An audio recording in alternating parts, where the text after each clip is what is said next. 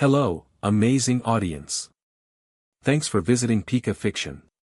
Today we unravel the story of what if Ash defeated Leon and the prize was becoming the king of Galar with a harem of all gym leaders. If stories make your day better, subscribe to join our family. Like and share to spread the love.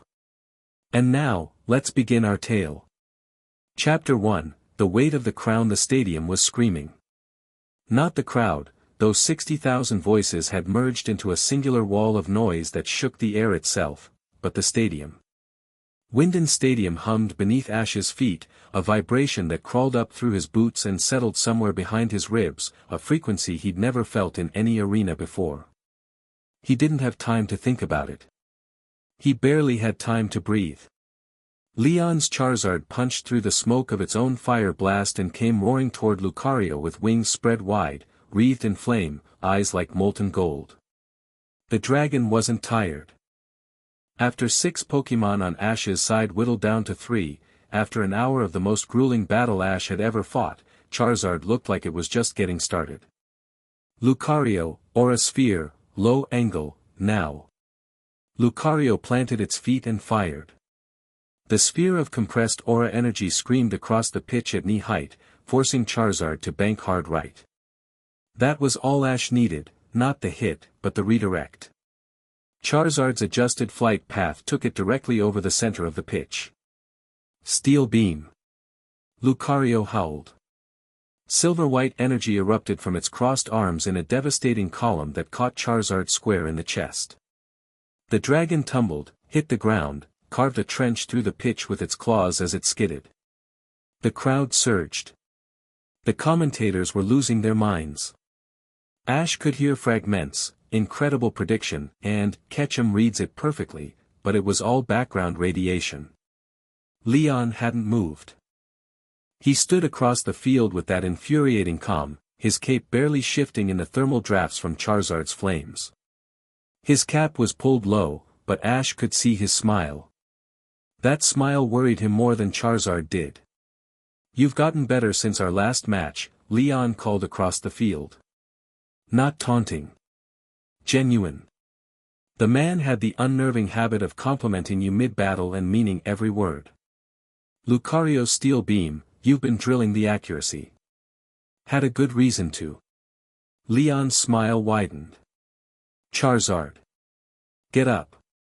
The dragon rose like the laws of physics were a suggestion. The steel beam had left a scorch mark across its chest plate, but it shook itself once, flared its wings, and roared with enough force to send ripples across the pitch. The Dynamax energy in the air thickened. Ash could taste it, metallic, electric, like biting down on a battery. Lucario swayed. Steel Beam's recoil was brutal, and Lucario had already taken hits from Dragapult and Aegislash earlier in the match. Ash felt the decision crystallize before he consciously made it. Lucario, return. You did incredible. The red beam pulled Lucario back. 2 Pokémon left. Gengar and Pikachu. Leon raised his Dynamax band. The wishing star embedded in it blazed crimson. "I think it's time," Leon said. The stadium knew what was coming. The roar of the crowd shifted pitch, became something primal, anticipatory. Charizard was recalled and thrown back out in the same motion, the Pokeball swelling to absurd size, and when the dragon emerged it was transformed. Gigantamax Charizard filled the sky above the pitch, a mountain of fire and scale and fury, its wings spreading shadows across half the stadium. The heat was immediate and crushing. Ash felt his skin tighten. Pikachu was already at his feet.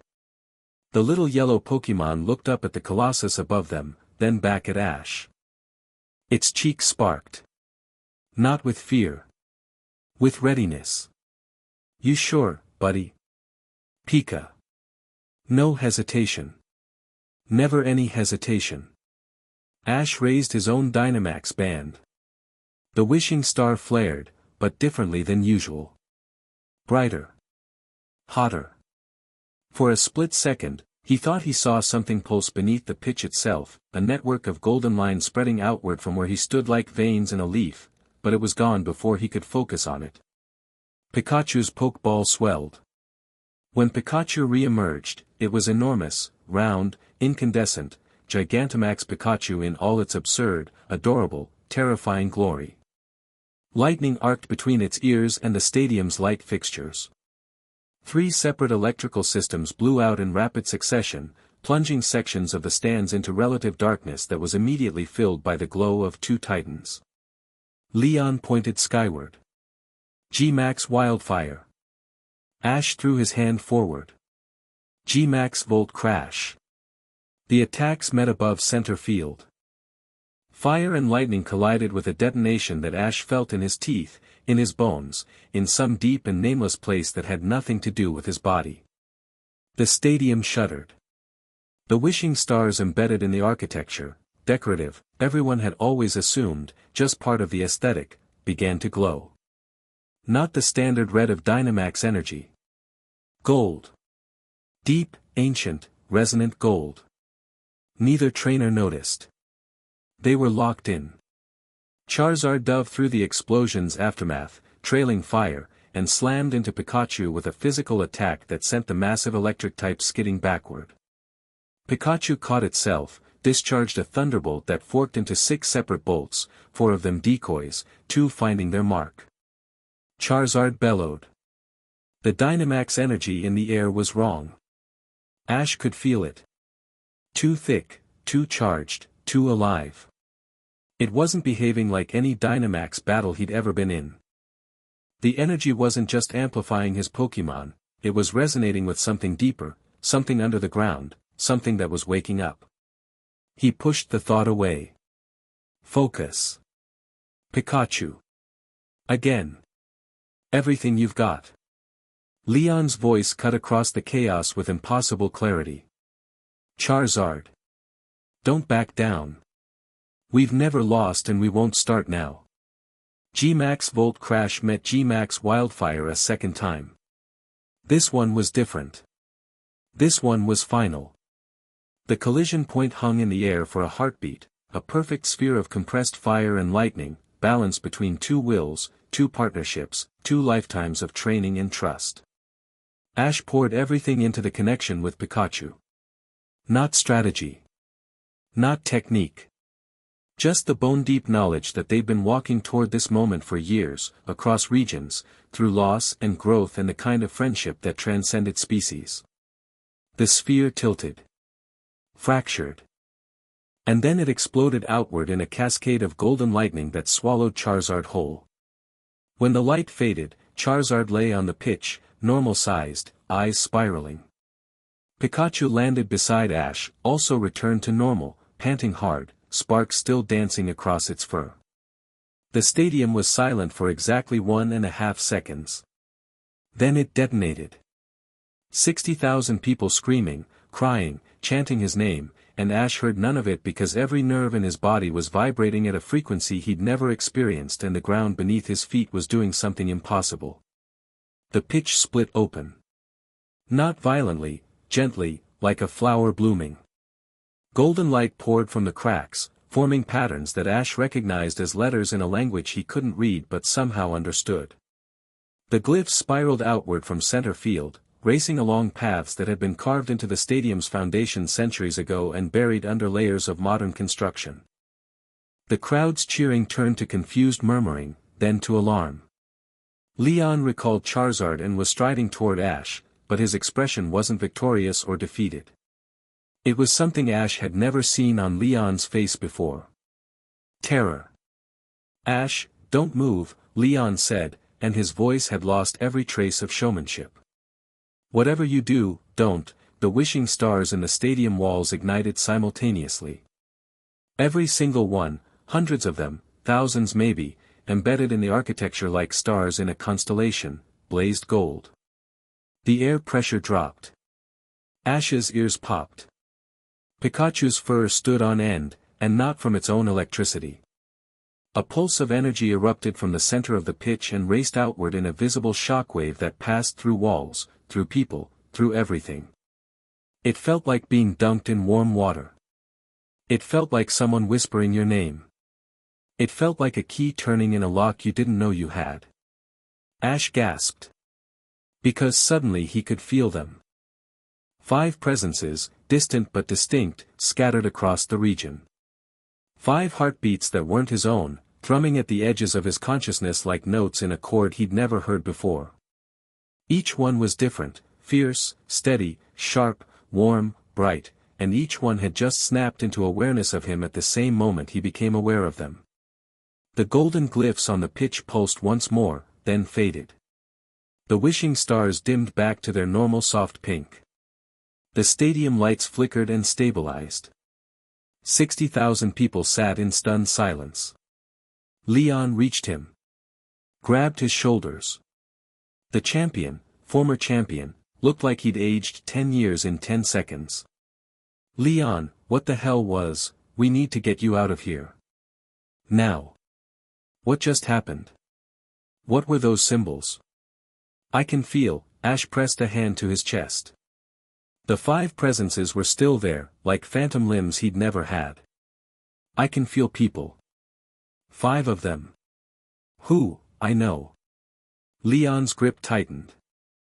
I know, Ash. I'll explain everything. But right now we need to move before the cameras figure out what just happened, because when they do, nothing in Galar will ever be the same. The referee, forgotten in the chaos, raised his flag with a shaking hand. Charizard is unable to battle. The winner of the World Coronation Series Finals is Ash Ketchum of Pallet Town. The stadium exploded again, but the sound was hollow and strange, filtered through the ringing in Ash's ears and the 5 impossible heartbeats drumming against his ribs. Pikachu climbed onto his shoulder and pressed against his neck. Warm. Real. Grounding. Ash put his hand on Pikachu's back and let Leon steer him toward the tunnel. Behind them, the last of the golden light faded from the pitch, and the ancient glyphs sank back into darkness, patient as stones. The tunnel beneath Winden Stadium was concrete and fluorescent lighting and the distant rumble of 60,000 people who didn't know what they'd just witnessed. Leon walked fast, pulling Ash along by the arm, and Ash let himself be pulled because the 5 heartbeats in his chest were getting stronger and his head was swimming. Talk to me, Leon. Not here. Then where? Because I've got 5 strangers living in my ribcage and I'd really like to know why. Leon glanced back. Something in Ash's tone, the steadiness under the confusion, the refusal to panic, made him slow down. He let go of Ash's arm. There's a room. Old part of the stadium, below the main structure. It was sealed off 50 years ago when they did renovations. I found it when I first became champion. Rose showed it to me. Leon's jaw tightened at the name. He said it was just history. A relic. He said the Covenant was dead. The what? They reached a service door. Leon pulled a key from inside his cape, an actual iron key, not a keycard, ancient-looking and heavy. He unlocked the door and led Ash down a narrow staircase that smelled like old stone and ozone. The room at the bottom was circular. The walls were covered in the same glyphs that had appeared on the pitch, but these were carved permanently into stone, filled with crystallized wishing star material that glowed faintly pink in the darkness. At the center of the room sat a stone pedestal, and on the pedestal sat a crown. Not a modern ceremonial piece. This was old, iron and wishing star crystal, simple in design but radiating a presence that made the air feel heavy. Ash's 5 phantom heartbeats surged the moment he laid eyes on it. Don't touch it, Leon said quickly. Not yet. Let me explain first. They sat on the stone floor like kids. Pikachu settled in Ash's lap, ears twitching, watching the crown with suspicion. 300 years ago, Leon began, and his voice had the quality of someone who'd rehearsed this speech in his head 1,000 times without ever expecting to give it. There was a king in Galar. Not a figurehead, not a political leader, a real, actual king with real, actual power. His name was Calyx, and he forged a pact with Eternatus during the first darkest day. Eternatus, Ash repeated. He'd fought Eternatus. He'd helped stop the second darkest day in this very city. The memory of that cosmic horror was not one he enjoyed revisiting. The pact created what's called the Covenant. It turned the strongest trainer in the land into the sovereign, the one who channels Eternatus's residual energy through the ley lines that run under Galar. Leon gestured at the walls. The stadiums aren't just arenas. They're built on ley line nexuses. They've always been. Every gym, every stadium, sitting right on top of a vein of Dynamax energy. And the gym leaders? Leon closed his eyes. They're called pillars. In the Covenant's terms. They're stationed on the ley line nexuses, and they serve as conduits. Living channels that connect the sovereign to the land's power. Ash felt the 5 heartbeats pulse. That's what I'm feeling. The gym leaders. The female ones, specifically. The Covenant has the bond is different depending on, look, the original king designed it to ensure loyalty. Complete, unbreakable loyalty. The pillars are bound to the crown. They can feel the sovereign can feel them. It's magical, emotional, and it's not optional. Ash stared at him. You're telling me that because I beat you in a battle, I'm now magically bonded to every female gym leader in Galar. I'm telling you that the monarch's right was triggered. The conditions were met, a challenger defeating the reigning champion on Wyndon's sacred ground. It's never happened before, not like this. When I became champion, I inherited the title. I didn't win it through the right. Rose made sure of that, he controlled the matchmaking, kept the conditions from aligning. But you. Leon almost laughed. You just charged through every barrier he ever built and triggered a 300-year-old magical succession protocol. Why didn't you tell me? Because I thought it was dead. Leon's composure cracked. Rose told me it was historical. A legend. The glyphs were just old carvings, the wishing stars in the walls were just decoration. He said. Leon stopped. Breathed. He lied. He knew exactly what the Covenant was. He was trying to trigger it himself, using Eternatus. That's what the whole energy crisis scheme was about. Not powering Galar for the future, powering the Covenant. Making himself sovereign. Ash absorbed this. The 5 heartbeats in his chest were steady now, each one distinct. He was starting to be able to differentiate them. One burned hot and defiant. One was still and deep as bedrock. One was sharp and wary, bristling with distrust. One was warm, almost gentle, radiating a calm patience. One flickered with rapid, curious energy. They can feel this too, Ash said. Right now. They're feeling what I'm feeling. Yes. Do they know what it means? Some might. Melanie's old enough to know the old stories. Kabo too, though his bond will manifest differently. For the others. Leon shook his head. They just felt something grab hold of them from the inside. Ash, they're going to be scared. Confused. Angry. Angry, Ash repeated. He thought of the hot, defiant heartbeat. Yeah. I'm getting that. Leon stood. He looked at the crown on the pedestal. You have to take it. If you don't, the Covenant stays half-activated. The bonds will destabilize. It could hurt them. Ash looked down at Pikachu. The Pokémon met his eyes with that steady, knowing gaze that had guided him through a dozen regions and 100 impossible situations. Pikachu nodded once. Ash stood. Crossed to the pedestal. The crown was lighter than he expected, the iron was thin, almost delicate, and the wishing star crystals set into it were warm to the touch. He picked it up. The moment his fingers closed around it, the glyphs on the walls blazed gold, the 5 heartbeats in his chest swelled to a crescendo, and something vast and ancient acknowledged him. He didn't put it on his head. It felt wrong, ceremonial in a way that didn't suit him. He held it in both hands and looked at Leon. I need to talk to them. All of them. Now. Leon nodded. They're already coming.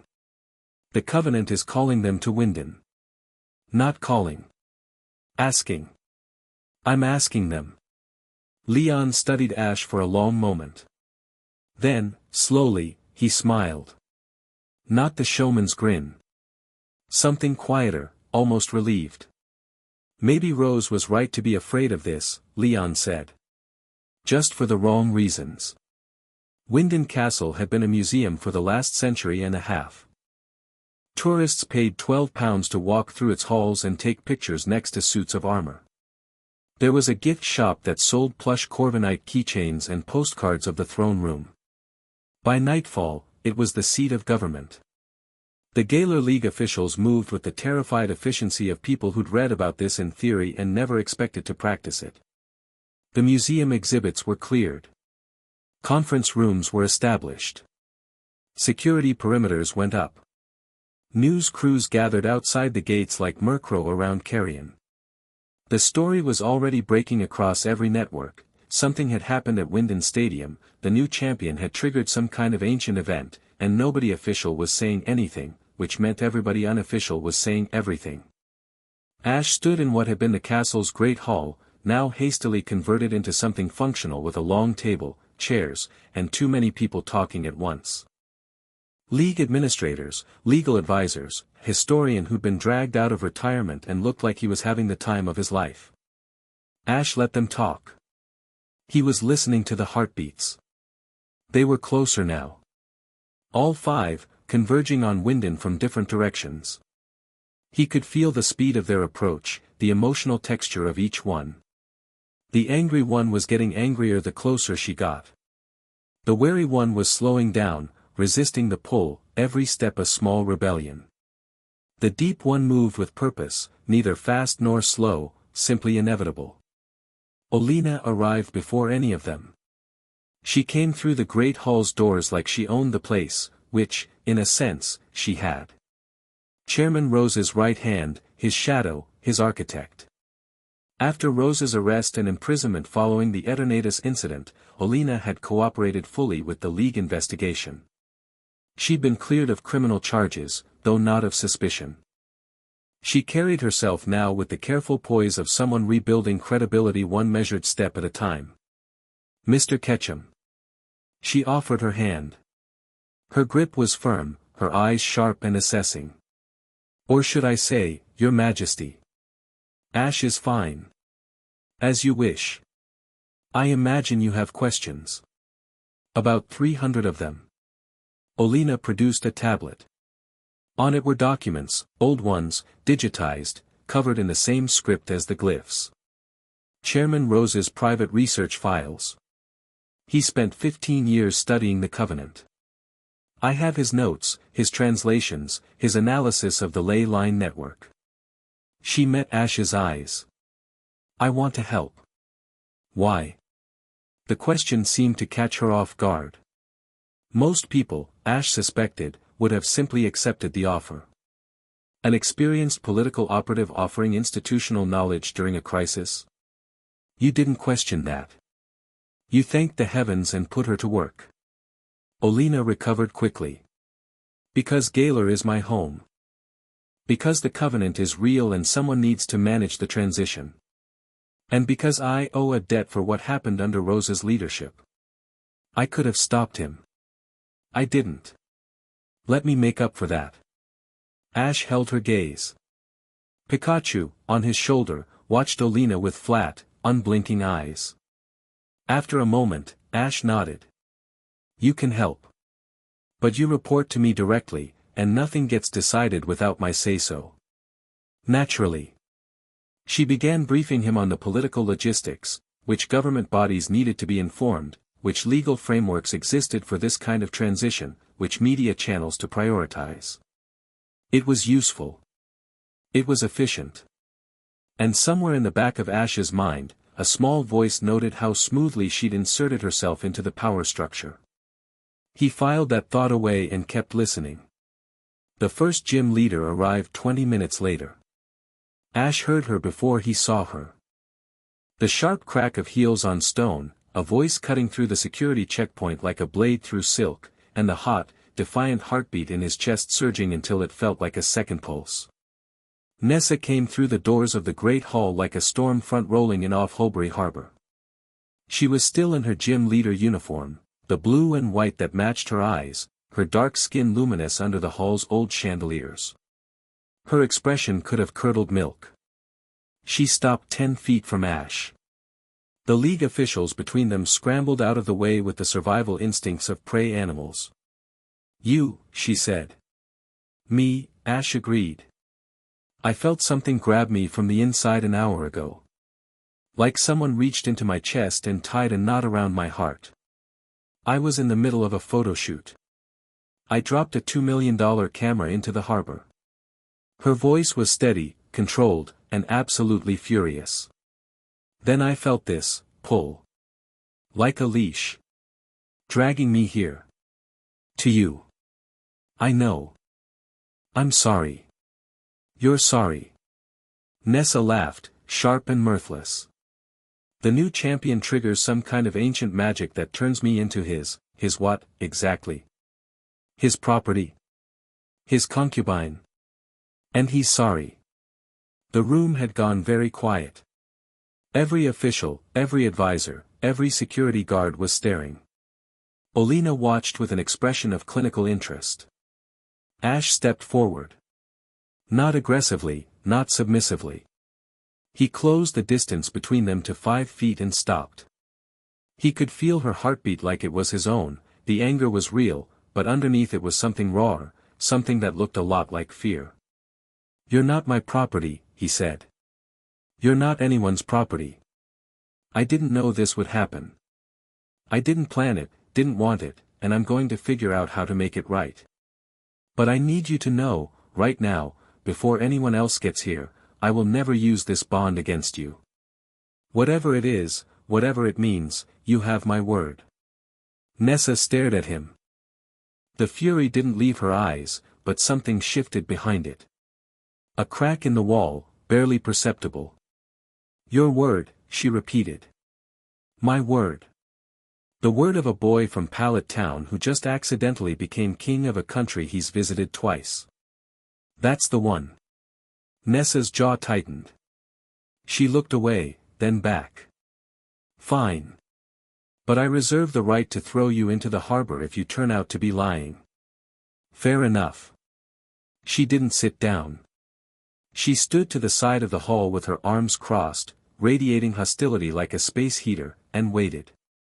Through the bond, Ash could feel her emotions churning, anger, confusion, a grudging acknowledgement that he hadn't tried to pull rank or assert authority, and buried deep beneath everything else, a thread of curiosity about the boy who'd just beaten the unbeatable champion. B arrived next.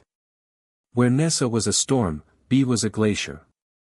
She walked through the doors in her fighting whites, her gray eyes scanning the room with the tactical precision of someone who assessed every space for threats and exits before she assessed it for anything else.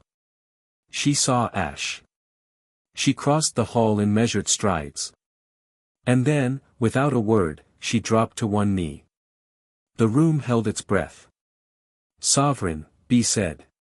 Her voice was flat, inflectionless, controlled. "I am yours to command." Ash felt her heartbeat, that deep, steady pulse like a drum in the earth. It carried no resistance, no anger. Just duty. Absolute, unflinching duty. And underneath it, so faint he almost missed it, a tremor of something she was working very hard to suppress. "Please get up," Ash said. B looked up. A flicker of surprise. "I said please get up. We're going to talk about this like people, not like, whatever this is." He gestured vaguely at the kneeling. "I appreciate the respect, but I don't want anyone on their knees." B rose. Her expression didn't change, but through the bond, Ash felt the tremor sharpen into something he could almost identify. Confusion? No. Interest. She hadn't expected that response, and the deviation from protocol fascinated her. She stood beside Nessa. The two women didn't look at each other. Piers arrived before Marnie, tall, lanky, his black and white hair hanging over his face like he was personally offended by the concept of grooming. He nodded to Ash, grunted something that might have been congratulations, and leaned against the wall. Through the bond, Ash felt Piers differently than the women, a connection, yes, but muted, more like hearing a song through a wall than having it played directly into your chest. Loyalty and protectiveness, but not the deeper resonance. Marnie was right behind him. She was smaller than Ash expected. The dark-type gym leader, she'd taken over Spikemouth from Piers 6 months ago, had a presence on the battlefield that made her seem larger, fiercer. In person, in this moment, she looked young. Dark hair, pale skin, sharp eyes that darted around the room like a cornered Morpeko. She stopped in the doorway. "Didn't come in." "Marnie," Piers said quietly. "I know." Her voice was clipped, her Spikemouth accent thicker than on television. "I can feel it. Can feel him." She looked at Ash like he was a math problem she hadn't asked to solve. "Didn't ask for this." "Neither did I," Ash said. "That's supposed to make me feel better." "No. It's just the truth." Marnie's sharp gaze held his. Then she walked in, slowly, every step deliberate, and took a chair at the far end of the table. Piers followed her like a shadow. Melanie arrived with the snow still melting in her hair. She was exactly as she appeared on television, tall, broad-shouldered, with kind eyes and a smile that could warm a room. But Ash could feel the heartbeat she carried in his chest, and it wasn't simple warmth. It was deep and layered, carrying currents of experience and loss and a fierce, protective love for everything she chose to shelter. She took in the room at a glance, the posturing officials, the defensive gym leaders, the overwhelmed boy at the center, and walked straight to Ash. "You look like you haven't eaten since the battle," she said. "I haven't, actually." Melanie turned to the nearest league official. "Get this boy a meal. Something hot. Soup, if you have it." She turned back to Ash. "We'll talk about the world-altering magical bond after you've eaten. You can't make good decisions on an empty stomach." Despite everything, Ash almost laughed. "Thank you. Don't thank me yet. I have plenty of questions." But she squeezed his arm as she passed, and through the bond, he felt something he hadn't felt from any of the others, uncomplicated acceptance.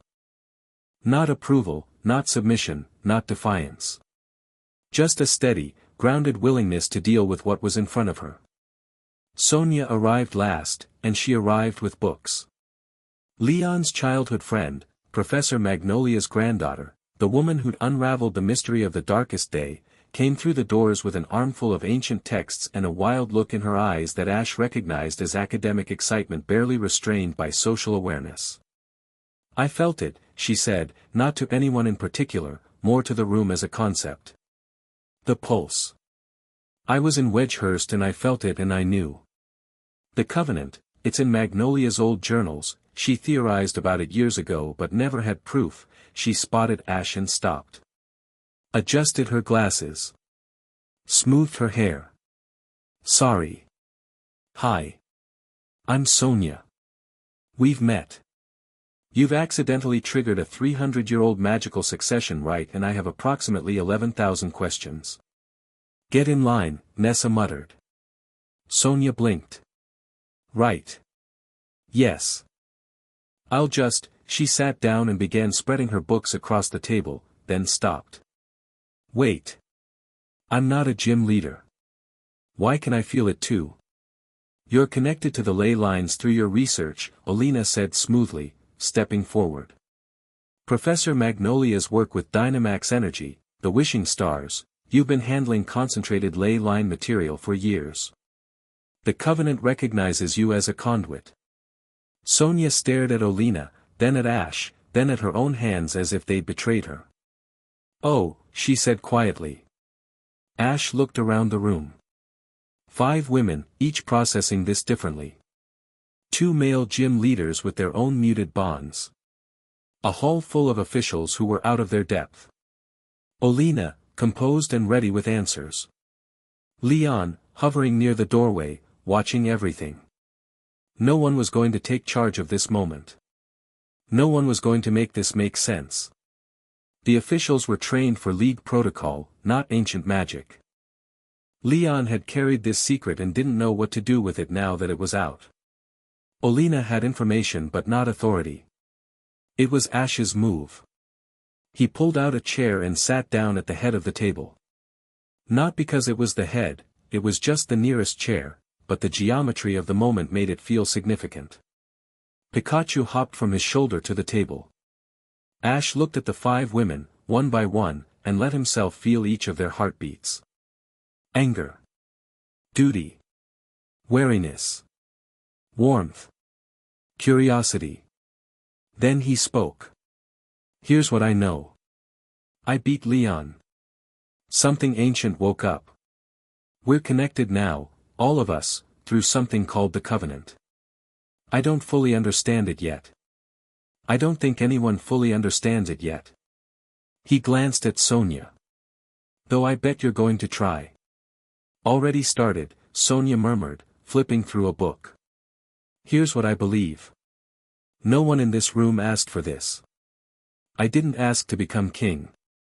You didn't ask to become pillars, or whatever the Covenant calls you.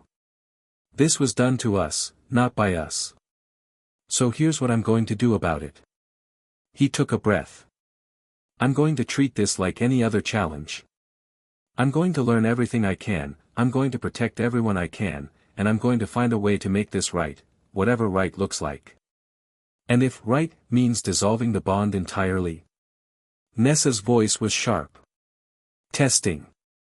Then that's what we do. Silence. Nessa's expression didn't change, but through the bond, Ash felt a subtle shift, a slight loosening of the knot in her chest. For now, Ash continued, I need your help. All of you. I need to understand the Covenant, the ley lines, what this bond means and what it does. I need to understand Galar, the politics, the people, the history. I just got here. I know how to battle. I don't know how to run a country. He looked at each of them again. I'm not going to pretend I do. But I'll learn. And I'll listen. Starting now. He stopped talking. Let the silence breathe. Melanie was the first to speak. Well. That's a better speech than the last 3 prime ministers managed. Bea inclined her head. The smallest of nods. Marnie said nothing, but she'd uncrossed her arms. Sonia was already writing notes in the margins of a book, her pen moving furiously. Nessa held Ash's gaze for a long, charged moment. Then she pulled out a chair and sat down. Fine, she said. But I want it on the record that I'm here by choice, not by magical compulsion. Noted. And if you ever try to give me an order, I will personally introduce your face to the Holbury title zone. Also noted. The ghost of something that wasn't quite a smile flickered across Nessa's face. It was gone before it could fully form, but Ash caught it, and through the bond, he felt the smallest, most grudging spark of something he could only describe as intrigued. The meeting went on for 3 hours. Olina presented Rose's research. Sonia cross-referenced it with her grandmother's journals and the texts she'd brought. Leon filled in the gaps from his own experience, the way he'd always felt the stadiums hum during battles, the connection to the gym leaders that he'd attributed to camaraderie rather than magic. The picture that emerged was complex and troubling. The Covenant was real. The bonds were real. The ley lines formed a network across all of Galar, connecting every stadium, every gym, flowing with Dynamax energy that was ultimately sourced from Eternatus's imprisoned body beneath Hammerlock. The Sovereign, Ash, sat at the center of this network, and the pillars channeled the energy through their positions on the ley line nexuses. The bond was multifaceted. It created awareness, Ash could feel the pillars, they could feel him.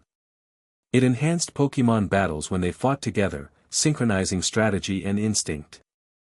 And it was, according to the oldest texts, irrevocable. Irrevocable, Nessa repeated flatly. That's what the texts say, Sonia confirmed, her enthusiasm dimmed by the weight of what she was reporting. The covenant was designed to be permanent. Once triggered, it can only be passed on through defeat, same as the champion title. So we're stuck with this, Marnie said. Stuck with him. Unless someone beats me, Ash said. Every eye in the room turned to him. I'm serious. If someone beats me in the same conditions, Winden Stadium, the full right, the covenant passes to them.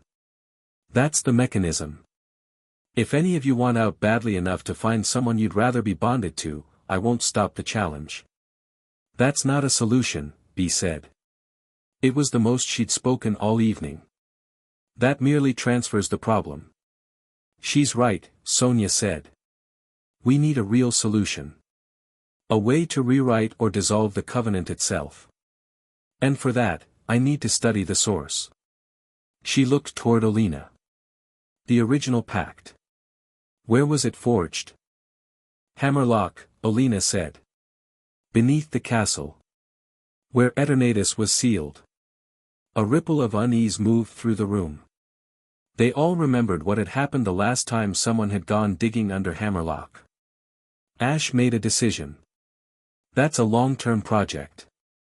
Sonia, if you're willing, I want you leading the research. Everything about the Covenant, its history, its mechanics, its weaknesses. Find me a way to make this right. Sonia's eyes lit up behind her glasses. You're giving me unrestricted access to a 300-year-old magical mystery. Is that a yes? That is a very enthusiastic yes. She was already making a list. In the meantime, Ash continued, nothing changes about how you run your gyms. Your gym leaders first. This crown stuff. He held up the iron circlet he'd been carrying. This is secondary. I'm not going to interfere with your cities, your battles, your lives. I need to learn Galar, and I'm going to come to each of you to do that. If you'll have me. He said it like a request, not a decree. Through the bond, each of them felt the sincerity of it, an openness that held no hidden edges. It didn't erase the wrongness of the situation. But it made it bearable. The meeting ended close to midnight. The gym leaders filtered out to the guest quarters that had been hastily prepared in the castle's residential wing. Olina excused herself with a final efficient nod. Leon lingered.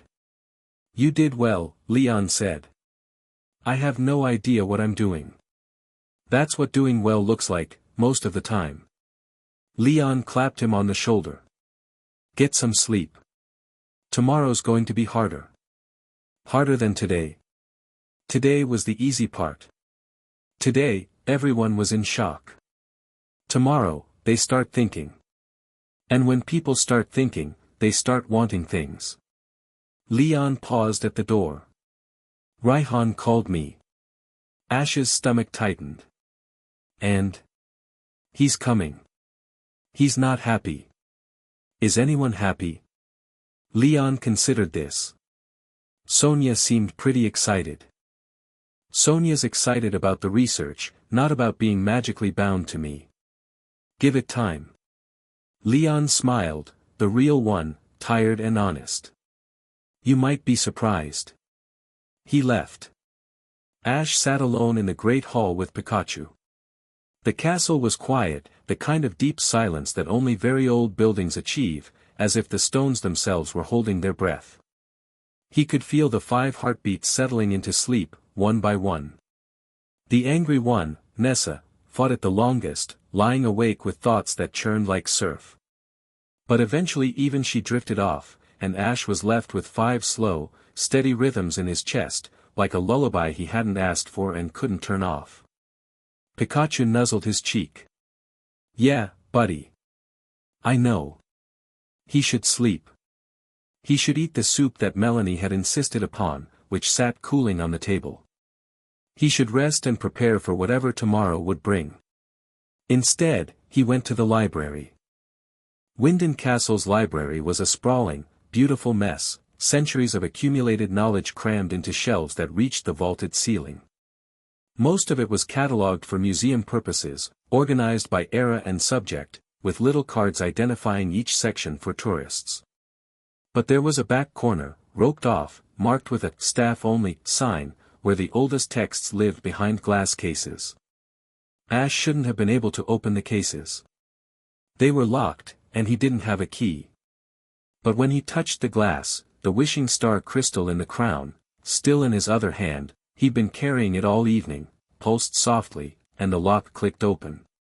The book he pulled out was bound in leather so old it felt more like stone. The pages were vellum, covered in the same script as the glyphs, but someone, decades ago, judging by the handwriting, had penciled in English translations between the lines. Ash couldn't read the original script, but the translations were enough. Most of it was ceremony. Protocols for the sovereign's court, rituals for bonding with the pillars, administrative codes for the ley line network. Dry, bureaucratic stuff dressed up in mystical language. But near the back, in a section the translator had labeled warnings and safeguards, a passage made Ash's blood run cold. When the pillars are bound and the crown is worn, the arbiter shall wake to ensure the covenant is honored. It is the covenant made flesh, the law given form, the price of the pact given purpose. The arbiter does not forgive. The arbiter does not forget. The arbiter does not permit defiance. Should a pillar refuse the crown, the arbiter shall correct. Should the crown prove weak, the arbiter shall replace. Mercy is not in its nature, for mercy was not written into the pact. The arbiter serves the covenant, not the sovereign, and the covenant demands absolute fidelity. Pray the arbiter sleeps. For when it wakes, the age of choice is over. Ash read it twice. Then a third time. Pikachu, perched on the reading desk, watched his face change. There's something else in this bond, Ash said quietly. Something that enforces it. An entity. A guardian. He looked at Pikachu. And it doesn't answer to me. It answers to the covenant itself. Pikachu's ears flattened. Ash closed the book. Picked up the crown. In his chest, 5 heartbeats pulsed in peaceful, sleeping rhythm, trusting the night and the silence and the man who held their bond whether any of them wanted him to or not. He left the library and walked the castle's corridors until he found the room that had been prepared for him, a modest suite, not the royal chambers, because the castle staff hadn't had time to prepare those and also because Ash had specifically asked for something small. He set the crown on the nightstand. Pikachu curled up on the pillow beside him. Sleep didn't come. He lay in the dark, listening to the heartbeats, thinking about an ancient enforcer that didn't believe in mercy, thinking about 5 women who hadn't chosen this, thinking about the weight of a crown that was supposed to be a trophy and turned out to be a responsibility. Sometime past 2 in the morning, he heard a knock. He opened the door. Raihan stood in the corridor. Galar's dragon-type specialist was tall, taller than Leon, which was saying something, with sharp features, darker skin, and an expression that could best be described as barely contained fury. He wore his usual hoodie and headband, but the casual outfit did nothing to soften the intensity of his presence. Behind him, the corridor was empty. He'd come alone, at 2 in the morning, without telling anyone. "Can I come in?" Raihan said. It wasn't a question. Ash stepped aside. Raihan entered the room, looked around, noted the crown on the nightstand with a flicker of something in his eyes, and turned to face Ash. "I wanted to beat Leon," Raihan said. "For years. I trained, I strategized, I pushed myself past every limit I had. I was the closest thing to a rival he ever had. I was supposed to be the one." His voice was even, controlled, the kind of controlled that took enormous effort. "And you walked in from Kanto and did what I couldn't in a single afternoon." "Raihan, I'm not finished." Raihan's eyes were bright, hard. "You beat Leon. Fine. You earned that. I can respect a loss on the battlefield. But this?" He gestured at the room, the castle, the entire situation. "You stumbled into a throne. You didn't earn it, you didn't plan for it, you don't understand the first thing about Galar or what it needs. And now you've got half the gym leaders bonded to you like some kind of fairy tale king, and everyone's supposed to just accept that? I'm not asking anyone to accept it. Good. Because I don't. They stood 3 feet apart. Pikachu, on the bed, watched with the calm alertness of a partner who knew when a fight was real and when it was something else. You want to know what Galar needs? Raihan continued. It needs someone who grew up here. Someone who knows the culture, the politics, the people. Someone who's been in these stadiums since they were a kid, who understands what the gyms mean, what the wild area means, what the relationship between trainers and the land actually is. Not an outsider with a good team and a famous Pikachu. You're right, Ash said. Raihan blinked. Of all the responses he'd prepared for, agreement clearly wasn't one of them. I don't know Galar, Ash said. I don't know the politics or the culture or the history. I don't know what the gyms mean to the people who grew up with them. I'm an outsider. You're right about all of it. Then, but I'm here. And the Covenant chose me, not because I'm the best person for the job, but because I won a battle. That's how it works. I can't undo that. I can't hand it off to someone more qualified. I can only do the best I can with what I've got. Ash met Raihan's eyes without flinching. And what I've got right now is a crown I don't understand, a bond one didn't ask for, 5 people who deserve better than what this system is giving them, and a whole lot of learning to do. So either help me or challenge me. But don't stand there and lecture me at 2 in the morning without offering a solution. The room was very quiet. Raihan stared at Ash. The fury in his expression was still there, but it was changing shape, compressing, hardening into something more complex than simple anger. Resentment, yes. But also, grudgingly, against his will, a flicker of the thing Ash had seen in every rival he'd ever faced, respect for someone who didn't back down. I'm not your ally, Raihan said. I'm not asking you to be. And I'm not going away. I'll be watching everything you do. Every decision, every policy, every interaction with the gym leaders. If you mess this up, if you hurt them, if you abuse this power, if you turn out to be just another person using people for strength, I will personally dismantle you. And I won't need magic to do it. I'd expect nothing less. Raihan held his gaze for another long moment. Then he turned and walked to the door. He stopped with his hand on the frame. For what it's worth, he said, without turning around, Leon thinks you can do this. He's usually right about people. A pause. But he's also the worst navigator in Galar's history, so take that for what it is. Despite everything, Ash almost smiled. Raihan left. The door clicked shut. Ash sat on the edge of the bed. Pikachu climbed into his lap.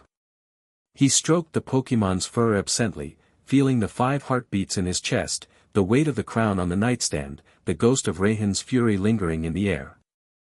Tomorrow he would begin learning what it meant to be king of a country he barely knew. Tomorrow he would visit gym leaders who didn't trust him, navigate politics he didn't understand, and carry the expectations of a region on shoulders that had only ever borne the weight of a backpack and a dream. And somewhere beneath it all, beneath the stadiums and the ley lines and the ancient stone, something called the Arbiter was stirring in its sleep, drawn upward by the scent of a new crown and the old, patient hunger of a covenant that had never learned mercy. Ash looked out the window.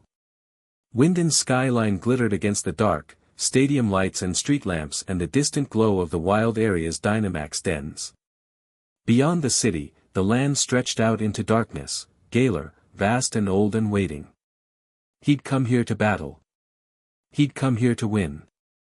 He'd never imagined that winning would feel like this, not triumph, but the first step of a climb he couldn't see the top of. 5 heartbeats pulsed alongside his own. 5 lives, tangled with his.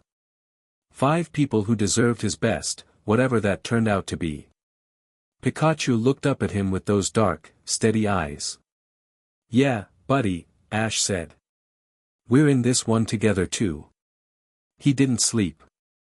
He sat at the window and watched the stars fade, and when dawn broke over Winden, painting the castle walls gold, Ash Ketchum picked up the crown, held it in his hands, and made himself a promise. He would earn this. Not the crown, that had been won and given and thrust upon him. But the trust. The right to hold these bonds. The worthiness of the people who hadn't chosen him but were stuck with him anyway. He would earn them. One day at a time. One heart at a time. Starting today. The sun rose. Galar waited. And somewhere, deep beneath the earth, something ancient opened its eyes. Chapter 2, Pillars and Fractures. Ash left Winden at dawn with Pikachu on his shoulder and a list in his head. No entourage, no security detail, no motorcade. Olena had arranged a car and driver. Ash had declined. Leon had offered to come along as a guide. Ash had declined that too, though more gently. I need to do this alone, he told Leon over breakfast. If I show up with the former champion escorting me, it sends the wrong message. What message does showing up alone send? That I'm not afraid to. Leon had considered this, then nodded. Hulbury first. Hulbury first. Bold choice. Nessa's going to eat you alive.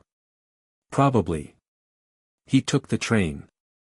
An actual train, with actual passengers who recognized him from the battle yesterday and spent the entire ride taking photos and whispering and occasionally working up the courage to ask for autographs. Ash signed everything they put in front of him, posters, phone cases, a kid's Pikachu plush, and answered questions about the battle while carefully deflecting anything about the golden light, the glyphs, or the word, covenant, that was already starting to trend on Galar's social media. Hulbury was salt air and seagulls and the low rumble of fishing boats heading out for the morning catch. The city hugged the coastline like it was afraid of falling in, all narrow streets and pastel-colored buildings stacked on top of each other. The stadium dominated the waterfront, its blue and white facade gleaming in the morning sun. Ash felt Nessa before he saw her. Her heartbeat sharpened as he crossed the city limits, a spike of awareness that carried irritation and something she was working hard to bury. She knew he was coming. The bond made surprise visits impossible. He found her at the stadium. Not inside, on the rocks below it, where the sea crashed against Hulbury's seawall. She was sitting with her legs dangling over the edge, Dreadnought beside her, both of them staring out at the water. She didn't turn around when he approached. I could feel you from the train station, she said. Sorry. I don't know how to turn it down. Neither do I. Do you know what that's like? Having someone else's emotions leaking into your chest all day. I couldn't sleep last night because you were awake worrying. She finally looked at him.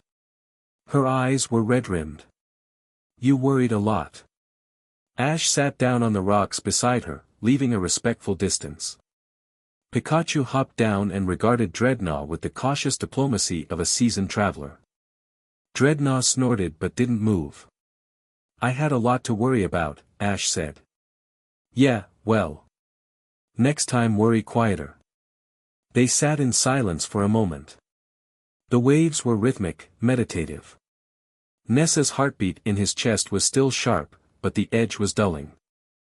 Being near him physically seemed to ease something in the bond, a reduction of static, like tuning a radio to the right frequency. I came to learn, Ash said. About Hulbury, about your gym, about what matters to you. I meant what I said last night, I need to understand Galar, and I can't do that from a castle. And you started with me because you're the angriest. And angry people usually have the most important things to say. Nessa turned to look at him fully. The wind off the sea caught her hair, dark strands whipping across her face. She studied him with an intensity that reminded Ash of the way she studied the battlefield, looking for weaknesses, angles, the hidden geometry of the fight. Battle me, she said. What? You heard me. Full 6-on-6. Right now, in my stadium, my turf, my rules. She stood, and Dreadnought rose with her. You want to learn about Holbury? Learn it by fighting for it. That's what the gym challenge is. That's what Galar is. We don't talk about our values, we battle for them. Ash felt something shift in her heartbeat. The anger was still there, but underneath it, a current of competitive fire that resonated with something deep in his own chest. This was language they both spoke. Your rules? He asked. My rules. No Dynamaxing. Just skill. Deal. Nessa almost smiled. Almost. The stadium was empty, no crowd, no cameras, no referee. Just the two of them on opposite sides of the waterlogged pitch, morning light streaming through the open roof. The water covering the field reflected the sky, turning the battlefield into a mirror. Nessa threw first. Barraskewda cut through the field's water like a living torpedo. Ash sent out Dracovish, and the battle began. It was immediately different from any battle Ash had fought before. He could feel Nessa's strategy through the bond. Not her specific thoughts, it wasn't telepathy, but the shape of her intentions, the emotional texture of her decisions. When she planned an aggressive push, he felt her heartbeat quicken. When she set a trap, there was a flutter of anticipation. It was like fighting someone while hearing the faintest echo of their inner voice. And she could feel him too. His feints didn't land. His surprises weren't surprising. They were reading each other in real time, which meant the battle devolved rapidly from strategy into something raw, pure instinct, pure adaptability, each of them adjusting faster than they'd ever had to because the usual information gap between opponents had been collapsed. Barraskewda, liquidation. Dracovish, counter with Dragon Rush. The Pokémon collided midfield. Water exploded upward. Ash felt Nessa's competitive joy spike through the bond, bright and fierce, and realized with a start that she was having fun. Underneath all the anger and resentment, Nessa loved to battle, and fighting someone who could keep up with her, who could feel her rhythm and match it, was intoxicating. He lost Dracovish and Surfetched before he found his footing. Nessa's team was built for this field, the water wasn't just aesthetic, it was strategic, giving her Pokémon mobility and cover that his team couldn't match. She fought with the precision of a surgeon and the ferocity of a hurricane, and the bond between them turned every exchange into a conversation neither of them could have had with words. Ash won. Barely. Pikachu finished it, soaked to the skin, standing over Nessa's Toxapex with sparks sputtering from waterlogged cheeks. The battle had lasted 45 minutes, and Ash's shirt was drenched from splash damage. Nessa recalled Toxapex. She stood across the field, breathing hard, hands on her knees. Then she straightened up and walked toward him. Her stride was different now, the aggressive, defensive posture from last night replaced by something more open. She stopped in front of him, close enough that he could see the sea spray on her eyelashes. You're good, she said. Like it cost her something to admit it. So are you.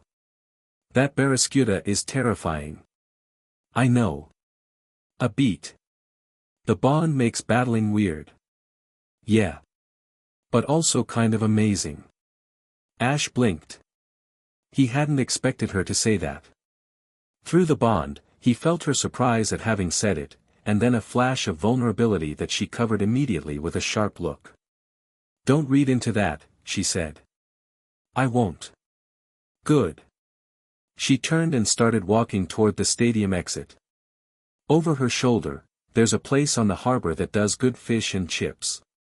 If you're going to learn about Holbury, you should at least eat here. Ash followed, Pikachu trotting at his heels, and pretended not to feel the way Nessa's heartbeat had softened from iron to copper, still hard, still guarded, but warming. They ate at a dockside stall run by an old man who recognized Nessa and gave her extra chips without being asked. Nessa talked about Holbury, its fishing economy, the way the stadium brought tourists, but the real life of the city was in the harbor, the tension between tradition and the modernization that the league kept pushing. She talked about being a model and a gym leader simultaneously, about people who saw her face and assumed she wasn't serious about battling. "I've beaten every challenger this season with a smile and 6-inch heels," she said, stabbing a chip into tartar sauce. "And they still write articles about my swimsuit calendar. What do you want them to write about?" She looked at him. "My win rate." "What is it?" 87%. "That's insane." "I know." She ate the chip. "Your turn. What's your story? And I don't mean the public version. I've seen the documentaries." So Ash talked. About Pallet Town, about Professor Oak, about the early days when he was terrible, genuinely, embarrassingly terrible, and how Pikachu didn't even like him at first. About losing the Indigo League. About losing a lot of things, actually, before he started winning. About the way every region taught him something new, and how he'd come to Galar because it was the last frontier, the one place where the strongest trainers in the world gathered. "I didn't come here to be king," he said. "I know." Nessa's voice was quieter now. "I can feel that. Through the bond. You're not lying when you say you didn't want this. Would it be easier if I were lying? At least then I could hate you properly." She pushed her chips toward him. "Eat. You're too thin for a king." Something in her tone made his chest do something complicated. He ate the chips and didn't analyze it. His phone buzzed as they were leaving the stall. Leon's name on the screen. "Ash, we've got a problem. Turf Field Stadium, the ley line just went dark." "What do you mean, dark?" "Dead. No Dynamax energy, no wishing star activity, nothing. Milo's reporting wild Pokemon going berserk in the area. It's like someone pulled the plug." Ash looked at Nessa. She'd heard it, she was close enough, and Leon wasn't being quiet. He also felt it through the bond, a distant tremor, like one of the heartbeats he carried had stuttered. Not one of the 5 women. Something else. Something structural. "I'm going," Ash said. "I'm coming with you," Nessa said. He opened his mouth to argue. She cut him off with a look that could have split granite. It wasn't a question. They ran. The train to Turf Field took too long. Ash had Charizard fly them instead, Nessa on her own Pokemon, a Pelipper that was faster than it looked. They crossed Galar's rolling green countryside in 20 minutes, and Ash saw the problem before they landed. Turf Field Stadium sat in a shallow valley surrounded by ancient stone formations, the hill figures, chalk outlines of Pokemon carved into the hillside centuries ago. The stadium itself looked normal from the outside, but the air around it was wrong. The usual faint hum of Dynamax energy was gone, replaced by a dead silence that pressed against Ash's eardrums. And in the fields around the stadium, Pokemon were raging. A Dynamaxed Serena was tearing through a row of cottages, its massive body glowing an unstable red. 2 Dynamaxed Eldegoss floated above the tree line, releasing spore clouds that were choking everything below. A herd of Wooloo had stampeded through a farm fence and were being chased by a frantic farmer and his Yamper. Milo was already in the thick of it. Turfield's grass-type gym leader, built like a barn, gentle as a lamb, strong as an ox, had his Eldegoss out and was trying to contain the rampaging Serena with leech seed barriers. It wasn't working. That Serena was too big, too angry, and the Dynamax energy fueling it was erratic, spiking and crashing in patterns that made no sense. Ash hit the ground running. "Pikachu, Thunderbolt on the Eldegoss, weaken them, don't knock them out." Charizard, Containment on the Serena, herd it away from the houses. Nessa landed beside him. Dreadnought, Rock Tomb around the perimeter. Keep the Wooloo corralled. They worked without discussing it. The bond made coordination effortless. Ash felt Nessa's intentions a half-second before she acted, and she felt his, and their Pokemon moved in concert like they'd been training together for years. Pikachu's precision strikes stunned the Eldegoss without doing permanent damage. Charizard's intimidation display, wings spread, flame erupting from its mouth in controlled bursts, drove the Tsarina toward the open fields away from the town. The Tsarina turned on Charizard. Swung a high jump kick that connected with Charizard's chest and sent the dragon tumbling. Ash felt it like a punch to his own ribs. The Tsarina was out of control, Dynamaxed without a trainer's guidance, running on pure, corrupted energy. Its eyes were glazed, pained. It wasn't attacking out of aggression. It was attacking because it was hurting. Ash ran toward it. "Ash, what are you?" Nessa's voice, sharp with alarm. He didn't stop. The Tsarina saw him, a tiny human running directly at it, and swung. Ash dove, rolled, came up inside its guard. Up close, he could see the Dynamax energy crackling across its body like broken lightning, red and wrong, nothing like the stable crimson of a proper Dynamax transformation. The Pokémon was suffering. "Hey," Ash said. Not loud. Not commanding. Just present. "Hey, it's okay. I know it hurts." The Tsarina hesitated. Its massive eyes, glazed and confused, focused on the small figure standing in its shadow. Through the bond, through whatever connection the Covenant gave him to the land itself, Ash could feel the ley line beneath the stadium. It was damaged. Disrupted. The energy that should have been flowing smoothly was backing up, spilling out, flooding into the wild Pokémon and forcing unstable Dynamax transformations. Ash placed his hand on the Tsarina's leg. The Dynamax energy burned, literally, his palm blistered on contact, but he held on. He pushed his awareness into the connection, the way he'd push encouragement toward Pikachu during a battle, and tried to soothe the chaotic energy. The golden light flickered. Faintly, briefly, the wishing star crystal in the crown, which he'd left at the castle, 30 miles away, pulsed. And the Tsarina's Dynamax form shuddered, flickered, and collapsed. The Pokémon shrank to normal size and slumped against Ash, exhausted, scared, but no longer in pain. Ash caught it. It was heavier than he expected. His burned hand screamed, but he held on until Milo reached them and gently took the Tsarina from his arms. "What did you do?" Milo asked, eyes wide. "I'm not sure." Nessa reached them. She grabbed Ash's burned hand, looked at it, and her expression went through a rapid evolution from anger to concern to something she immediately locked away. "You're an idiot," she said. "I've been told. You ran at a Dynamaxed Pokémon. Unarmed. Without a plan." "I had a plan. Walk up and hope for the best is not a plan." "It worked, though." Nessa's jaw clenched. She pulled a potion from her bag, the kind trainers carried for their Pokémon, not for humans, but it worked on burns in a pinch, and sprayed his hand without asking permission. The sting was sharp, then cool, then nothing. Through the bond, Ash felt what Nessa wasn't saying. She'd been scared. Not for herself, for him. She'd watched him run toward danger with no hesitation and something inside her had cracked open, just a little. She was furious about that crack. She hadn't given him permission to make her care. Milo led them into the stadium. The pitch was dead, no Dynamax energy, no glow from the wishing stars, nothing.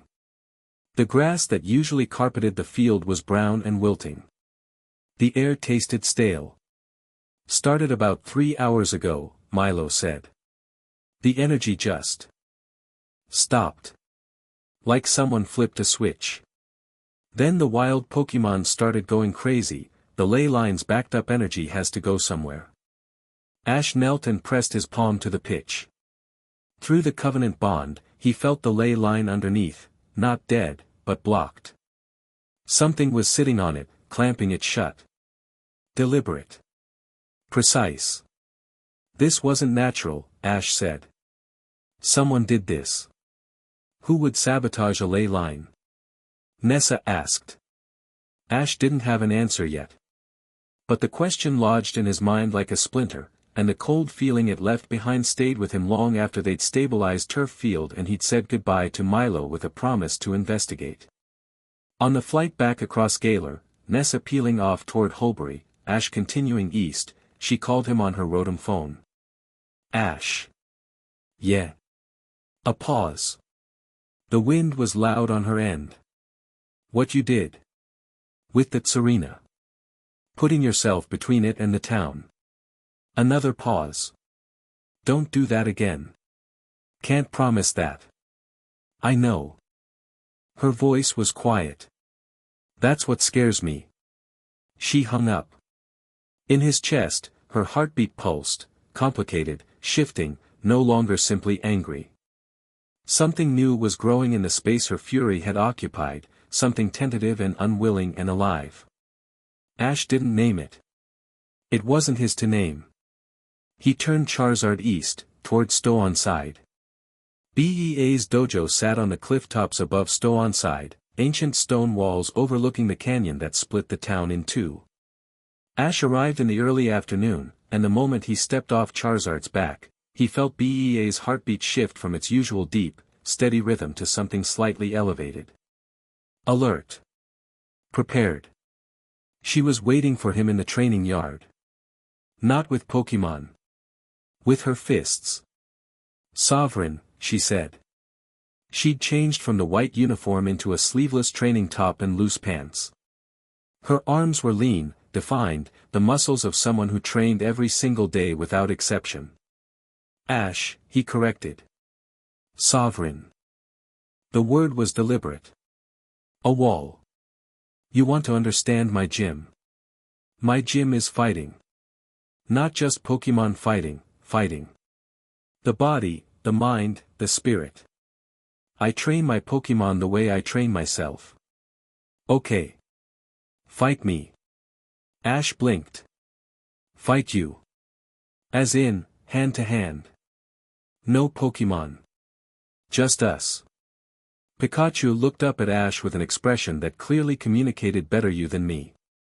Ash set Pikachu on a nearby wall and stepped into the training yard. He didn't give him time to get ready. She moved, fast, fluid, a sliding step that closed the distance between them before Ash could fully register it, and her fist snapped toward his chest. He twisted sideways, barely avoiding it, and felt the wind of the punch pass his ribs. You have instincts, be observed. She was already moving again. Good. Ash had been in scrapes before. He'd been chased by Beedrill, thrown off cliffs, caught in explosions. His body knew how to react to danger. But Bee was a trained martial artist with years of disciplined practice, and Ash was a Pokémon trainer who'd learned to dodge by necessity. The gap was enormous. She hit him. A lot. Open palm strikes to the shoulders, a sweep that dumped him on his back, a knee to the gut that left him gasping. She didn't use full force. If she had, Ash suspected the fight would have ended in seconds, but she didn't go easy either. Each hit was a lesson. Your guard is too high, your stance is too wide, you're watching my hands when you should be watching my hips. Ash got up every time. That was the thing that made BEA's heartbeat change, not his skill, which was negligible, but his refusal to stay down. He took the hits, adjusted, got hit again, adjusted more. After 20 minutes he was bruised, sweating, and had managed to block exactly one strike. It was the proudest he'd felt since yesterday's final. Bee called a halt. She wasn't even breathing hard. Why? Ash panted, hands on his knees. Why what? Why the physical test? You know I can't fight like you. Bee handed him a towel and a water bottle. They sat on the edge of the training yard, legs dangling over the cliff, the town far below. A sovereign who holds the bond of warriors should understand what it means to fight with your body, she said. Pokémon battle through us, but fighting is in us. If I am bound to you, I need to know that you understand what you're asking when you send someone into danger. I would never send you into, you already did. Turf field. I felt it through the bond. You and Nessa, fighting. The adrenaline, the fear, the risk. I felt all of it, and I was here, unable to help. Her voice was flat, but the bond told a different story. The deep, steady heartbeat had cracked, just slightly, revealing something raw underneath. That is what it means to be a pillar.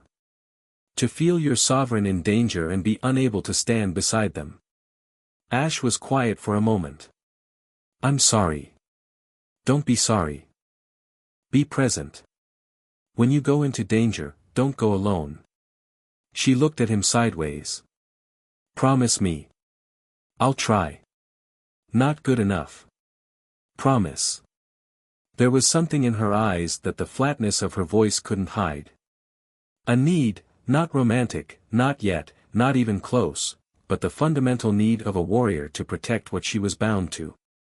Ash recognized it because he felt the same thing for Pikachu, for every Pokémon he'd ever partnered with. I promise, he said. Bea's shoulders relaxed a fraction. Through the bond, the crack sealed over, but it had been there, and they both knew it.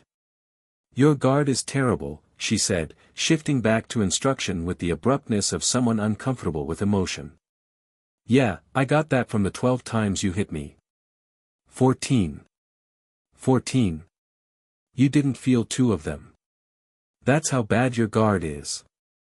Ash laughed. It surprised them both. Bea's lips twitched, not a smile, but the ghost of one, haunting the corners of her mouth before she chased it away. I'll teach you, she said. Basic stances, blocks, movement. You should be able to defend yourself without Pokémon. Why do I feel like this is going to involve a lot more bruises? Because you're smarter than your guard suggests. They trained for another hour. B was a meticulous teacher, patient with fundamentals, unforgiving with mistakes, generous with correction but stingy with praise. By the end, Ash could hold a proper stance, throw a basic jab without leaving himself open, and block a straight punch about 60% of the time. Tomorrow? B asked as he was leaving. I've got to visit the other gyms, tomorrow, she repeated. Not asking. Tomorrow, he agreed. Pikachu jumped back onto his shoulder. As they left the dojo, Ash glanced back. B was already training again, alone, her movements precise and beautiful and utterly controlled. But through the bond, he felt something she'd never say out loud. The afternoon had been the most she'd enjoyed someone's company in a very long time. He carried that knowledge carefully, like a small flame in cupped hands. Spikemouth was dying, and nobody outside of Spikemouth seemed to care. Ash arrived in the late afternoon and immediately understood why Marnie had the sharpest edges of all the pillars. The city was a narrow canyon of concrete and neon, perpetually in shadow, its streets lined with closed shops and buildings that leaned on each other like drunks. The stadium was more like a back alley than an arena, no Dynamax energy at all, because Spikemouth didn't sit on a ley line. It was the only gym in Galar that functioned without one, and the city bore the economic scars of that exclusion. Team Yell met him at the city limits. Not aggressively, they weren't criminals, just passionate, but with the suspicious, defensive posture of people who'd been ignored by authority for so long that anyone showing up officially was assumed to be there to take something. Oi! You the new king, then? A Team Yell grunt in a pink and black jacket blocked the street, arms crossed. 3 more flanked him. Come to tell us what to do. Came to listen, actually. Listen to what? Whatever you want to tell me. That threw them. They exchanged glances, uncertain how to handle an authority figure who wasn't being authoritative. After a muttered conference, they led him into Spikemouth with the reluctant hospitality of people who wanted to be rude but couldn't quite manage it. Marnie found him in the city's main square, a generous term for a widening of the street where a few market stalls clung to life. She was leaning against a lamppost, Morpeko at her feet, watching him with those sharp, assessing eyes. Didn't expect you this soon, she said. Should I have waited? Might have been polite. Give a girl time to prepare. Prepare what? My list of complaints. It's long. She pushed off the lamppost and started walking. Come on. If you're going to see Spikemouth, see the real thing. She showed him the real thing. The closed factories that used to produce pokeballs before the industry moved to cheaper facilities in other regions. The school that was running on half-staff because they couldn't afford to pay teachers. The Pokemon Center that was open 3 days a week instead of 7 because Nurse Joy had to split her time between Spikemuth and 2 neighboring towns. The housing blocks where families of 4 lived in one-bedroom apartments because that's what they could afford. Ash saw it all without comment. He asked questions, specific, practical questions about budgets and infrastructure and what had been tried before. Marnie answered, initially clipped and suspicious, but gradually with more detail as she realized he was actually listening and actually understanding. The League promised revitalization funds 3 times, she said. They'd ended up in a dingy pub called the Dark Note, sitting in a corner booth with pints of something local and non-alcoholic. Morpeko was eating curry at Pikachu's side, the 2 small Pokemon ignoring the larger drama around them. 3 times. Piers fought for them. Nothing ever materialized. Always some reason, budget constraints, ley line priority, resource allocation to growing cities. She said the last 2 words with acid. Growing cities. You know what that means. Cities that matter. Spikemuth matters. Easy to say. I'm not just saying it. Ash pulled out his phone, opened a notes app, and started typing. School staffing, how many teachers do you need? Marnie blinked. What? How many teachers? To run the school properly. 6. We've got 3. Pokemon Center, what would it take to get it to 7 days? Another Nurse Joy, or at least a chancy assistant and funding for supplies. The factories. Are the buildings still standing? Some of them. Why? Because empty factories can be converted. Training facilities, community centers, small manufacturing. I don't know Galar's economy well enough yet to know what would work, but I know people who do. He was typing rapidly. I'll talk to Leon about the League funds. If they were promised, they should be delivered. If the League can't do it, the Crown can. Marnie stared at him. Her sharp expression had gone uncertain, not soft, but destabilized. You're serious, she said. Dead serious. Why? You've been king for 1 day. You've got 5 magical bonds to figure out, a country to learn, and a sabotaged stadium to investigate. Why would you waste time on Spikemuth? Ash looked up from his phone. Because you live here. And because a bond isn't worth anything if the people in it aren't taken care of. The silence that followed was heavy with things Marnie didn't say. Through the bond, Ash felt her walls tremble, not fall, not even crack, but tremble. She'd spent her whole life being Spikemuth's defender, its advocate, its stubborn, unbreakable shield. Nobody had ever shown up and asked how to help without being asked first.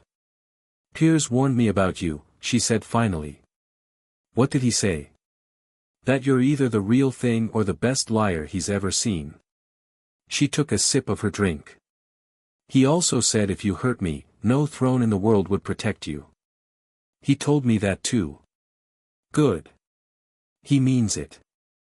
Marnie set down her glass. I still don't trust you. That's fair. But I'll give you a chance. 1. She held up a finger. You fail Spikemuth, we're done. Bond or no bond. Deal. They shook hands. Marnie's grip was stronger than he expected, her hands small but calloused from guitar strings and Pokemon training. Through the contact, the bond hummed, not warmth, not yet, but a tentative opening. A door left unlocked, if not ajar. Piers materialized from the pub's shadows as Ash was leaving. The former gym leader moved like a leopard, silent, angular, present only when he chose to be. She likes you, Piers said.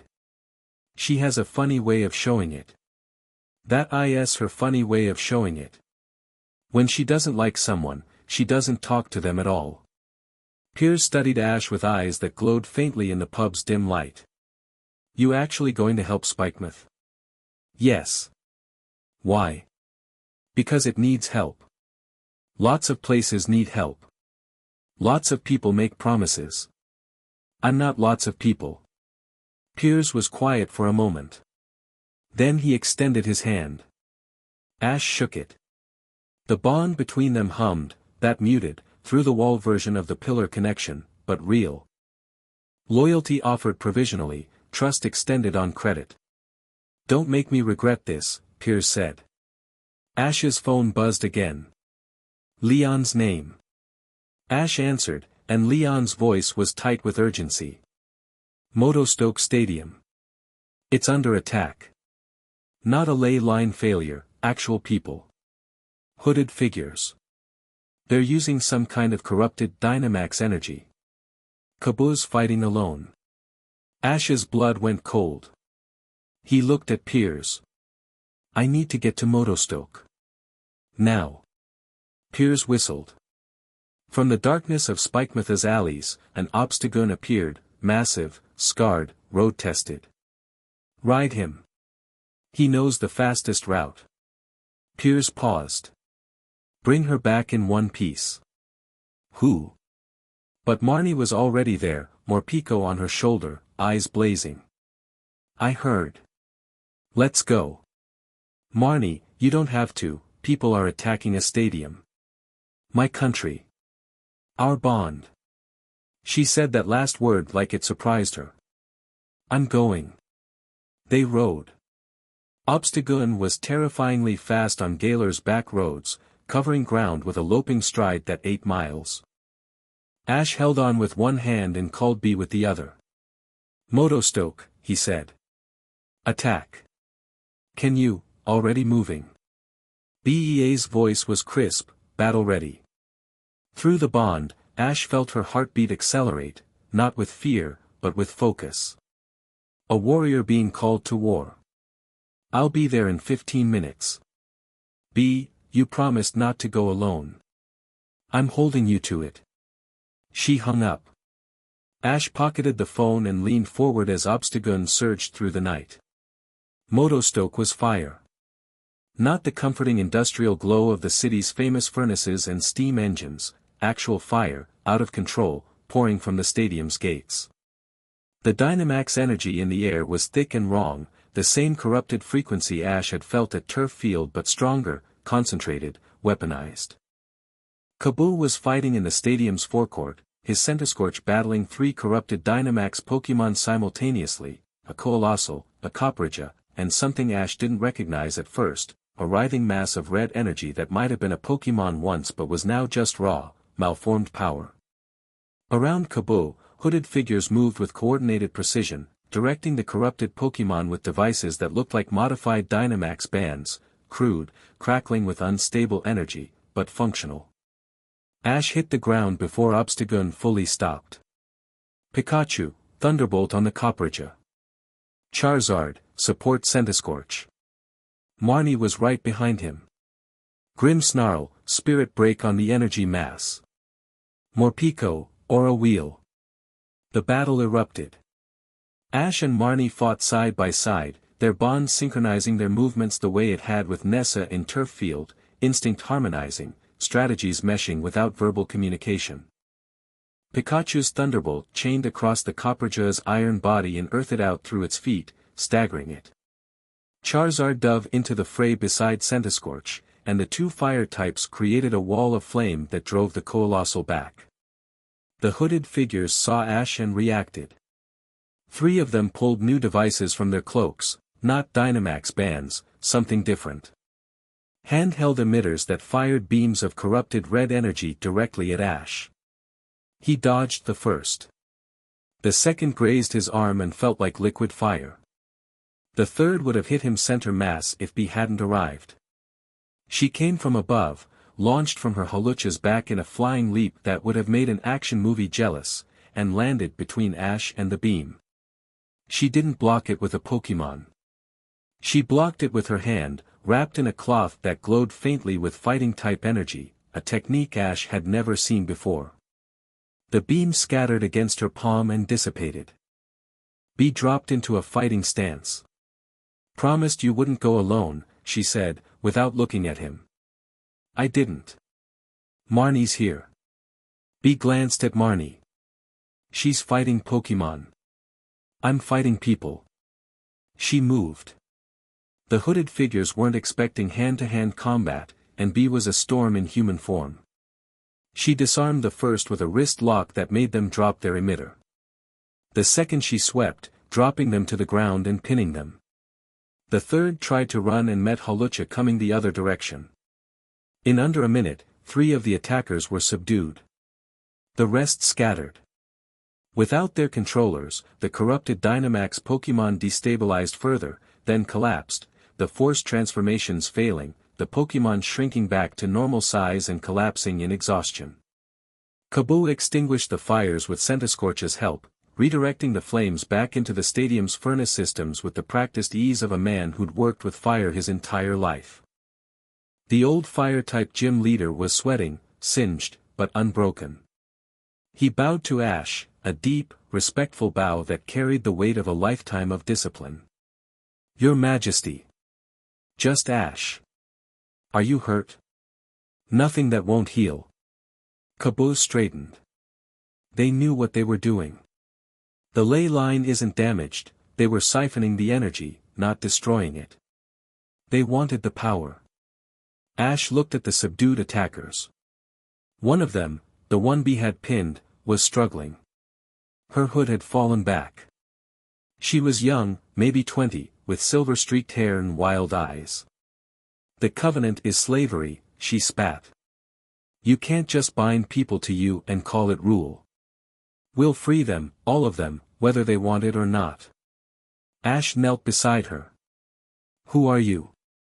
We are the Restoration. And we're going to tear your precious Covenant apart, piece by piece. Ash felt something cold settle in his stomach. Through the bond, he felt the other pillars react, Nessa's spike of alarm, Melanie's distant concern, Sonia's rapid analytical energy.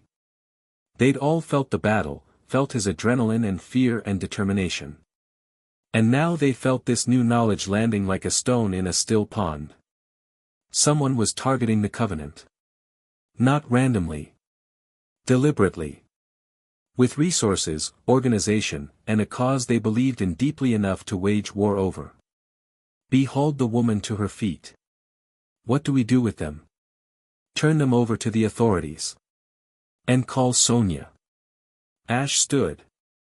His arm burned where the beam had grazed it, but he ignored it. She needs to see those devices. Whatever technology they're using to corrupt Dynamax energy, she needs to understand it. Kaboo organized the handoff to local police. Motostoke's emergency services swarmed the stadium, treating injured Pokemon and civilians. The media arrived in force, cameras, reporters, questions screaming from every direction. Ash gave a brief statement, the attack was being investigated, the stadium was secure, no lives were lost. He said nothing about the Restoration by name. Not yet. Not until he understood more. B stood beside him through the media scrum. Not speaking, not interfering. Just present. A wall of calm competence at his right shoulder. Through the bond, Ash felt her satisfaction, not at the violence, but at having been there. At having kept her promise and his. Marnie leaned against a pillar nearby, Morpeko in her arms, watching the chaos with the tired eyes of someone who'd seen her share of it. This is going to get worse, she said. Yeah, Ash agreed. It is. Good thing you've got us, then. She said it like it cost her nothing. Through the bond, Ash felt what it actually cost, the carefully placed brick of trust, laid on top of the others from this afternoon. Still a small wall. But growing. Circhester was snow and silence. Ash arrived the next morning, exhausted, bruised, and running on 4 hours of sleep and Melanie's insistence. She'd called him at midnight, after the Motostoke crisis had settled, and her voice had carried the particular authority of someone who was done watching foolishness from a distance. You're coming to Circhester tomorrow. Melanie, I've got to coordinate with the League about the attack, and Sonia needs time with the devices, not you hovering. Leon can handle the league. You need rest, food, and someone to look at that arm you're pretending doesn't hurt. How do you, the bond, dear? I felt you get hit. I felt you ignore it. Come to Circhester. He came to Circhester. Melanie's home wasn't what he expected. Not the grand estate of a gym leader, but a comfortable house on the edge of town, its roof heavy with snow, smoke curling from the chimney.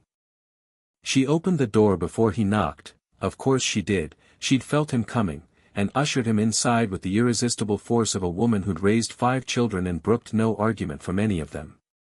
The house smelled like cinnamon and wood smoke. A Lapras plush sat on the couch, threadbare from years of children's affection. Family photos lined the hallway, Melanie with her kids at various ages, Melanie at the stadium, Melanie younger, fierce-eyed and competitive, ice in her veins. Sit, she said, pointing at the kitchen table. Tea or cocoa? I should probably, tea or cocoa. Cocoa. She made it from scratch. Real chocolate, hot milk, a dash of something spiced. While the milk heated, she sat across from him and took his arm, the burned one, without asking. She rolled up his sleeve and examined the graze from the Restoration's energy weapon. You didn't treat this. I used a potion. Pokemon potions aren't designed for human skin. This needs proper care. She produced a first aid kit from a kitchen drawer and cleaned the wound with the brisk, gentle competence of long practice. How many injuries are you planning to collect before the week is out? Hadn't set a goal. Don't get cheeky. But there was warmth in her voice. Through the bond, Ash felt her heartbeat, that deep, layered thing, warmth and experience and a fierce protectiveness that extended naturally to everything in her orbit. She'd folded him into her care without conscious decision, the way she'd fold in a stray snom or a neighbor's kid. It was instinct, refined by years into something effortless. The cocoa was extraordinary. Ash sat in Melanie's kitchen, drinking it, feeling the warmth spread from his stomach outward, and realized he hadn't been still since before the battle with Leon. Every moment since the Covenant had triggered had been motion, crisis, confrontation, travel, fighting. Here, in this warm kitchen with snow falling outside, was the first moment of peace. And Melanie had known he needed it. Not because of the bond, because of experience. Tell me about them, she said, sitting across from him with her own mug. The attacks. The restoration. What you're feeling. He told her everything. Not the strategic details, she'd get those from the briefings, but the emotional truth. The weight of 5 bonds he hadn't asked for. The fear that the Covenant was something darker than it appeared. The Arbiter, sleeping in the text he'd found, waiting to wake. The girl in Motostoke, screaming that the Covenant was slavery, and the terrible possibility that she was right. Melanie listened without interrupting. When he finished, she was quiet for a long time. You're carrying all of this alone, she said. I'm not alone. You've got people who depend on you. That's not the same thing. She set down her mug. Ash. Who takes care of you? He stopped. The question hit harder than any of BEA's punches. He tried to answer and found nothing there, no name, no face, no plan. He'd been taking care of himself since he was 10 years old, traveling alone, solving problems alone, carrying the weight of every region's crisis alone. Pikachu was his partner, his anchor, but Pikachu couldn't tell him to sleep, couldn't clean his wounds, couldn't sit across a kitchen table and ask the question no one else was asking. His throat tightened. That's what I thought, Melanie said softly. She reached across the table and took his hand. Not the injured one, the other one. Her grip was strong, warm, steady.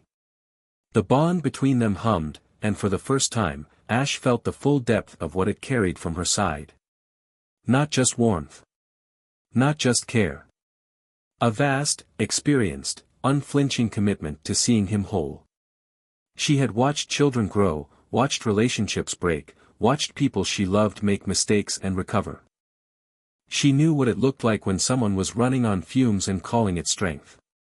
"You don't have to be strong for me," she said. "I've been strong long enough for both of us." Ash's vision blurred. He blinked hard. Pikachu, in his lap, pressed close. "Thanks," he managed. "Don't thank me. Drink your cocoa." She squeezed his hand once, then let go. "And after that, you're taking a nap. Doctor's orders." "You're not a doctor. I'm a mother of 5. It's the same thing, with less schooling and more laundry." He laughed. It was wet and raw and honest, and it cracked something open in his chest that he'd been holding shut for days. Melanie smiled, not the warm public smile he'd seen on television, but something private and real, and through the bond, he felt her own surprise at how much that laugh had meant to her. He napped on her couch. The Lapras plush was surprisingly comfortable as a pillow. Melanie draped a blanket over him without waking him, and when he slept, for the first time since the covenant, his rest was deep and dreamless. The 5 heartbeats in his chest pulsed slow and steady, and somewhere in the rhythm of them, he found peace. He woke to the sound of his phone buzzing. Late afternoon light filtered through the windows, golden and warm. Melanie was in the kitchen, humming, and the smell of something cooking, actual food, not the grab-and-go meals he'd been surviving on, filled the house. The phone showed a message from Sonia: "Come to the lab when you can. Found something important." And below it, a second message: "Actually come now. This can't wait." And below that, "Bring wine. We're going to need it." Ash sat up. Pikachu yawned on the couch beside him. Melanie appeared in the doorway. "Sonia?" she asked. "She found something." "Of course she did. That girl works like a Vikavolt in a thunderstorm." Melanie handed him a container. "Stew. Eat it on the way." "And Ash?" "Yeah. Come back when you need to. The door's always open." Through the bond, she meant it. Every word. Sonia's lab was Professor Magnolia's old research center in Wedgehurst, converted into a personal workspace that looked like a library had mated with an electronics store, and neither parent was paying child support. Books covered every surface. 3 computers ran simultaneously, displaying ley line maps, energy readouts, and ancient text translations. A whiteboard dominated one wall, covered in Sonia's handwriting, a web of connections, arrows, and increasingly agitated question marks. She met him at the door. Her hair was a disaster. Her glasses were smudged. She had ink on her left cheek and what appeared to be curry sauce on her collar. She looked like she hadn't slept. "How long have you been at this?" Ash asked. "Don't answer that. Come look." She grabbed his arm and pulled him inside. The lab was warm and cluttered and smelled like coffee and old paper. Yamper, Sonia's Pokemon, was asleep under a desk, apparently accustomed to his trainer's manic research episodes. Pikachu joined Yamper, and the two settled into the comfortable solidarity of Pokemon whose humans were about to be difficult. Sonia led Ash to the whiteboard. She pointed at the center, where a diagram showed Galar's ley line network, all the stadiums connected by glowing lines, with Hammerlock at the center and Winden at the north.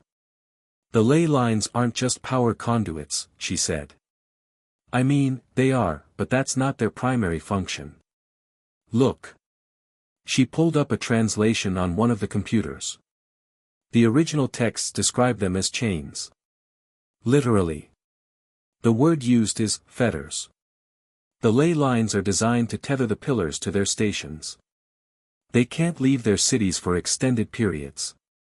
The further they go, the weaker they get. It's a leash, Ash. A magical, 300-year-old leash. Ash felt something cold move through him. He thought of Marnie at the Hulbury port, trying to leave. He thought of the Arbiter. There's more. Sonia pulled up another document.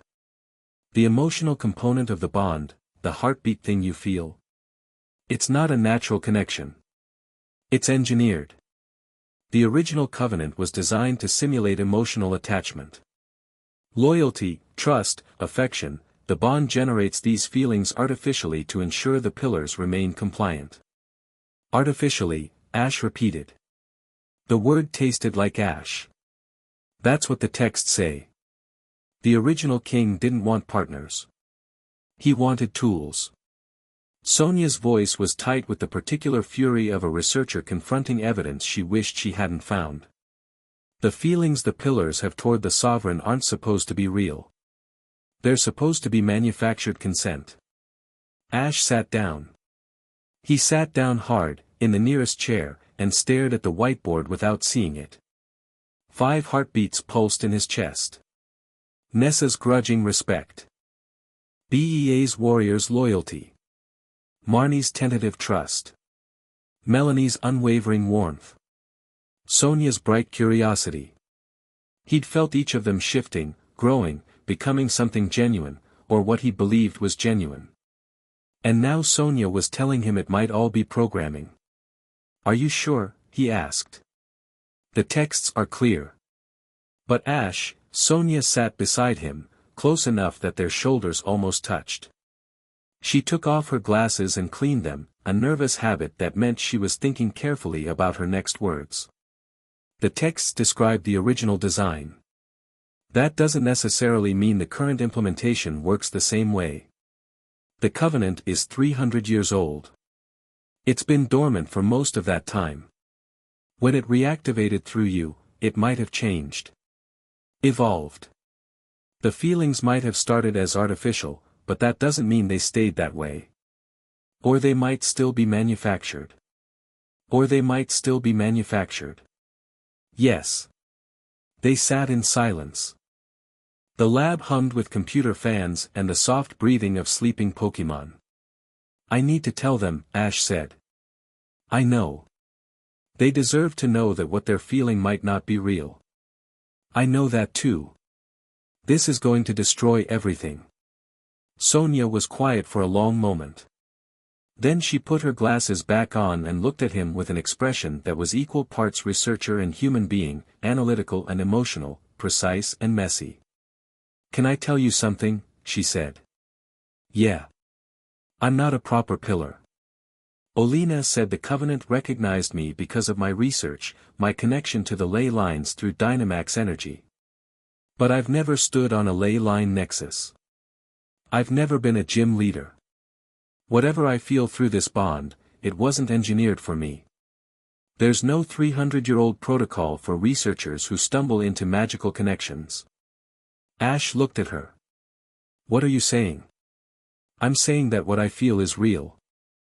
I know it's real because there's no mechanism for it to be fake. Her cheeks colored, barely visible under the ink smudge. And what I feel is that you're a good person who's been handed a terrible system and is trying to do right by it. And I want to help you. Not because of magic. Because of you. The words hung in the air between them, fragile and honest and slightly terrifying for both of them. Ash felt Sonia's heartbeat through the bond, that quick, bright pulse, and for the first time, he let himself acknowledge that what he felt in return wasn't just gratitude or partnership.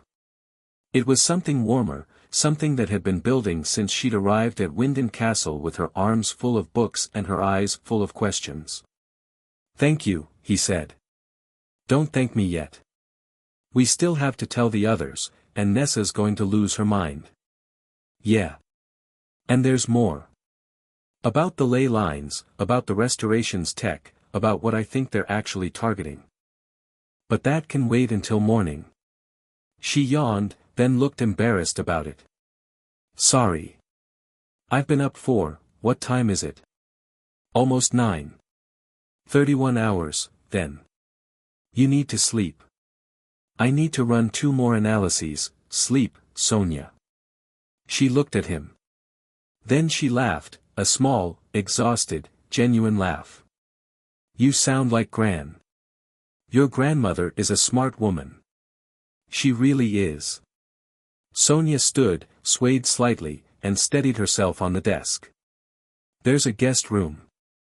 It's mostly books, but there's a bed under them somewhere. You should stay. It's late, and I need to show you the rest of this in the morning. Okay. They found the guest room. It was, as promised, mostly books. Ash cleared enough space to lie down, and Pikachu curled up on the pillow. Sonia lingered in the doorway. Ash? Yeah. The Covenant might have designed the bond to be a leash. But leashes can be cut. And what grows in the space after, that's real. She paused. That's what my research is for. Finding the scissors. She left. Ash heard her footsteps retreat down the hall, heard a door close, heard the house settle into nighttime silence. He lay in the dark, surrounded by books about the history of a bond that might be a lie, and felt 5 heartbeats in his chest. Were they real? Was any of this real? Was Nessa's grudging respect genuine or manufactured? Was BEA's warriors' loyalty chosen or programmed? Was Marnie's tentative trust her own, or the Covenant's shadow? He didn't know. And the not knowing was worse than any answer could have been. Pikachu nuzzled his cheek. That, at least, was real. 20 years of partnership that preceded any covenant, any crown, any magical bond. Pikachu had chosen him, freely, stubbornly, after an initially rocky start, and that choice had never wavered. Ash held on to that. A fixed point in a spinning world. He slept. Morning came with coffee and revelations. Sonia's second-day briefing was more focused, her initial manic energy refined into precise, organized presentation. She'd slept 4 hours and looked better for it. She stood at the whiteboard, marker in hand, and walked Ash through what she'd pieced together. The restoration's devices, the ones they used at Motostoke, are modified Dynamax bands. But they're not using standard wishing star energy. They're using inverse energy. Think of it like a negative charge. She drew a diagram. Normal Dynamax energy flows through the ley lines, channeled by the pillars, controlled by the crown. What the restoration has figured out is how to reverse the polarity. Their devices siphon energy out of the ley lines and corrupt it in the process. Turning it into a weapon. Exactly. And here's the scary part. She circled 3 points on the map, turf field, Motostoke, and a third point Ash didn't recognize. They're not attacking randomly. Each target is a node, a point where multiple ley lines converge. Destroy enough nodes, and the network starts to collapse. The girl in Motostoke said they wanted to free the pillars. By killing them? Sonia shook her head. If the ley line network collapses catastrophically, every pillar bonded to it takes the hit. The bond doesn't just disconnect, it tears. Like pulling a plug out of a live socket. The energy backlash could kill them. Ash's stomach dropped. Does the restoration know that? I don't know. They might think they can control the collapse. Or they might not care. Sonia's expression was grim. Ash, there's something else. The third target, the one they haven't hit yet. She pointed at the map. The third node was Hammerlock. That's the hub. The center of the entire network. If they destroy that node, it all comes down. Every ley line, every pillar bond, everything. Hammerlock is where Eternatus was sealed.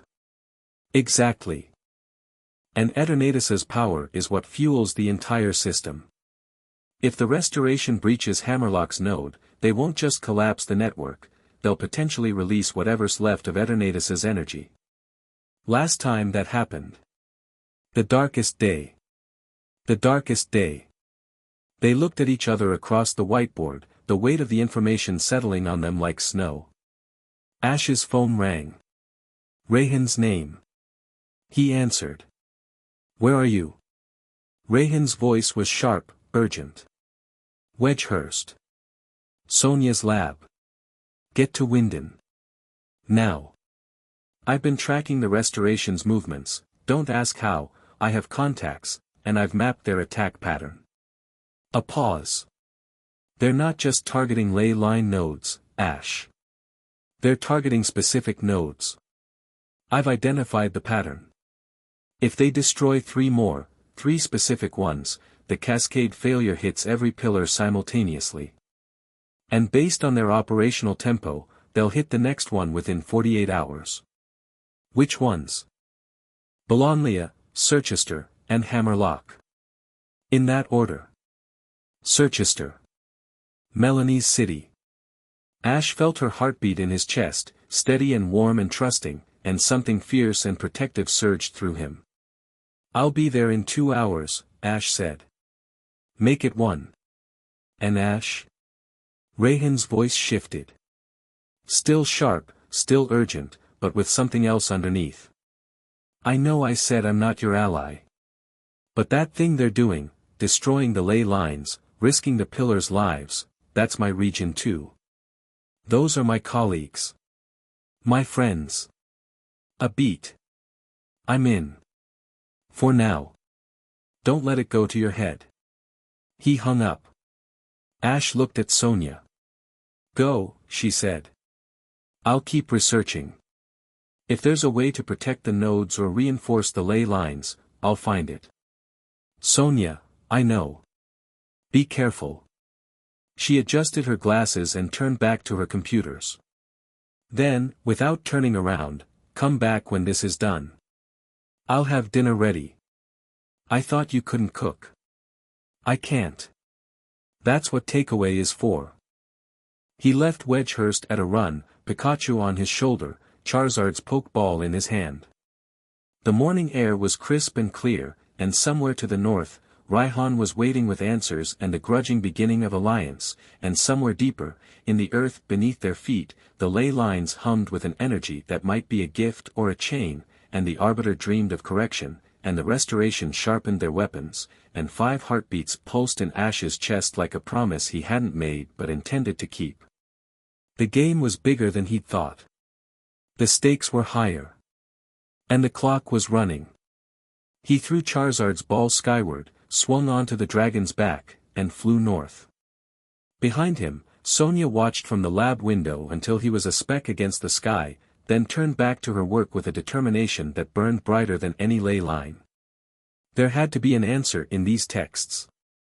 A way to sever the chains without killing the people wearing them. A way to make the bond real or let it go. She would find it. Because that's what she did, she found things, uncovered truths, dragged secrets into the light. And because, underneath the academic drive, there was a simpler motivation she was only beginning to admit to herself. She wanted those scissors. Not to cut herself free. But to know that staying was a choice.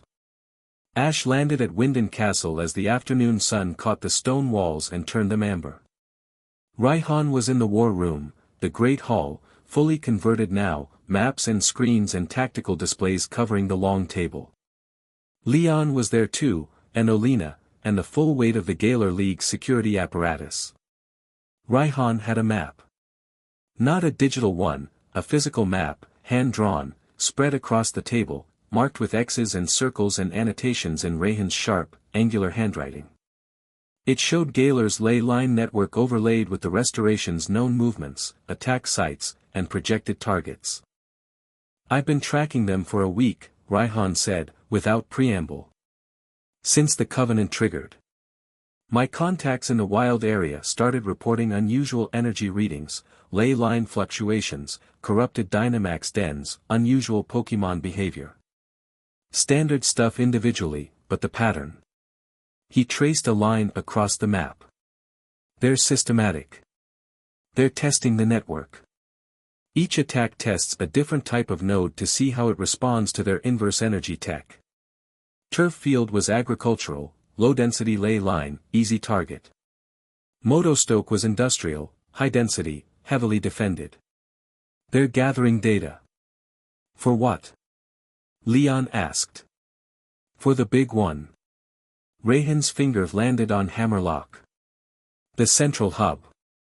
They need to know exactly how much power to apply and where, or they risk a partial collapse instead of a full one.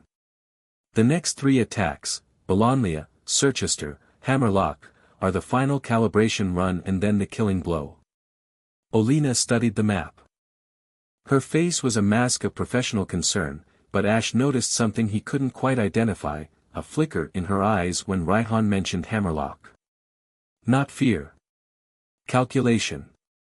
We should reinforce all 3 targets, she said. Deploy League security, coordinate with local law enforcement, station gym leaders at their home stadiums. That splits our forces, Raihan countered. The Restoration knows we'll do that. They're counting on it. Spread us thin, hit the weakest point. Then what do you suggest? Raihan looked at Ash. Not at Leon, not at Olena. At Ash.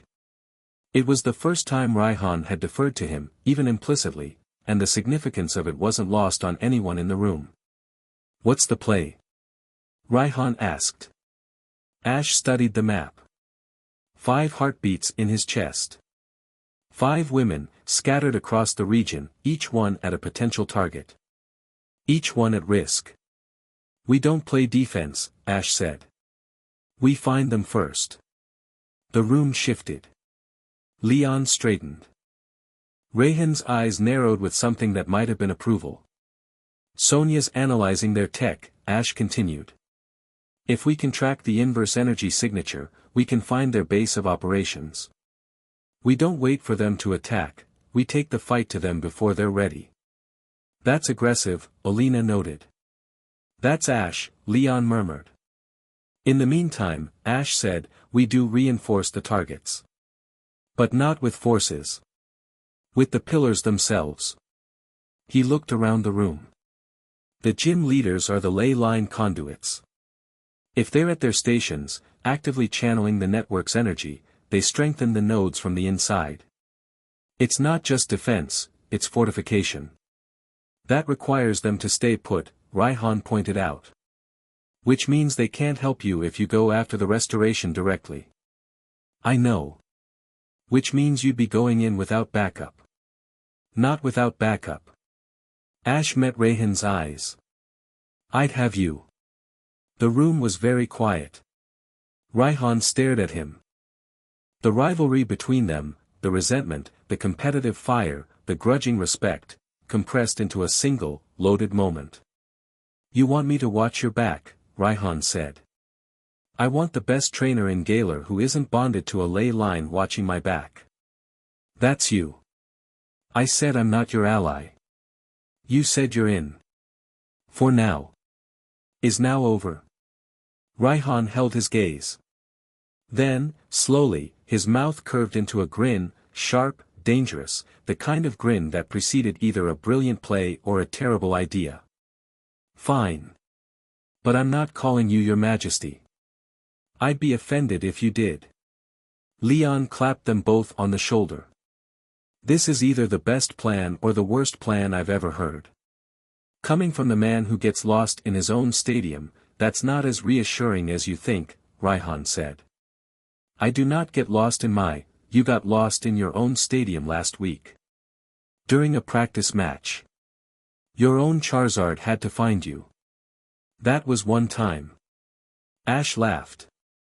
It surprised him, genuine laughter, in a war room, on the edge of crisis. But the bickering between Leon and Raihan was so familiar, so human, so far removed from ancient covenants and magical bonds and the weight of crowns. It was friendship, raw and unpolished, and it grounded him. Olena watched the 3 of them with an expression that was carefully, precisely neutral. I'll coordinate the logistics, she said. Stadium reinforcement, communication channels, evacuation protocols for the target cities. She gathered her tablet and moved toward the door. With your permission, I'll also begin reviewing Rose's research on Hammerlock Central Node. If the Restoration targets it, we should know everything about its defenses. Do it, Ash said. She left. The door closed behind her with a soft click. Leon watched her go. She's been helpful. Very helpful, Ash agreed. The cold feeling from earlier stirred. Olina was always in the right place, always with the right information, always one step ahead of the questions. It was exactly what you'd want from an advisor. It was also exactly what you'd expect from someone playing a longer game. He kept that thought to himself. For now. The evening wore on. Plans were made, communications sent, resources allocated. Ash spoke to each gym leader individually, explaining the threat, the strategy, the need for them to hold their stations. Each conversation was different.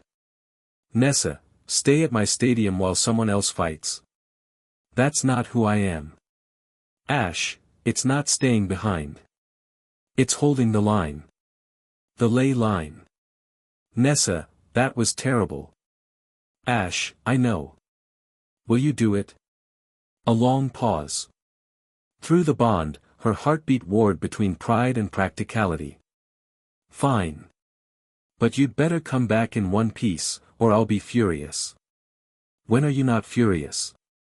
When I'm winning. B, I should be with you. Ash, I need you at Stow on side. If Bologna falls, your node is the next domino. B, I don't like this. Ash, I know. I promised not to go alone. Raihan will be with me. Raihan is not me. No one is you, B. He said it without thinking, and the silence that followed was thick with things neither of them could say over the phone. Through the bond, he felt her heartbeat stutter, just once, before she locked it down with the discipline of a lifetime. Come back, she said. I will. That's a promise. It's a promise. Marnie, if they hit Circhester, Melanie's in danger. Ash, I know. That's why I need you all at your stations. The stronger the network, the harder it is for them to break through. Spikemouth doesn't have a ley line. No. But you're still connected to the network through the bond. You strengthen it just by being part of it. A pause. You're asking me to trust a system I didn't choose to be part of. I'm asking you to protect the people you care about. The system is just the mechanism. Another pause, longer. Through the bond, the sharpness of her wariness softened, just slightly, into something like resolve. Don't die, Ash. I'm just starting to not hate this. That's the nicest thing you've said to me. Don't push it. Melanie, be safe. Ash, I will. No, you won't. You'll do something reckless and heroic and terrify all of us. But come home after. I will. I promise. Good. I'll have the cocoa ready. Through the bond, warmth. Simple, steady, vast. A harbor in a storm. Sonia, I'm close to a breakthrough on tracking the inverse energy. Give me 12 more hours. Ash, you've got 6. Ash, Sonia, I need you to sleep at some point. Sleep is for people who aren't trying to save a region from magical collapse. Sleep is for everyone. Including brilliant researchers who fall asleep on their sovereign's shoulder. Dead silence. Through the bond, a spike of something hot and flustered. I was tired.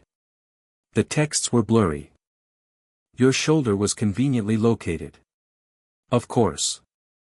Don't read into it. I wouldn't dream of it. 6 hours. I'll have the tracking method ready. Thank you, Sonia. Don't thank me. Just don't get killed before I can show you what I found. Ash ended the last call and sat alone in the war room. The maps and screens glowed around him. Pikachu slept in his lap, finally giving in to exhaustion. Outside, Wyndon's lights glittered against the night sky. 5 heartbeats. Some might be real. Some might be manufactured. All of them were counting on him. He looked at the map. Hammerlock sat at the center, the heart of the network, the place where it all began and where it might all end. And beneath Hammerlock, something else waited. Not the restoration. Not the ley lines. Something older, something written into the covenant itself. The arbiter, patient as stone, dreaming of a world where loyalty was compulsory and mercy was an error to be corrected. It was waking up. Ash could feel it, not through the bond, but through the crown he'd left on his nightstand, pulsing faintly gold in the dark of his room. A heartbeat that wasn't human. A purpose that wasn't kind. He had 48 hours before the restoration struck again. 48 hours to find them, stop them, and somehow hold together a network of bonds that might be chains pretending to be connections. 48 hours. Clocks ticking. Chapter 3, The Arbiter Wakes. The first ley line went down at dawn. Ash felt it like a rib cracking, a sharp, sudden wrongness that jolted him out of sleep and sent Pikachu tumbling off the pillow. He was on his feet before his eyes were fully open, one hand on the nightstand, the crown pulsing gold beneath his fingers. The heartbeat that belonged to be stuttered, skipped, then resumed at a ragged pace that made his stomach lurch. His phone was already ringing. Raihan. Bolonlia, Raihan said. It just went dark. Same as turf field but faster, the whole node collapsed in under a minute. Whatever they used, it was more powerful this time. Stow on side is holding. But she felt it. They all felt it. Ash was already dressed, pulling on boots with one hand and holding the phone with the other. Through the bond, the 5 heartbeats were all awake now, all elevated, each carrying a different shade of alarm. Nessa's was hot and sharp. Marnie's was rapid, cornered. Melanie's was steady but strained, like a rope pulled taut. Sonia's was racing, analytical.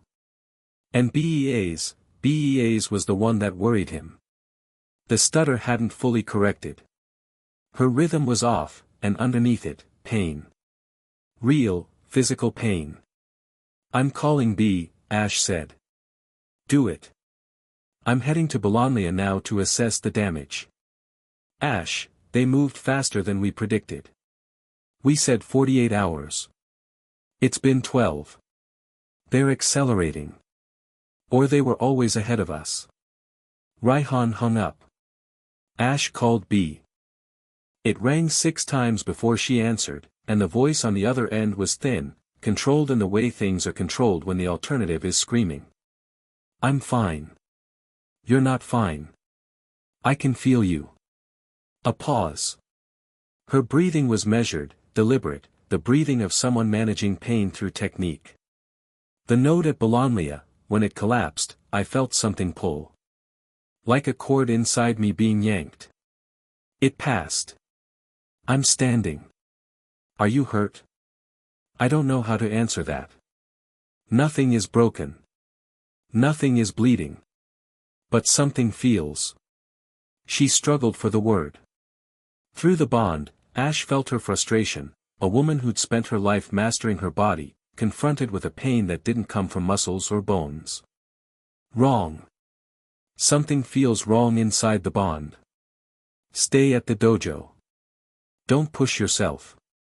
I'm not fragile. I know you're not. That's not what I'm saying. He softened his voice. Please, B.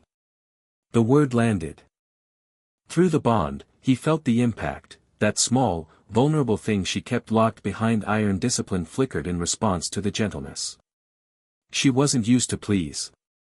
She was used to orders, to expectations, to the cold architecture of duty. Please was a different language. Fine, she said. But if the next one hits and I'm needed, then you go. No argument. No argument. She hung up. Ash pocketed his phone and looked at Pikachu. It's starting. Pikachu's cheeks sparked. Ready. The second ley line went down before noon. This time it was Hammerlock, not the central node, not the killing blow, but one of the subsidiary lines feeding into it. Raihan called from Bolonlia with fury in his voice. They hit Hammerlock's eastern feed while I was here. While I was here, Ash. They knew where I was. They waited for me to commit to Bolonlia and then struck where I'd left exposed. They're reading our movements. Or someone's feeding them our movements. The implication hung between them. Ash thought of Olina, always in the right place, always with the right information. He didn't say her name. Neither did Raihan. But the silence said it for both of them. This time, the effect on the pillars was worse. Marnie's hands shook so badly she couldn't hold her phone. She texted instead, short and sharp, "Felt that one in my teeth." "What's happening?" Nessa called, and for the first time, there was no anger in her voice. Just fear, thinly veneered with bravado. "My water affinity is flickering. Dreadnought won't Dynamax. The energy's just gone. Like someone turned off the ocean." Melanie didn't call. She sent a single text, "I'm okay. Don't worry about me. Worry about the others." Through the bond, Ash felt the truth her text hid. She wasn't okay. The deep, layered warmth of her heartbeat had thinned, like a fire losing fuel. She was diminished. They all were. Each collapsed ley line pulled something from them, not just power, but vitality. The Covenant was draining them. Sonia called with a breakthrough and a tremor in her voice. "I found the tracking method. The inverse energy leaves a signature, like a radioactive trace. I can map it. But Ash, the decay rate is accelerating. Each node they take down makes the next one easier to collapse. It's a cascade effect. If they hit one more subsidiary line before we find them, how long to get a location? Give me 3 hours. You have 2. Then stop calling me and let me work." He let her work. But through the bond, he felt her heartbeat hammering, not just from caffeine and exertion, but from the same draining pull that was hitting all of them. She was weaker. Slower. The bond was costing her, and she was burning through it on pure stubbornness and intellectual fury. Ash convened an emergency meeting in the war room. Leon, Raihan via video, Olina, and the male gym leaders who could be reached. Kabuz's face was tight with controlled concern. Milo looked shaken. Piers, calling from Spikemuth, was vibrating with a quiet, dangerous energy that Ash recognized as a man watching his sister get hurt from a distance. 3 options, Ash said. He stood at the head of the table, the crown on the table in front of him like a dare. 1. We go on offense. Sonia's close to a location. We find the restoration and shut them down before they can hit the next target. Risky, Olina said. If the location is wrong, or if they're prepared. 2. We pull the pillars off the ley lines. Disconnect them from the network. If they're not channeling the energy, the cascade can't hurt them. That kills the network entirely, Leon said. Every city in Galar loses Dynamax capability. The wild area becomes unmanageable. It's self-inflicted collapse, Raihan said from the screen. Same result the restoration wants, just with less property damage. 3. Ash looked at each of them. We do nothing. We wait. We let the restoration make their move and react. That's not a plan, Raihan said. That's surrender. It's an option. And it's the one I'm rejecting. Ash turned to Olina. You said you reviewed Rose's research on Hammerlock's central node. What defenses does it have? Olina pulled up a schematic on her tablet. The central node beneath Hammerlock was a massive structure, a cavern of crystallized wishing star material surrounding the chamber where Eternatus had been sealed. The defenses were mostly passive, the density of the crystal itself, the depth of the installation, the sheer volume of energy flowing through it. Active defenses were never installed, Olina said. Rose didn't see the need.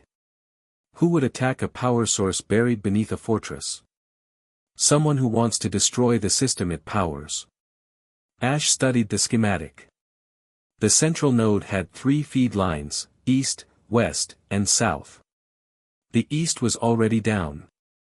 If the restoration hit the west or south, the central node would be vulnerable. If they hit the central node itself. We fortify Hammerlock, Ash decided. Not the stadium, the node itself. Raihan, can you get back to Hammerlock and set up defenses in the underground chambers? Already heading there. Leon, coordinate with the League on evacuating the stadium above. If this goes wrong, I don't want civilians in the blast zone. Leon nodded. He looked older than he had 2 days ago. The weight of secrets kept too long was etched in the lines around his eyes. Olena, keep monitoring the ley line network. If another node drops, I need to know immediately. Of course. Her voice was smooth, efficient, and utterly opaque. She gathered her tablet and left, heels clicking on stone with metronomic precision. Ash watched her go. Then he turned to the one person in the room he trusted without reservation. Pikachu. The yellow Pokémon looked up from the table, ears straight. Watch her. Pikachu's eyes narrowed. It hopped off the table and padded after Olena with the deceptive casualness of a born spy. Nobody noticed. Nobody ever noticed Pikachu when it didn't want to be noticed. That was one of its greatest weapons. The third ley line went down at sunset. This one was close, Circhester's feed line, not the node itself, but the connection that linked it to the broader network. Ash felt it like a knife between his ribs, and in the same instant, he felt Melanie's heartbeat falter. Not stutter. Falter. Like a candle in a hurricane. He called her. No answer. Called again. No answer. Called Gordy, her son, who picked up on the first ring with panic in his voice. She collapsed. She was at the stadium, channeling the ley line like you asked, and when the feed went down she went down. She's breathing. She's conscious. But she can't stand up. I'm coming. Ash, the roads, I'm coming. He took Charizard. Flew through the darkening sky at a speed that made his eyes water and his joints ache. Circhester was 200 miles away. He made it in under an hour. Melanie was in the stadium's medical bay, sitting upright on a cot because she refused to lie down. Her face was pale, her hands clasped in her lap, and when Ash came through the door she looked up with an expression that cracked his heart. I told Gordy not to worry you. He didn't. I felt it. Ash knelt beside the cot. Up close, she looked diminished, the vibrant, powerful woman who'd made him cocoa and bullied him into napping reduced to something fragile. The ley line collapse had drained her. Through the bond, her heartbeat was thin, thready, a stream where a river should be. It's the covenant, she said. She was calm about it, the calm of someone who'd faced hard truths before and learned that panic helped nothing. The ley lines power the bond, and the bond powers us. As the network fails, we weaken. All of us. She looked at him. You feel it too, don't you? He did. A fatigue that wasn't physical, a hollowness in his chest where the heartbeats used to ring clear. Each collapse diminished not just the pillars but the crown itself. They were all connected, all draining together. Can you stand? Give me a minute. Take as long as you need. Don't coddle me, Ash. I'm not dying. I'm tired. She said it with enough steel that he almost believed her. Then she reached for his hand, and her grip was half what it had been in her kitchen, and neither of them pretended that was okay. Gordy hovered in the doorway, a young man built like his mother but carrying none of her composure in this moment. His eyes were wide, scared, locked on Melanie with the particular terror of a child watching a parent become mortal. Gordy, Ash said. Stay with her. Where are you going? To end this. Melanie squeezed his hand. Through the bond, faint as a whisper, be careful. He left Circhester and flew south. Sonia's 2 hours were up. She met him at the lab door. She looked worse than Melanie, not from the ley line drain, but from 36 hours of work fueled by coffee and desperation. Her eyes were hollow, her hair a catastrophe, ink on both cheeks and 3 of her fingers. But she was holding a printout, and the look on her face was the look of someone who'd found what she was hunting. "Got them," she said. The restoration's base was in the wild area. Specifically, it was in the Dusty Bowl, a desolate stretch of wasteland that most trainers avoided because the Pokémon there were powerful and the sandstorms were brutal. Sonia's tracking had identified a concentration of inverse energy signatures converging on a single point, an abandoned research facility left over from one of Macrocosmos's failed energy projects. Rose built it, Sonia explained, spreading her data across the lab's main table. 6 years ago. It was supposed to be a prototype ley line tap, a way to extract Dynamax energy directly from the network for industrial use. It was shut down when the energy proved too unstable. But the infrastructure is still there. And the restoration is using it. They've modified it to generate and amplify their inverse energy. It's their weapon factory and their headquarters. She pointed to the energy readouts. The output has been increasing with each attack. They're building towards something big. Final stage big. Hammerlock. Hammerlock. Ash studied the data. The facility was underground, accessed through the abandoned surface structures. Sonia's scan suggested a staff of 30 to 50 people, plus whatever Pokémon they'd weaponized. Not an army. A surgical strike team. "I need to tell the others," Ash said. "And then I need to go there." Ash. Sonia stepped closer. The lab was quiet around them, the computers humming, the sleeping Pokémon breathing softly. "Before you go, there's something else I found. About the Covenant." He waited. "The ley lines are chains. The bond is engineered. We know that. But I dug deeper into the original texts, not the protocols, not the ceremonies, the foundational theory. The metaphysics of how the Covenant actually works." She took off her glasses, cleaned them, put them back on, the tell that meant she was about to say something she'd been thinking about for hours. "The Covenant can be rewritten." "How?" "At the source. The heart of the Covenant, the original crystalline structure beneath Hammerlock, where the pact with Eternatus was first forged. If the Sovereign goes there and opens the Covenant for modification, the bonds can be reprogrammed. Made voluntary instead of compulsory. But it requires the willing participation of every pillar. They have to touch the heart and choose. Freely. With the old bond temporarily severed." She met his eyes. "During the severance, there's a window, maybe minutes, maybe seconds, where the bond is completely gone. No connection, no feelings, no heartbeats. Just, nothing. And in that window, each pillar has to choose to reconnect. Voluntarily. And if someone doesn't?" Sonia was quiet for a moment. "If even one pillar refuses, the Covenant can't reform properly. The whole structure destabilizes. Galar's Dynamax network collapses. It's all or nothing.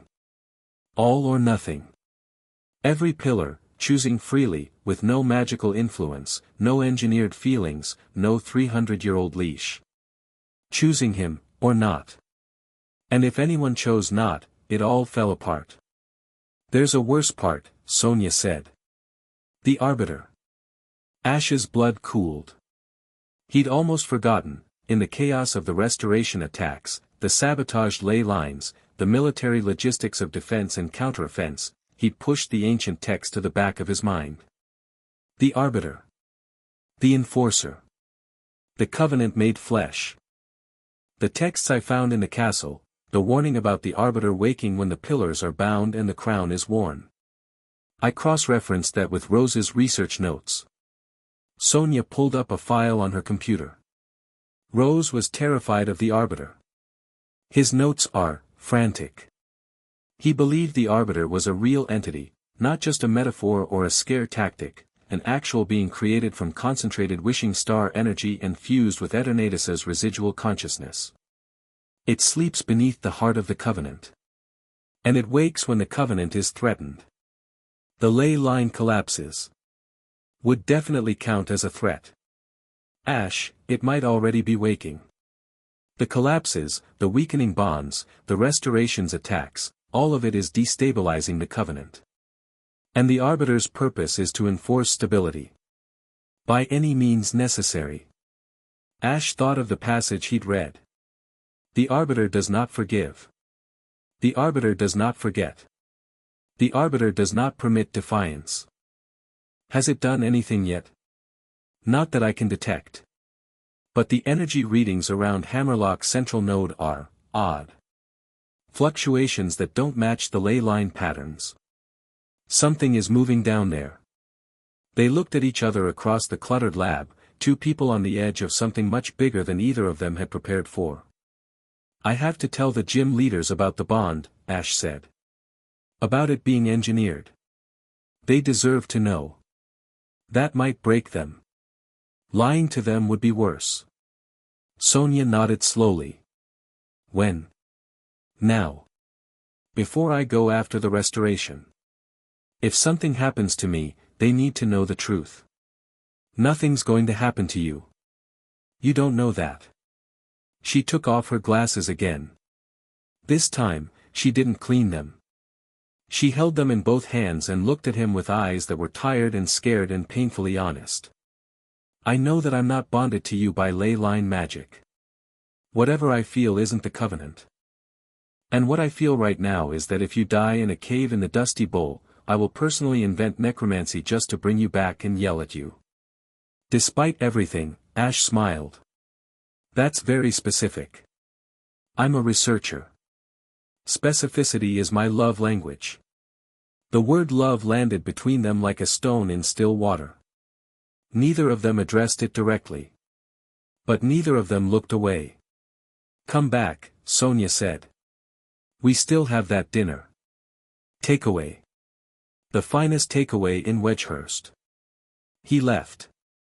But the echo of her voice, the weight of that word, accidentally deployed, immediately unforgettable, stayed with him all the way back to Winden. He gathered them in the castle kitchen. Not the war room. Not the great hall. The kitchen. Because Melanie had been right about one thing, you couldn't have the hard conversations in formal spaces. Formal spaces made people perform. Kitchens made people real. They came.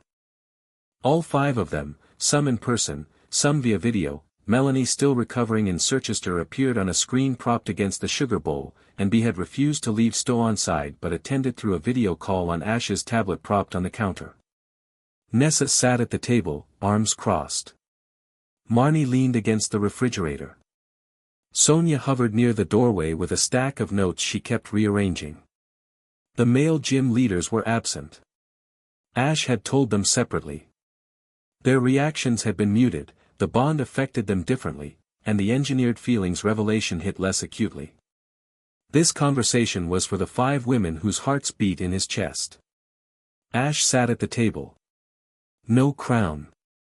No ceremony. Just a boy from Pallet Town with something terrible to tell the people counting on him. He told them. Everything Sonia had found. The ley lines as chains. The bond as engineered emotion. The original king's design, not partnership, but control. He laid it out plainly, without softening, because they deserved the truth unvarnished.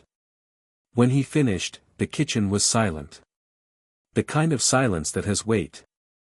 Nessa broke it. So what you're telling me, she said, and her voice was flat, stripped of its usual fire, is that everything I've been feeling since the covenant triggered, the anger, the respect, she stopped. Started again. Everything might be fake. The texts say the bond was designed to simulate emotional attachment. Yes. Simulate. Nessa laughed. It was a terrible sound.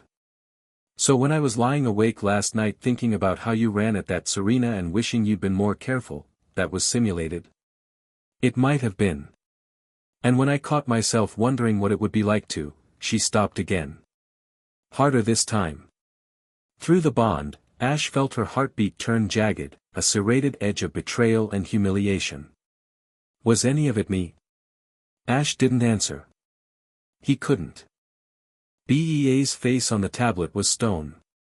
I have trained my entire life to control my emotions. To know what I feel and why. You're telling me that the most fundamental discipline I possess has been compromised by a 300-year-old spell? Yes.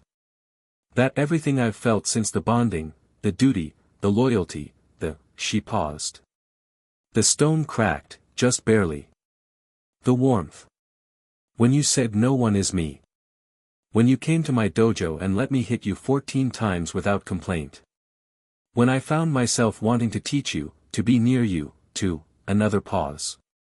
Longer. That was all manufactured. It might have been. Might is not good enough, Sovereign. Bea's voice dropped to barely above a whisper. I need to know. I can't tell you. None of us can, for certain. The original design was to simulate. But the covenant has been dormant for 300 years. It might have changed. The feelings might have started artificial and become real through experience. Or they might still be fake. I don't know. He looked at each of them. And that's the worst part. Not that it might be fake, but that there's no way to be sure. Marnie hadn't moved from her spot against the refrigerator. Her face was unreadable, but through the bond, Ash felt something he'd never felt from her before, grief. Not anger, not defiance. Grief. A small, sad thing, curled up in the center of her chest like a hurt Pokemon. In Spikemouth, she said quietly. When you sat in the pub and talked to me about my city. When you started making lists of what Spikemouth needed. When I thought. She closed her eyes. When I thought someone finally gave a damn. I do give a damn. Maybe. Or maybe the covenant made you. Maybe it's engineering you right back, making you care about us so we care about you. A feedback loop. Nobody's real. Nobody's choosing. We're all just puppets. The word hung in the air like smoke. Melanie's face on the screen was calm, but her eyes were bright. I'm going to say something, and I'd like everyone to hear it before they spiral. The room turned to her. Even on a screen, diminished and pale, Melanie commanded attention. I'm 53 years old. I've been married, divorced, raised 5 children, buried my mother, built a career, and survived more heartbreak than most people can imagine. I know what real feelings feel like. I know what manufactured ones feel like, too. Every advertisement, every manipulative relationship, every time someone told me what I wanted to hear because they wanted something from me. She looked directly at the camera. At Ash. What I feel for you is real. I know it because I've felt enough fake things in my life to tell the difference. The covenant might have opened the door. But what walked through it was mine. Silence. But, Melanie continued, I'm old enough to know my own mind. The rest of you might not be so sure. And that's okay. Uncertainty doesn't mean the feeling is fake. It means you're still figuring it out. Sonia, from the doorway, spoke up. There might be a way to know for sure. Everyone looked at her. The rewriting. If we go to the heart of the covenant and temporarily sever the bonds, completely, totally, then in that window of severance, whatever you feel will be entirely your own. No covenant, no engineering, no magical influence. Just you. She paused. And then you choose. Stay or go. Whatever you decide in that moment, that's real. And if we choose to go? Nessa asked. If the bond breaks, we feel nothing, and we realize it was all fake. Then it was all fake. And you're free. And Galar's Dynamax network collapses. Yes. Another silence. Heavier than the last. Ash stood up. He'd been sitting through all of this, absorbing the pain radiating through the bond from 5 different directions, carrying it because that was what the crown was supposed to do. But there was one more thing he needed to say, and he needed to be standing to say it. I'm going to find the restoration. I'm going to stop them from destroying the remaining ley lines. And then I'm going to hammer lock, to the heart of the covenant, and I'm going to open it. He looked at each of them, Nessa's raw, angry eyes, Bea's controlled mask, Marnie's quiet grief, Melanie's knowing calm, Sonia's terrified determination. And I'm going to sever the bonds. All of them. Completely. The heartbeats in his chest surged. And then, he said, you choose. Freely. No magic, no engineering, no leash. If you want to reconnect, you touch the heart and we start over, a real bond, a chosen bond, whatever that turns out to be. If you want to walk away, you walk away, and I'll deal with the consequences. The consequences being the collapse of Galar's infrastructure, Nessa said. Yes. You'd risk that. For our freedom. Freedom isn't something you risk. It's something you ensure. Nessa stared at him. Through the bond, he felt her emotions at war, the engineered attachment fighting with the betrayal, the genuine respect fighting with the doubt. She didn't know what was real. None of them did. But in that moment, looking at a boy who was willing to burn his own kingdom to give them a choice, something in Nessa's chest made a decision that had nothing to do with magic. She didn't voice it. Not yet. But the bond carried a whisper of it to Ash, a shift so subtle he almost missed it, like a tide turning in the deep. When? B asked from the screen. After the restoration is dealt with. Days, maybe. I'll need Sonia to prepare the ritual. It's not a ritual, Sonia corrected. It's a metaphysical reconfiguration of a tricentennial magical compact using crystallized Eternatus energy as a substrate. Sonia. Fine. It's a ritual. The meeting ended. Not with resolution, that was too much to ask, but with a raw, uncomfortable honesty that hung in the air long after they'd gone. Each of them left carrying the same impossible question, is what I feel real? And the only answer anyone had was maybe, and the only path to certainty led through the heart of a covenant that might destroy everything. Ash sat alone in the kitchen. Pikachu returned from its surveillance of Olina and climbed into his lap. Anything? Ash asked. Pikachu's expression was complicated, the way it got when it had seen something it didn't fully understand but knew was wrong. It chattered rapidly, gesturing with its paws. Ash listened, parsing Pikachu's meaning through 20 years of partnership. Olina had gone to a private room. Made a call on a device that wasn't her regular phone. Spoke in low tones that Pikachu couldn't fully hear. But one word had carried, hammerlock. And she'd seemed pleased. When the ley lines collapsed. She'd hidden it well, but Pikachu was the best judge of character Ash had ever known. Olina's composure, Pikachu reported, was not the composure of someone coping with crisis. It was the composure of someone watching a plan unfold.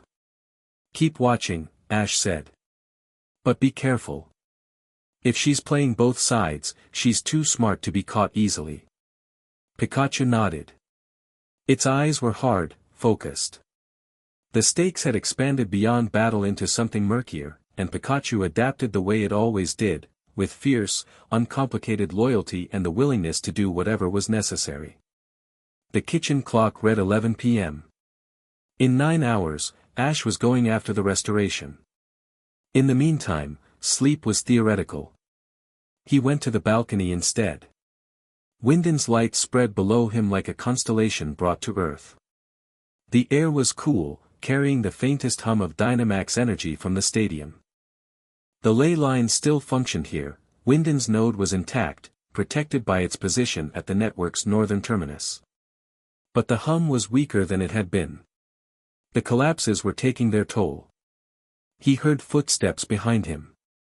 Nessa stepped onto the balcony. She'd changed from her gym uniform into simple clothes, jeans, a dark sweater, and without the armor of her public persona, she looked different. Younger. More real. Couldn't sleep, she said. Me neither. She leaned on the railing beside him. Not close enough to touch. The distance was deliberate, conscious, a space maintained for reasons neither of them could fully articulate. "I've been thinking," she said, "about what you said. The severance. The choice. And I'm terrified." She said it like pulling a tooth, necessary, painful, over fast. "I'm terrified that when the bond breaks, I'll feel nothing. That everything I've been feeling for the last 3 days will just disappear. And I'll be standing there, empty, realizing I was a puppet the whole time." Ash didn't respond immediately. He watched the city lights and let the silence breathe. "There's something worse, though," Nessa continued. She turned to face him, and in the balcony's dim light, her eyes were large, dark, vulnerable. "I'm more terrified that when the bond breaks, I'll feel exactly the same. Because then I'll have to admit that this is real, and I chose it, and there's no magic to blame." The space between them contracted. Not because either of them moved, but because something in the air between them became charged, dense, gravitational. "Nessa. Don't." She held up a hand. "Don't say anything kind. Don't be understanding. Don't be the impossibly good person that makes this harder." Her voice cracked on the last word. "Just, tell me something honest. Something that isn't about the covenant or the bond or any of this magical garbage. Tell me something real about you." Ash thought about it. Really thought. "I'm scared too," he said. "Not of the restoration, not of the arbiter. Of this." He gestured between them. "All of you. I've spent my whole life caring about Pokemon. I know how to read a Pikachu, a Charizard, a Lucario. I know what they need, what they feel, how to be there for them. But people?" He shook his head. "I've been running from Kanto to Galar for 20 years, and I've never stopped long enough to let anyone in. Not really." "Why?" "Because stopping means you might lose. And I don't know how to lose things I care about." Nessa looked at him for a long moment. The bond between them hummed, maybe engineered, maybe real, impossible to distinguish. But her eyes were hers. Her choice to be on this balcony at midnight was hers. And the decision she made next was hers. She kissed him. It wasn't gentle. It wasn't romantic. It was furious and desperate and terrified, a collision more than a kiss, her hands fisting in his jacket, his back hitting the railing, her heartbeat and his crashing together in his chest like waves against a cliff. She kissed him like she was trying to prove something, to him, to herself, to whatever ancient magic was pulling their strings. She kissed him like she was daring the covenant to claim this moment, daring it to be fake, daring anyone to tell her this wasn't hers. When she pulled back, they were both breathing hard.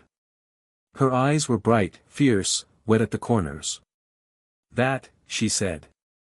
"That was mine. Whatever else is fake, that was real. I chose it." Ash couldn't speak. His hands were on her waist. When had they gotten there?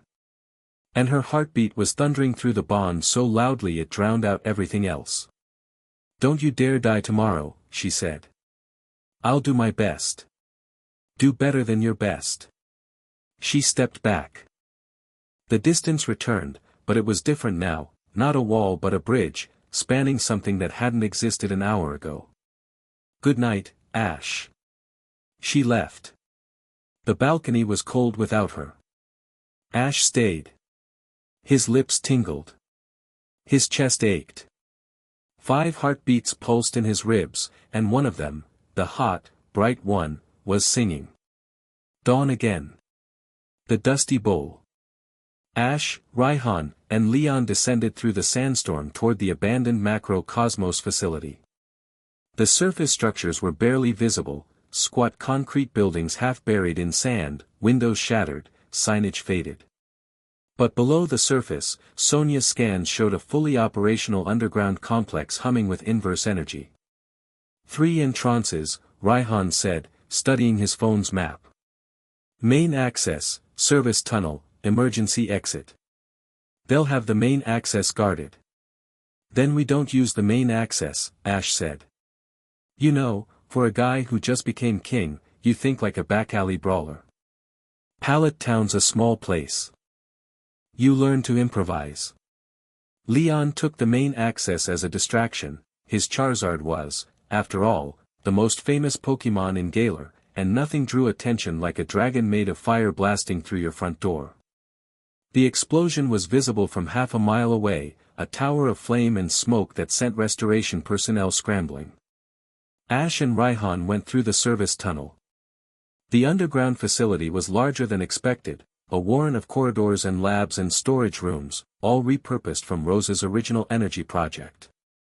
The walls were lined with modified Dynamax equipment, crude but functional, pulsing with the sickly red glow of inverse energy.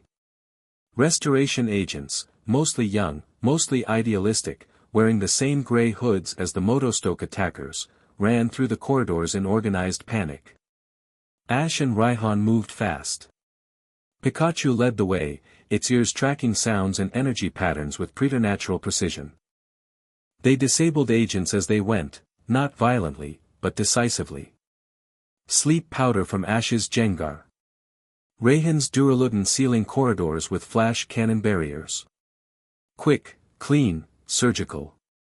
They found the core of the facility in a massive central chamber, the original ley line tap, a device the size of a small building, now surrounded by banks of inverse energy generators. And standing in front of it, calm amid the chaos, was a woman Ash had never seen before.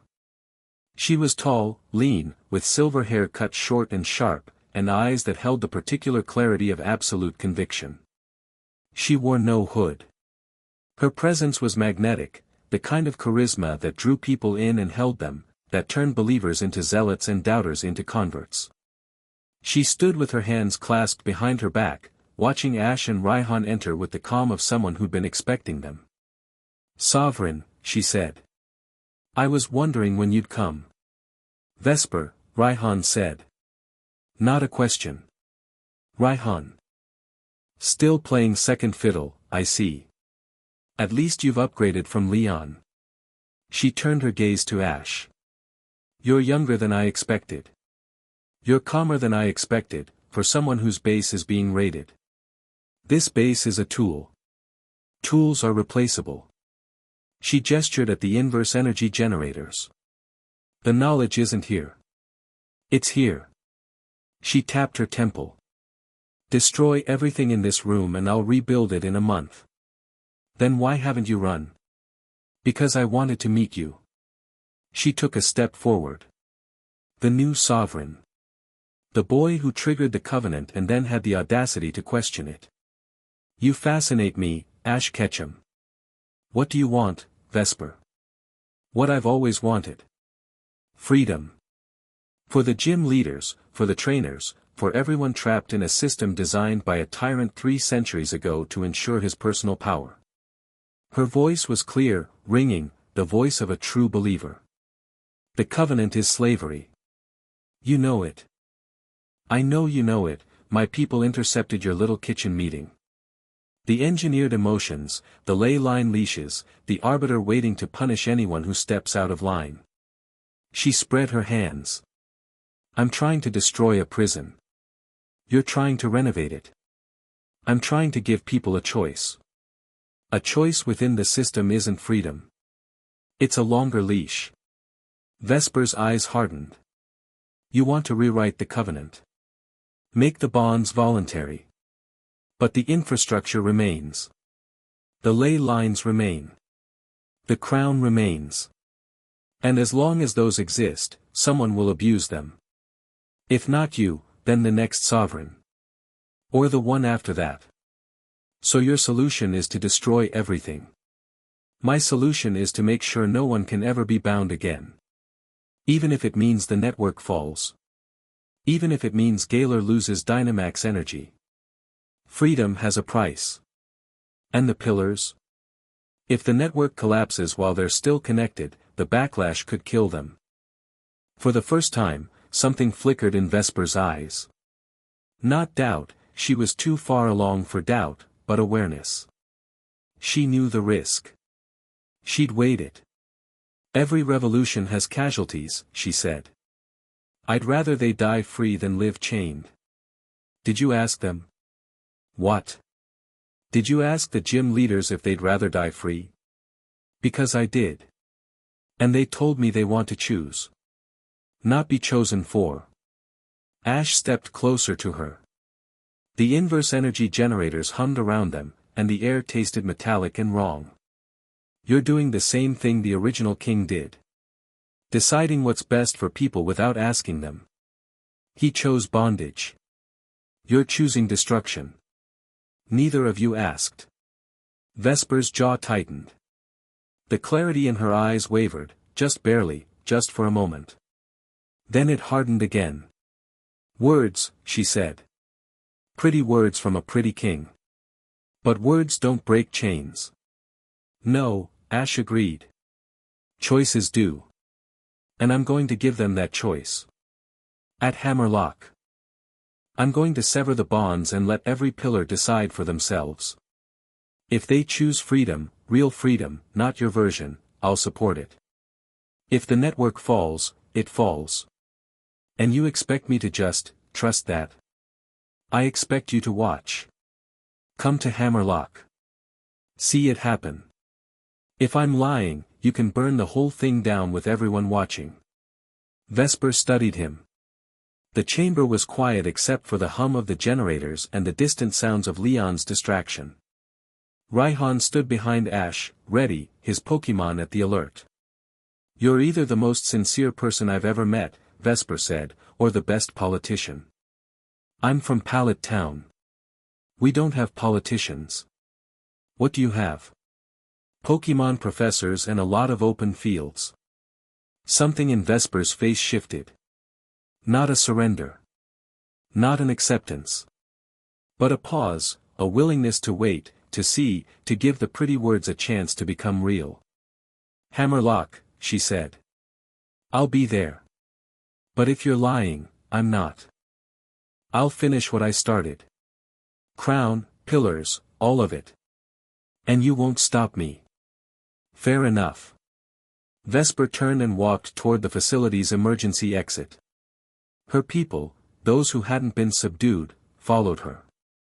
She paused at the threshold and looked back. Your mother was from a ley line town, she said. Did you know that? Viridian City. One of Kanto's old nexuses, dormant for centuries. The Covenant may have chosen you for more reasons than a battle victory. She smiled, thin and sharp. Ask your Professor Oak about the Viridian connection. You might learn something interesting about yourself. She left. The facility fell silent. Raihan lowered his guard. You let her go. She's not the enemy. She's literally been attacking our infrastructure for a week. She's wrong about the method. She's not wrong about the problem. Ash looked at the inverse energy generators. Shut these down. Get Sonia's team in here to study the tech. And get me a line to Professor Oak. You're going to follow up on the Viridian thing? Later. Right now I have somewhere to be. Where? Holbury. Raihan gave him a look. Nessa. Nessa. You know, for a military operation, this has a lot of romantic subplot. Shut up, Raihan. I'm just saying. Priorities. My priorities are fine. Your priorities are a 5'10" supermodel with a temper. Ash ignored him. But he didn't deny it, and Raihan noticed, and the dragon tamer's sharp grin carried all the way to Hammerlock. But Ash didn't make it to Holbury.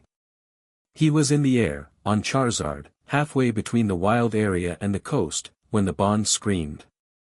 Not a heartbeat flutter. Not a stutter. A scream, a raw, tearing, agonized wail from the bond connection that belonged to Marnie. It hit Ash like a physical blow, doubling him over on Charizard's back, and through the sound he felt terror. Pure, uncut, overwhelming terror.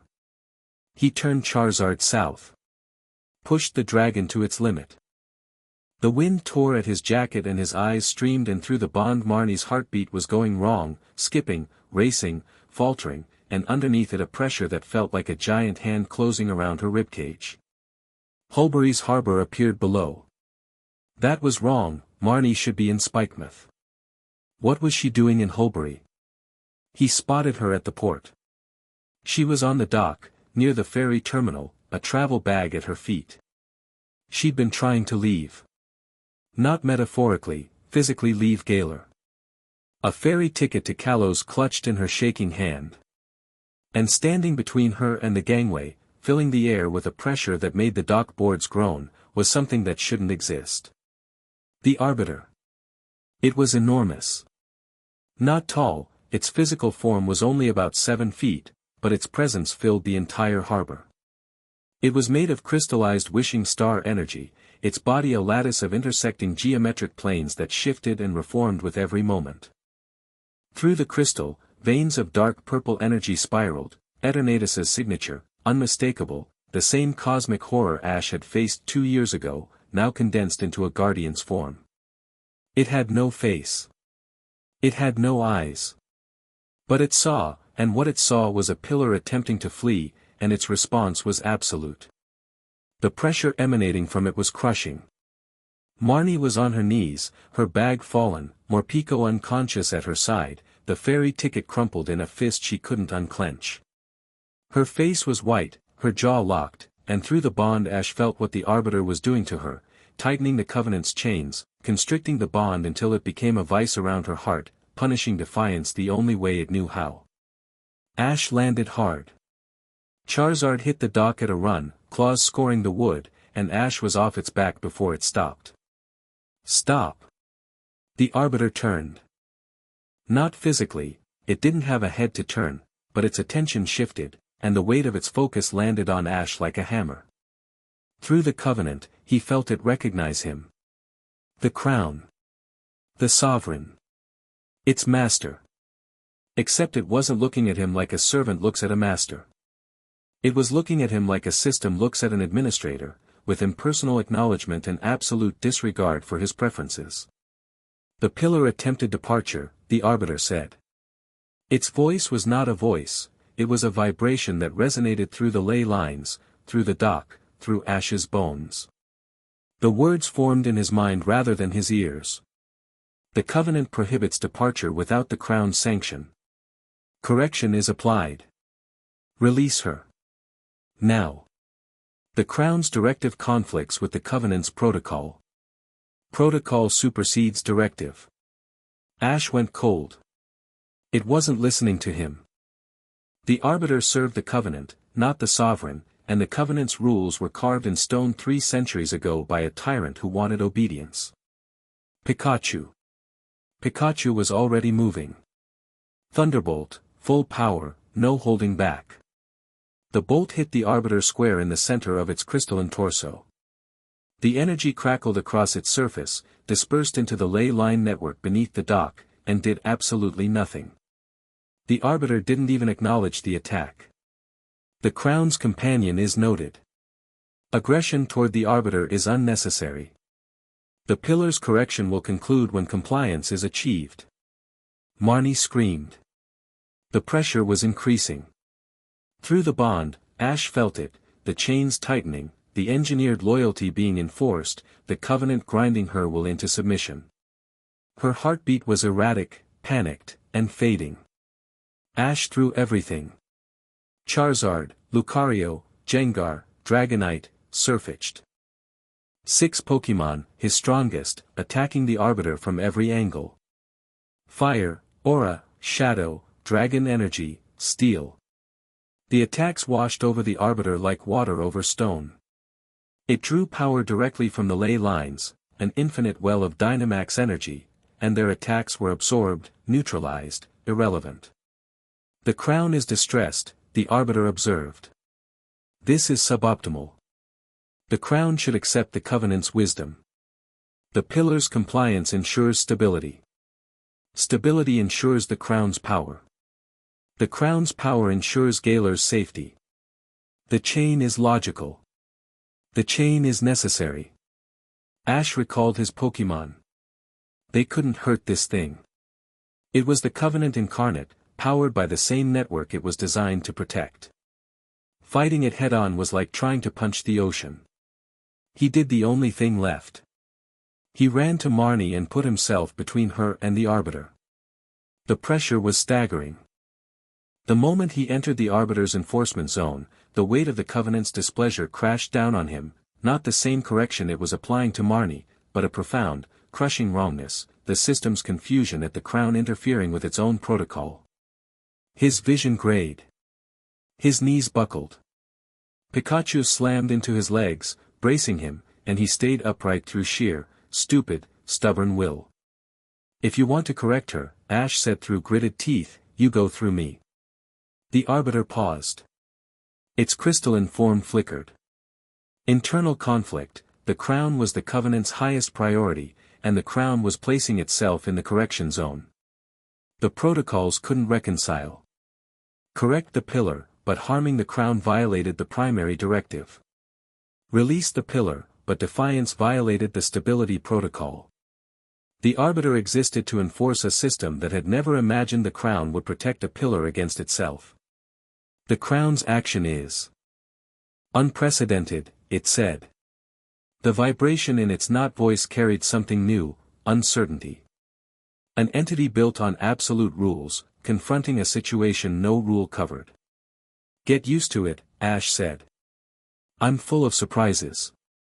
The pressure wavered. The Arbiter's form flickered again, the geometric planes shifting, reforming, trying to compute a response that didn't exist in its programming. For 30 seconds, it hung in the air above the dock, a god-level entity paralyzed by a paradox. Then it withdrew. The crystalline form dimmed, contracted, and sank through the dock into the ley line beneath, vanishing into the network like water into earth. The pressure lifted. The air cleared. The harbor sounds returned, waves, gulls, the distant clanking of the ferry's engines. Marnie collapsed. Ash caught her. She was shaking, her whole body trembling like a plucked string, and when he pulled her against his chest she grabbed fistfuls of his jacket and held on with the desperate strength of someone who'd just been drowning. I wanted to leave, she whispered. I just wanted to know if I could. If it would let me. I know. It wouldn't. It would never let me. Her voice broke. I'm a prisoner, Ash. We all are. It's not just chains and engineered feelings, there's a thing down there that will hurt us if we try to be free. Not anymore. You can't fight it. You saw, nothing works against it. I'll find a way. How? He didn't have an answer. He held her on the dock while her shaking subsided, and Pikachu curled against her side, and Morpeko stirred and climbed weakly into her lap, and the ferry to Kalos departed without her. Nessa found them. She'd felt everything through the bond, the terror, the Arbiter's presence, the suffocating pressure, Ash's defiance. She'd run from her house to the harbor, still in the sweater from last night, and when she saw Marnie in Ash's arms, the jealousy she expected to feel didn't materialize. Instead, there was something else. Fury. Not at Ash, not at Marnie. At the thing that had done this. That thing has to be destroyed, Nessa said. Her voice was steel. Ash looked up at her. His face was drawn, pale from the Arbiter's pressure, but his eyes were steady. It will be, he said. At Hammerlock. When we rewrite the Covenant. Not rewrite. Destroy. If that's what it takes. Nessa knelt beside them. She put her hand on Marnie's shoulder, not gently, not softly, but firmly, the grip of someone who understood what it felt like to have something reach inside you and take control. We're not prisoners, Nessa said. Not anymore. Not if we choose not to be. Marnie looked up at her. Two women who barely knew each other, connected by a bond they hadn't chosen, united by a thing they both hated. Something passed between them that didn't need the Covenant to exist. Okay, Marnie whispered. The aftermath was quiet. The eye of the storm. Ash brought Marnie to the castle and installed her in the room next to his, with Piers arriving from Spikemuth within the hour like a dark-type missile, his fury so cold and controlled it made the hallway temperature drop 2 degrees. Piers didn't yell. He stood in front of Ash with murder in his eyes and said, very quietly, "Fix this." "I will. I believe you. But if that thing touches her again, I'm burning this castle to the ground and you can explain the insurance claim." It wasn't an idle threat. Ash nodded. The evening settled. The castle was full now, the gym leaders had all converged, drawn by the Arbiter's appearance and the impossible-to-ignore message it sent. The Covenant wasn't just a bond or a chain. It was a cage with a guard. They gathered in the war room. All of them, for the first time, not just the pillars, but the full circle.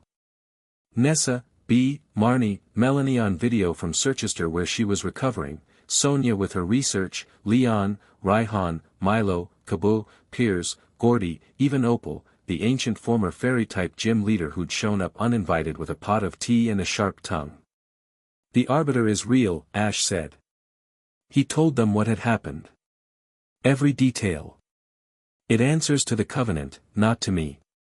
It can't be fought with Pokemon, it draws power from the ley lines. And it will enforce the old rules until the Covenant is rewritten or destroyed." "Then we go to Hammerlock," Nessa said. "Now. Not now. Sonia needs time to prepare the severance. We need the ley lines stable enough to access the heart. And we need to be sure that when we do this, everyone is ready." "Ready for what?"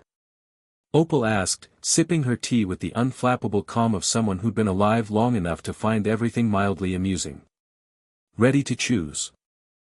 A silence. In it, the weight of what was coming settled on every shoulder in the room. "When?" Bea asked. Ash looked at Sonia. 2 days, she said. "I need 2 days to map the heart's resonance frequency and prepare the severance protocol. And I need access to Hammerlock's underground chambers." "You'll have it," Raihan said. "I'll clear the way." 2 days, Ash repeated. "We go in 2 days. Everyone who's part of this bond, willing or not, comes to Hammerlock. We open the heart.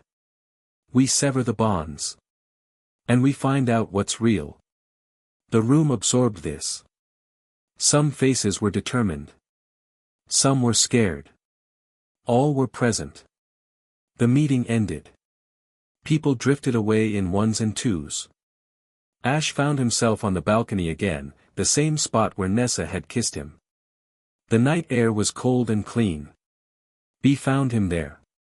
She came through the balcony door silently, she always moved silently, the habit of a martial artist trained to treat every surface as a potential battleground.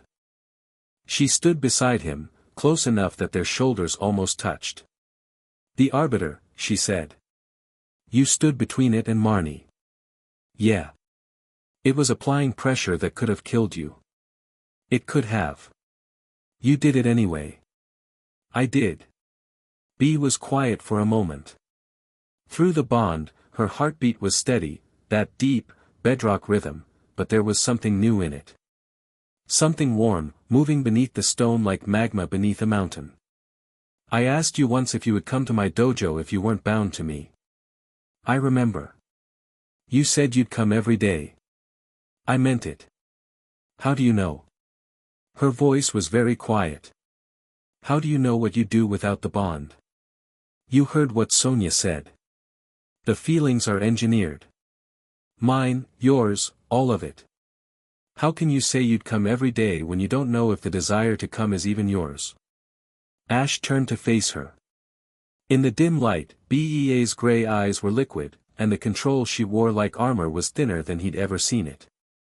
"Because I know what I felt before the Covenant," he said. "I've cared about people my whole life. Pokemon, friends, strangers. I ran toward a rampaging Serena before I had any bond with Nessa. I challenged Leon before I'd ever heard of the Covenant. The impulse to protect, to connect, to care, that's not new. That's not magic. That's me. And us? What you feel for us, for me? Is that you? The question was a blade. The most dangerous question anyone had asked him, because the honest answer was, I don't know. The covenant might have amplified something natural into something overwhelming. It might have created something from nothing. It might have taken an ember and turned it into a wildfire, or it might have built the fire wholesale. I don't know if what I feel is mine or the covenant's, Ash said. But I know what I'm going to do about it.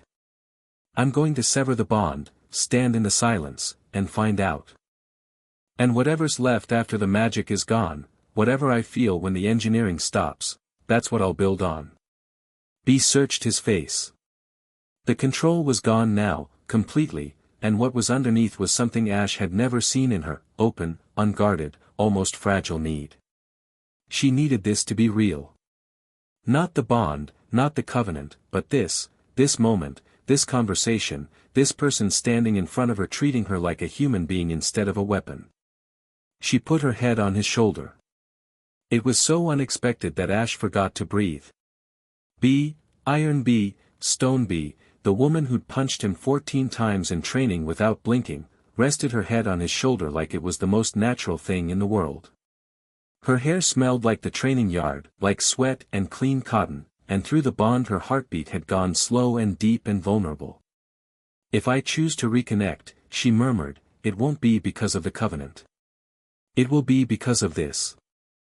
They stood on the balcony in silence, shoulder to shoulder, and the night was cold and the stars were bright, and somewhere beneath Hammerlock the Arbiter stirred in its sleep and dreamed of order, and 2 days stretched before them like the edge of a cliff. The next day was preparation. Sonia arrived at Hammerlock with a van full of equipment, 3 assistants borrowed from the university, and a caffeine level that could have powered a small town. She set up in the underground chambers, vast, echoing spaces of carved stone and crystallized wishing star, lit by the faint glow of the ley line network's central hub. The heart of the covenant was exactly as the texts described, a massive crystal formation at the center of the deepest chamber, pulsing with slow, golden light, warm to the touch, humming with a frequency that made your teeth itch. Sonia worked. Ash helped where he could, carrying equipment, holding instruments, occasionally asking questions that made Sonia's assistants look at him like he was either brilliantly intuitive or hopelessly naive. He couldn't tell which. The severance will be simultaneous, Sonia explained, crouched beside the heart with a scanner. All bonds cut at once. The window will last. I think about 3 minutes. Maybe less. During that time, the pillar bond is completely inactive. No feelings, no heartbeats, no connection. Just silence. And the Arbiter? That's the risk. She stood, frowning at her readings. During the severance, the covenant is in a vulnerable state. The Arbiter will either go dormant because there's nothing to enforce, or it'll go berserk because its entire purpose is being threatened. Which one? If I knew that, I'd have a better grant proposal. Sonia. She sighed. I think berserk. I think it'll try to stop us. And in the severance window, nobody's going to be at full strength. The ley line power will be in flux. Dynamax won't work. So we'll be fighting a god-level entity with no Dynamax, weakened pillars, and a 3-minute window. When you put it that way, it sounds insane. When I put it any way, it sounds insane. Good thing you're insane, then. She smiled at him, tired and warm and scared and brave, and through the bond he felt her heartbeat do the thing it always did when she looked at him, quicken, flutter, settle into something steady and sure. Maybe engineered. Maybe real. In 2 days, they'd know. Ash. She caught his arm as he turned to leave. Her grip was light but her eyes were serious. When the bonds sever, I might not feel anything. For you, for any of this. 3 minutes of nothing. I know. Are you scared? Terrified? Me too. She let go of his arm. But I think the things that survive silence are the things worth keeping. He left the chamber. The corridor was cold and lit by crystallized wishing star, and his footsteps echoed against stone that had been carved 300 years ago by a man who believed control was the same as love. In the corridor, he passed a shadow that shouldn't have been there. Olena stood in an alcove, half hidden by a pillar. She wasn't looking at Ash. She was looking at the heart of the covenant, visible through the chamber door, and her expression, unguarded, for once, caught in a moment she didn't expect to be observed, was one of naked hunger. She saw him. The mask dropped back into place with practiced precision. Sovereign. I was reviewing the security arrangements for the chambers. At midnight? Security doesn't sleep. She smiled. It was perfect and empty. Is there anything you need? No. Then I'll continue my rounds. She walked past him. Her heels clicked on stone, measured and precise. Pikachu, on Ash's shoulder, watched her go with narrowed eyes. The cold feeling that had been growing since Olena first offered her help solidified into certainty. She was planning something. The helpful advisor, the efficient organizer, the woman who always had the right information, she'd been maneuvering them toward this moment. All of them. The restoration, the ley line attacks, the timing, the urgency, had any of it been organic, or had she been conducting the entire crisis like an orchestra? He didn't confront her. Not yet. Because if Olena was playing a game, the worst thing he could do was let her know he'd seen the board. Instead, he went to Raihan. The dragon trainer was in Hammerlock's great hall, surrounded by defensive plans and looking like he'd been living on spite and energy drinks for a week. He looked up when Ash entered. "We have a problem," Ash said.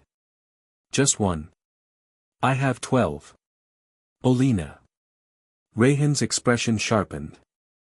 He set down his tablet and leaned back. "What about her?" "I think she's been feeding the restoration our movements. I think she's been orchestrating this entire crisis. And I think she's planning to do something at the heart of the covenant when we open it." Raihan was quiet for a long moment. Then he pulled up a file on his tablet, communications logs, energy transfer records, personnel movements. He'd been building this dossier for days. "I didn't want to say anything until I was sure," Raihan said. "But yeah. She's dirty."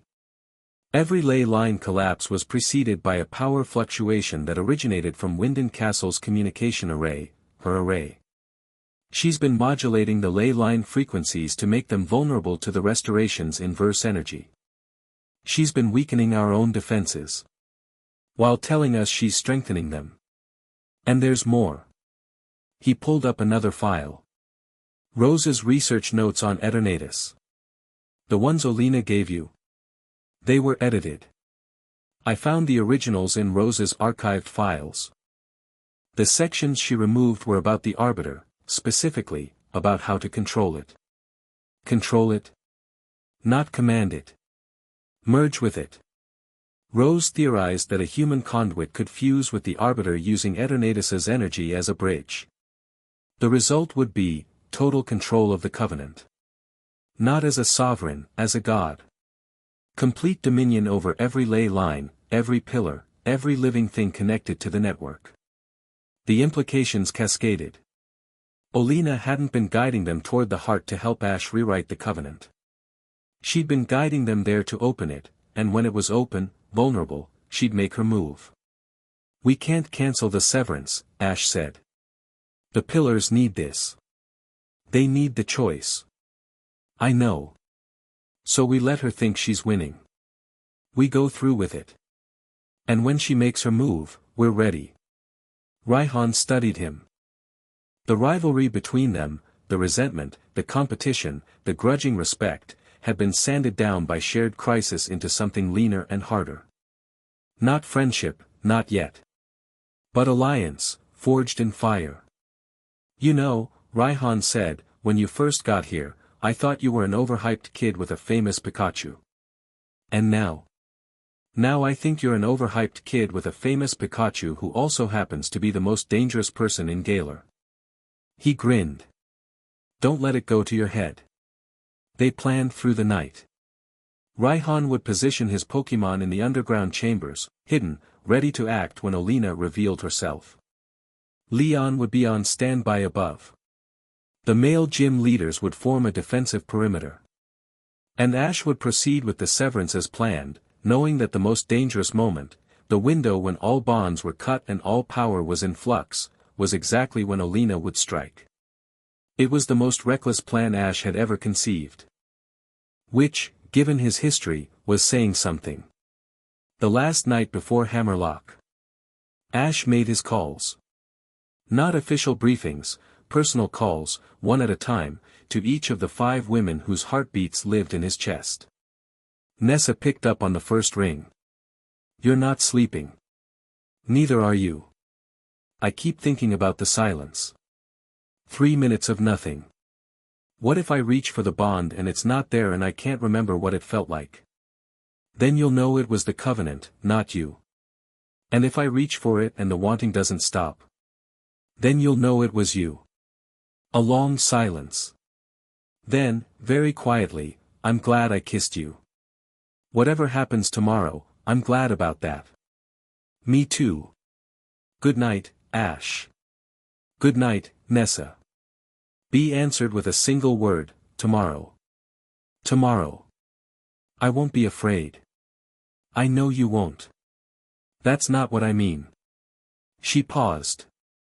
I won't be afraid to feel what I feel. Whatever it is. Engineered or real, I won't run from it. B, that's my choice. Before the severance. Before the silence. I'm making it now, while the bond is active, so you know, whatever I feel in the silence is what I'll feel. Because I've already decided to be brave about it. Through the bond, her heartbeat was the steadiest thing in the world. You're the bravest person I know, Ash said. I know. Good night. Marnie answered after 4 rings. Stop worrying. I can feel you worrying. Sorry. It's fine. It's almost nice. Knowing someone's thinking about you. She was quiet for a moment. Ash. When the bonds break, if the Arbiter comes for me again, it won't. But if it does, then I'll stand between you and it again. And again. And however many times it takes. You can't just keep throwing yourself at an unkillable monster for me. Watch me. Marnie made a sound that might have been a laugh. You're impossible. I've been told. Good night, Ash. And, thanks. For Spikemouth. For the pub. For not being what I expected. What did you expect? Someone I could hate. You made that really inconvenient. Anytime. Melanie answered from her bed in Circhester. Her voice was stronger, she'd been recovering, slowly, the ley line damage healing as the remaining network compensated. Hello, dear. How are you feeling? Better. Strong enough for tomorrow. Don't argue. I wasn't going to. You were thinking about it. I could feel the noble self-sacrifice forming from here. Warmth in her voice, deep and genuine. Ash. I want you to know something, before the silence. What? Whatever happens, whether the bond survives or not, you've already given me something real. These past few days, being part of something, caring about someone new, it's been a long time since I've felt this alive. She paused. Don't you dare tell Gordy I said that. He worries enough. Your secret's safe. Good. Now sleep. You need rest for tomorrow, and I can feel your exhaustion from 200 miles away. Yes, ma'am. Don't call me ma'am. It makes me feel ancient. You're not ancient. I know that. I just need to hear it sometimes. They laughed together, quiet and warm, and through the bond her heartbeat was a steady ember, and when they hung up, Ash felt the warmth linger like a handprint on his chest. Sonia didn't answer her phone. She texted, in the chamber. Come down. He found her in the Heart's Cavern, alone, sitting cross-legged on the stone floor in front of the massive crystal, her laptop open, papers scattered, empty coffee cups forming a civilization around her. She didn't look up when he approached, but she shifted to make room beside her. He sat down. They were both silent for a long time, the heart pulsing gold above them, casting slow rhythmic shadows across the walls. "I've run every simulation I can," Sonia said eventually. "The severance will work. The window will open. The bonds will cut. And then..." She closed her laptop. "Then it's not science anymore. It's people. And people are terrifyingly unpredictable. That's why they're worth it." Sonia looked at him. Without her glasses, she'd taken them off to rub her eyes. Her face was softer, more open.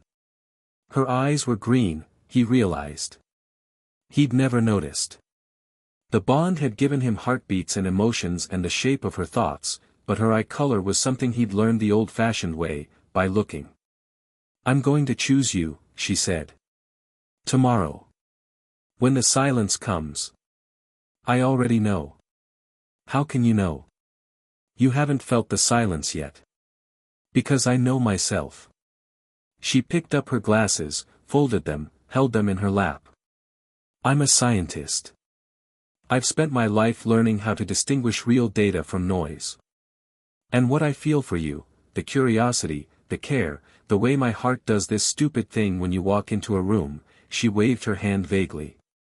"That's not noise. That's signal. Even if it's engineered.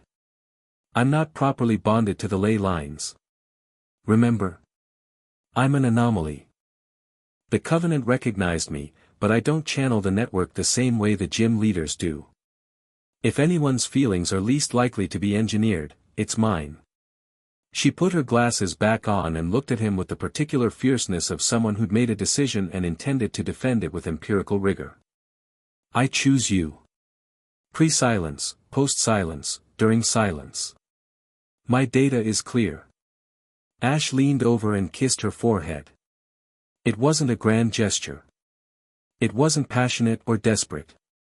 It was simple and warm and exactly right, and Sonia's eyes closed and her breath caught, and through the bond, her heartbeat sang.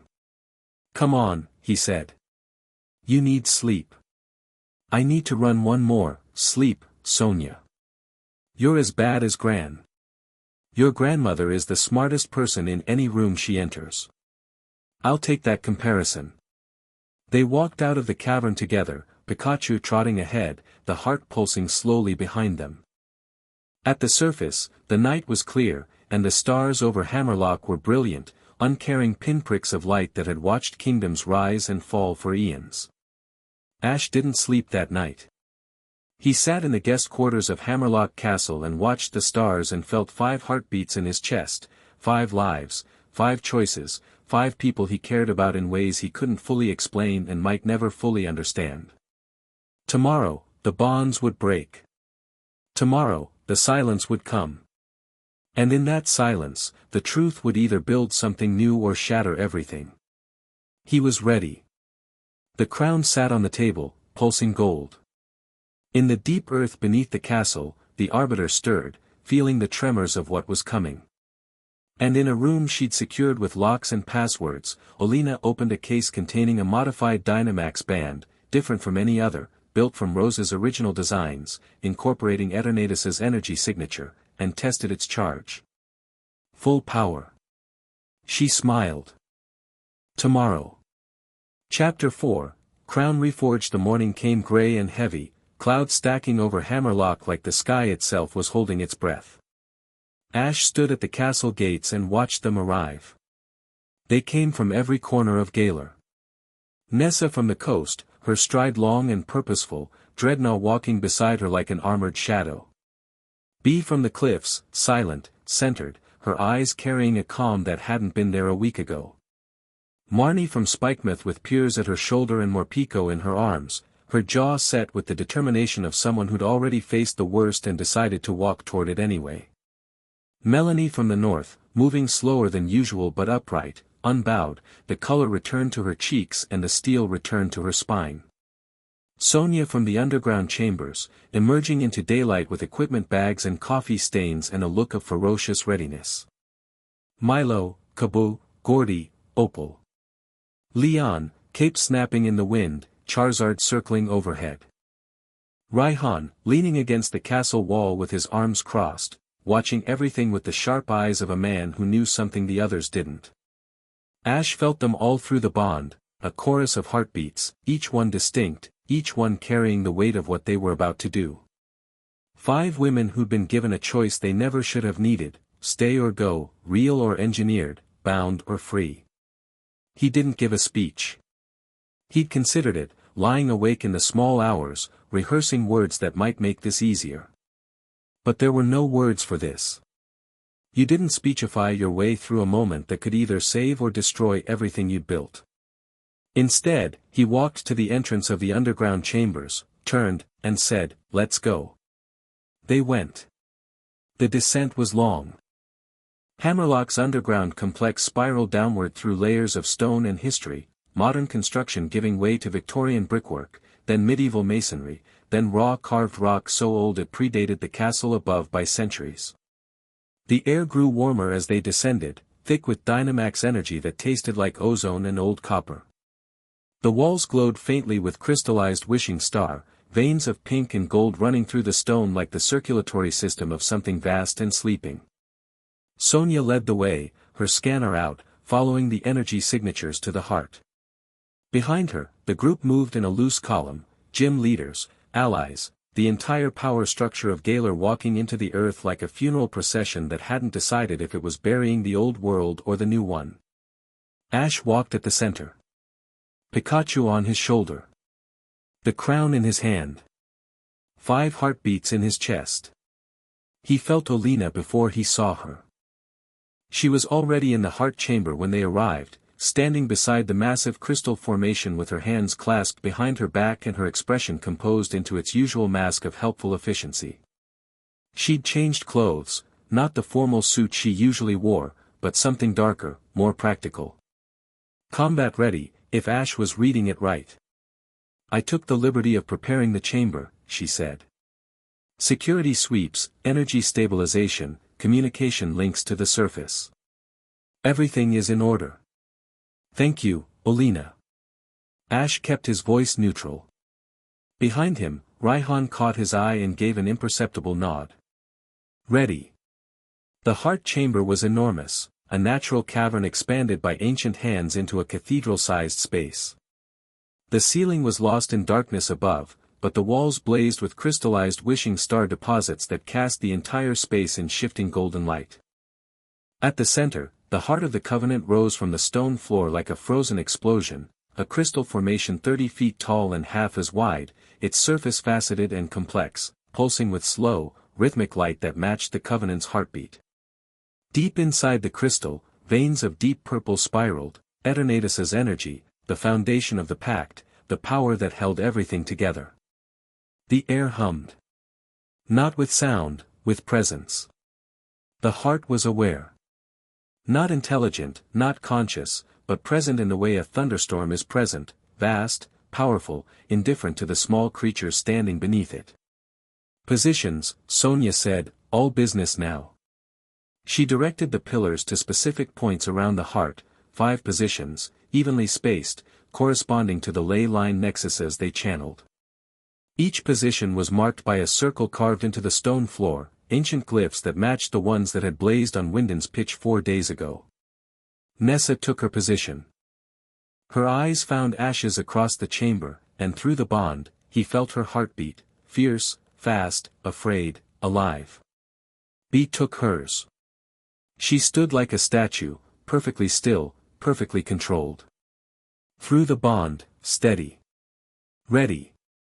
Committed. Marnie took hers. She looked small in the vast chamber, but her jaw was set and her eyes were hard.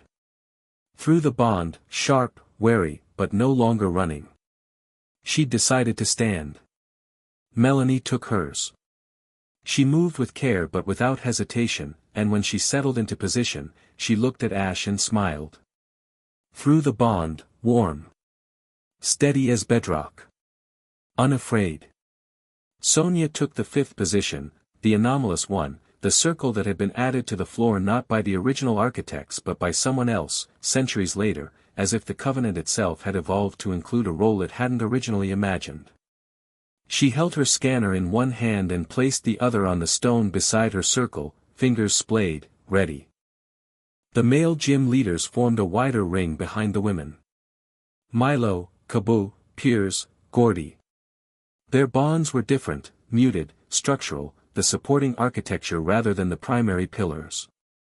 But they were part of the network, and their presence stabilized it. Leon stood near the chamber entrance, his hand on Charizard's pokeball. Their eyes met. Leon nodded once. Whatever happened, he'd hold the door. Raihan positioned himself casually against the far wall, near a secondary passage that led deeper into the complex. His three strongest Pokémon were in their balls at his belt, and his posture was the studied relaxation of someone coiled to strike. Olina stood apart from everyone, near the heart's base, her tablet in her hands. Watching. Waiting. Ash walked to the center. Stood before the heart. The crystal towered above him, pulsing, warm, alive with power that had shaped a kingdom for 3 centuries. He placed his hand on its surface. The contact was electric. The covenant surged through him, every ley line, every bond, every connection lighting up simultaneously. He could feel the entire network, stretched across Galar like a web of golden thread, and at every nexus point, a person, his pillars, his supports, his people. The power was intoxicating. For one blazing moment, he understood why the original king had built this system. This feeling, this total, godlike awareness of everything and everyone, was addictive. It whispered that he could do anything, fix anything, control anything. All he had to do was hold on. He let go. Beginning the severance, he said. His voice echoed in the chamber, amplified by the crystal. Everyone ready? 5 voices. 5 answers. Ready. Nessa. Steel in her voice. Ready. B. Flat and sure. Ready. Marnie. Quiet but firm. Ready. Melanie. Warm as sunlight. Ready. Sonia. Shaking slightly, but ready. Ash placed both hands on the heart.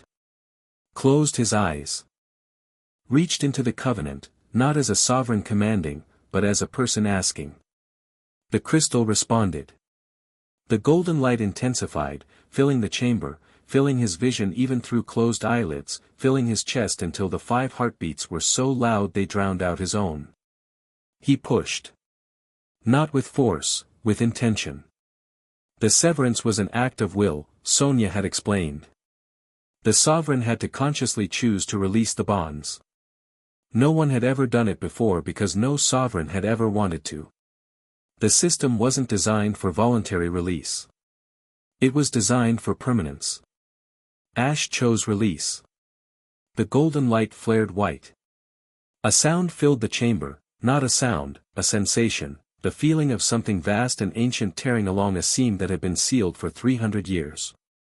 The 5 heartbeats in his chest surged, peaked, and then, silence. Gone. All of them. 5 presences that had lived in his ribcage for 4 days, that had become as familiar as his own breathing, as essential as his own pulse, gone. Ripped away like bandages from a wound, leaving nothing behind but cold, empty space. Ash gasped. His hand slid off the heart's surface. His knees hit the stone floor. The silence was devastating. He hadn't realized how much of himself had become entangled with those 5 heartbeats until they vanished. It was like going deaf. Like losing a limb. Like waking up in a house where everyone had left. Around the chamber, the pillars felt it too. Nessa staggered. Her hand went to her chest, clutching at nothing, and her face crumpled with an expression of loss so raw it made Ash's throat close. She'd been angry about the bond from the first moment. She'd resented it, fought it, cursed it. And now that it was gone, she looked like someone had carved out a piece of her. Bee dropped to one knee. Not in submission, her legs simply gave out. The steady, bedrock heartbeat that had been her anchor in the bond was gone, and without it, the stoic warrior looked lost. Her hands pressed flat against the stone floor, as if seeking grounding that wasn't there. Marnie made a small, hurt sound. Her arms wrapped around herself, Morpeko pressed against her chest, and she curled inward like a flower closing. The wariness that had been her armor was gone, and what it had been protecting was exposed, a girl from a dying city who'd finally let someone in and now felt the door slam shut. Melanie closed her eyes. Of all of them, she showed the least visible distress, but Ash could see the effort it cost. Her jaw was tight, her hands clenched at her sides, and the color drained from her face. She was holding herself together through pure force of will, the way she'd held together through a divorce, through loss, through every hard thing life had thrown at her. Sonia sat down. Simply sat, right there in her circle, legs crossed, hands in her lap. She was very still. Her glasses reflected the heart's light, hiding her eyes, and Ash couldn't read her expression. The silence filled the chamber like water rising. 3 minutes. Sonia had said the window would last about 3 minutes. 180 seconds of absolute, unmediated truth. No covenant. No engineering. No magic. Just people. Ash knelt on the stone floor and felt nothing. Not nothing as in absence of pain. Nothing as in the complete, vertiginous emptiness of a self stripped of connections it had grown dependent on in a terrifyingly short time. 4 days. He'd carried those heartbeats for 4 days, and losing them felt like losing years. Was this what they'd felt when the Covenant first grabbed them? This sudden, unwanted intimacy replaced now by sudden, unwanted void? Had the bond's arrival been as violent as its departure? The seconds ticked by. Sonia's watch beeped once, the 1-minute mark. 2 minutes left. Ash looked at the women around the heart. Each one isolated, disconnected, alone with whatever they found in the silence. He couldn't feel them anymore. Couldn't sense their emotions, their thoughts, their choices. For the first time since the Covenant triggered, he was blind to them. And they were blind to him. This is what it should have been from the beginning, he thought. This is what consent looks like. Not knowing. Trusting. The earth shook. Not a tremor, a full, seismic shudder that cracked the stone floor and sent crystallized wishing star raining from the walls. The heart's golden light flickered, stuttered, and turned red. A sound rose from the depths, a low, grinding, tectonic moan that resonated through the cavern and through every bone in every body present. The Arbiter was waking.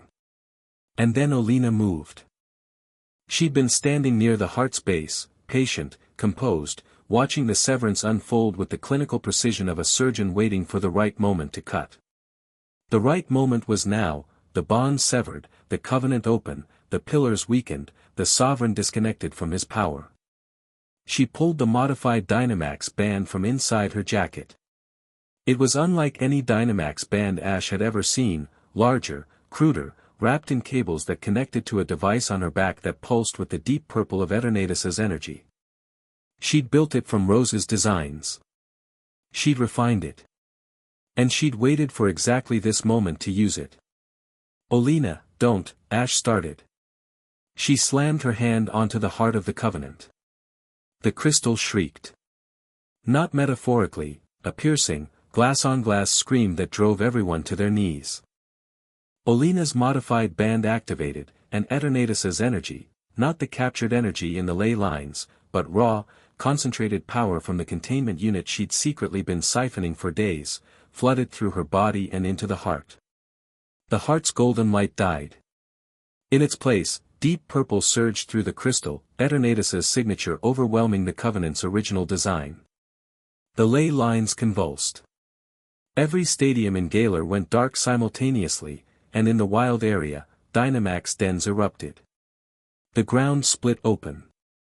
From the crack, from the deepest place beneath Hammerlock, the Arbiter rose. It was different than before. At Hulbury, it had been geometric, impersonal, a construct following protocols. Now it was enraged. The crystalline form was jagged, chaotic, its geometric planes shattered and reformed into something angular and aggressive.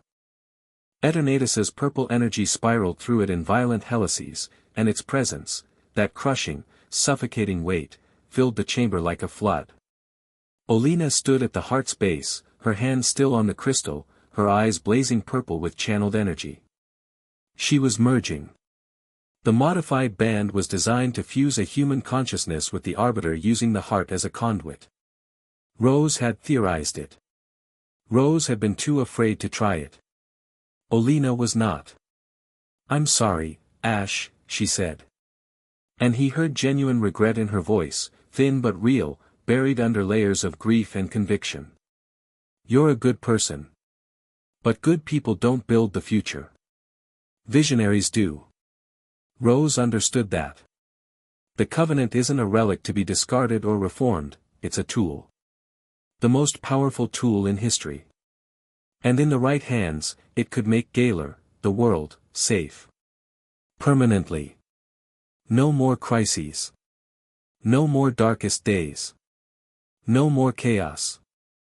Olina, this isn't what Rose wanted. Rose wanted to power Galar forever. "I'm going to control it forever." The difference is ambition. Purple light consumed her, lifting her from the ground, her body arching as the Arbiter's energy poured into her and her consciousness poured into it. No more weak kings. No more fragile bonds. Just order. Total. Absolute. Mine. The fusion completed. Olina Arbiter. The Absolute. It was horrifying. Her body hung at the center of the Arbiter's crystalline form, suspended in a lattice of purple energy, her eyes blazing with Eternatus's light. The Arbiter's geometric planes restructured around her, becoming a towering figure, 30 feet tall, vaguely humanoid, a goddess of crystal and cosmic energy. The chamber cracked under the pressure of her presence. The very air seemed to bow. And then she reached out through the ley lines and seized every bond the Covenant had ever forged. The pillars screamed. The bonds were severed, Ash's severance was still in effect, but the Absolute didn't need the old bonds. She was rewriting the Covenant in real time, forcing new connections through the heart, chains of purple energy that lashed out from the crystal and struck each pillar like whips. Not the golden threads of the original Covenant. These were dark, invasive, crushing, not bonds but shackles, designed not for loyalty but for slavery.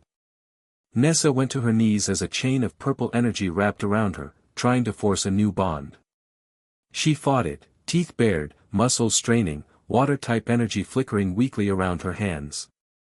"Get off me," B was already fighting. She dropped into a combat stance the instant the chains appeared, and she was dodging, weaving, treating the energy whips like physical attacks, but they were everywhere, multiplying, and without the ley line power she was used to channeling, she was just a person, an incredibly skilled, incredibly strong person, but still just flesh and bone against a god. Marnie's grim snarl materialized without her calling for it, the Pokémon acting on pure protective instinct, and threw itself between Marnie and the chains. Spirit Break shattered one chain. 2 more replaced it. Melanie stood tall. She didn't dodge. She didn't run. She planted her feet and faced the onslaught with the unbowed defiance of a woman who'd survived everything life had thrown at her and was not going to break now. Ice crystallized around her feet, spreading outward, her affinity manifesting without Dynamax power through sheer force of will. The chains hit her ice barrier and slowed. Didn't stop. Slowed. Sonia's equipment was fried.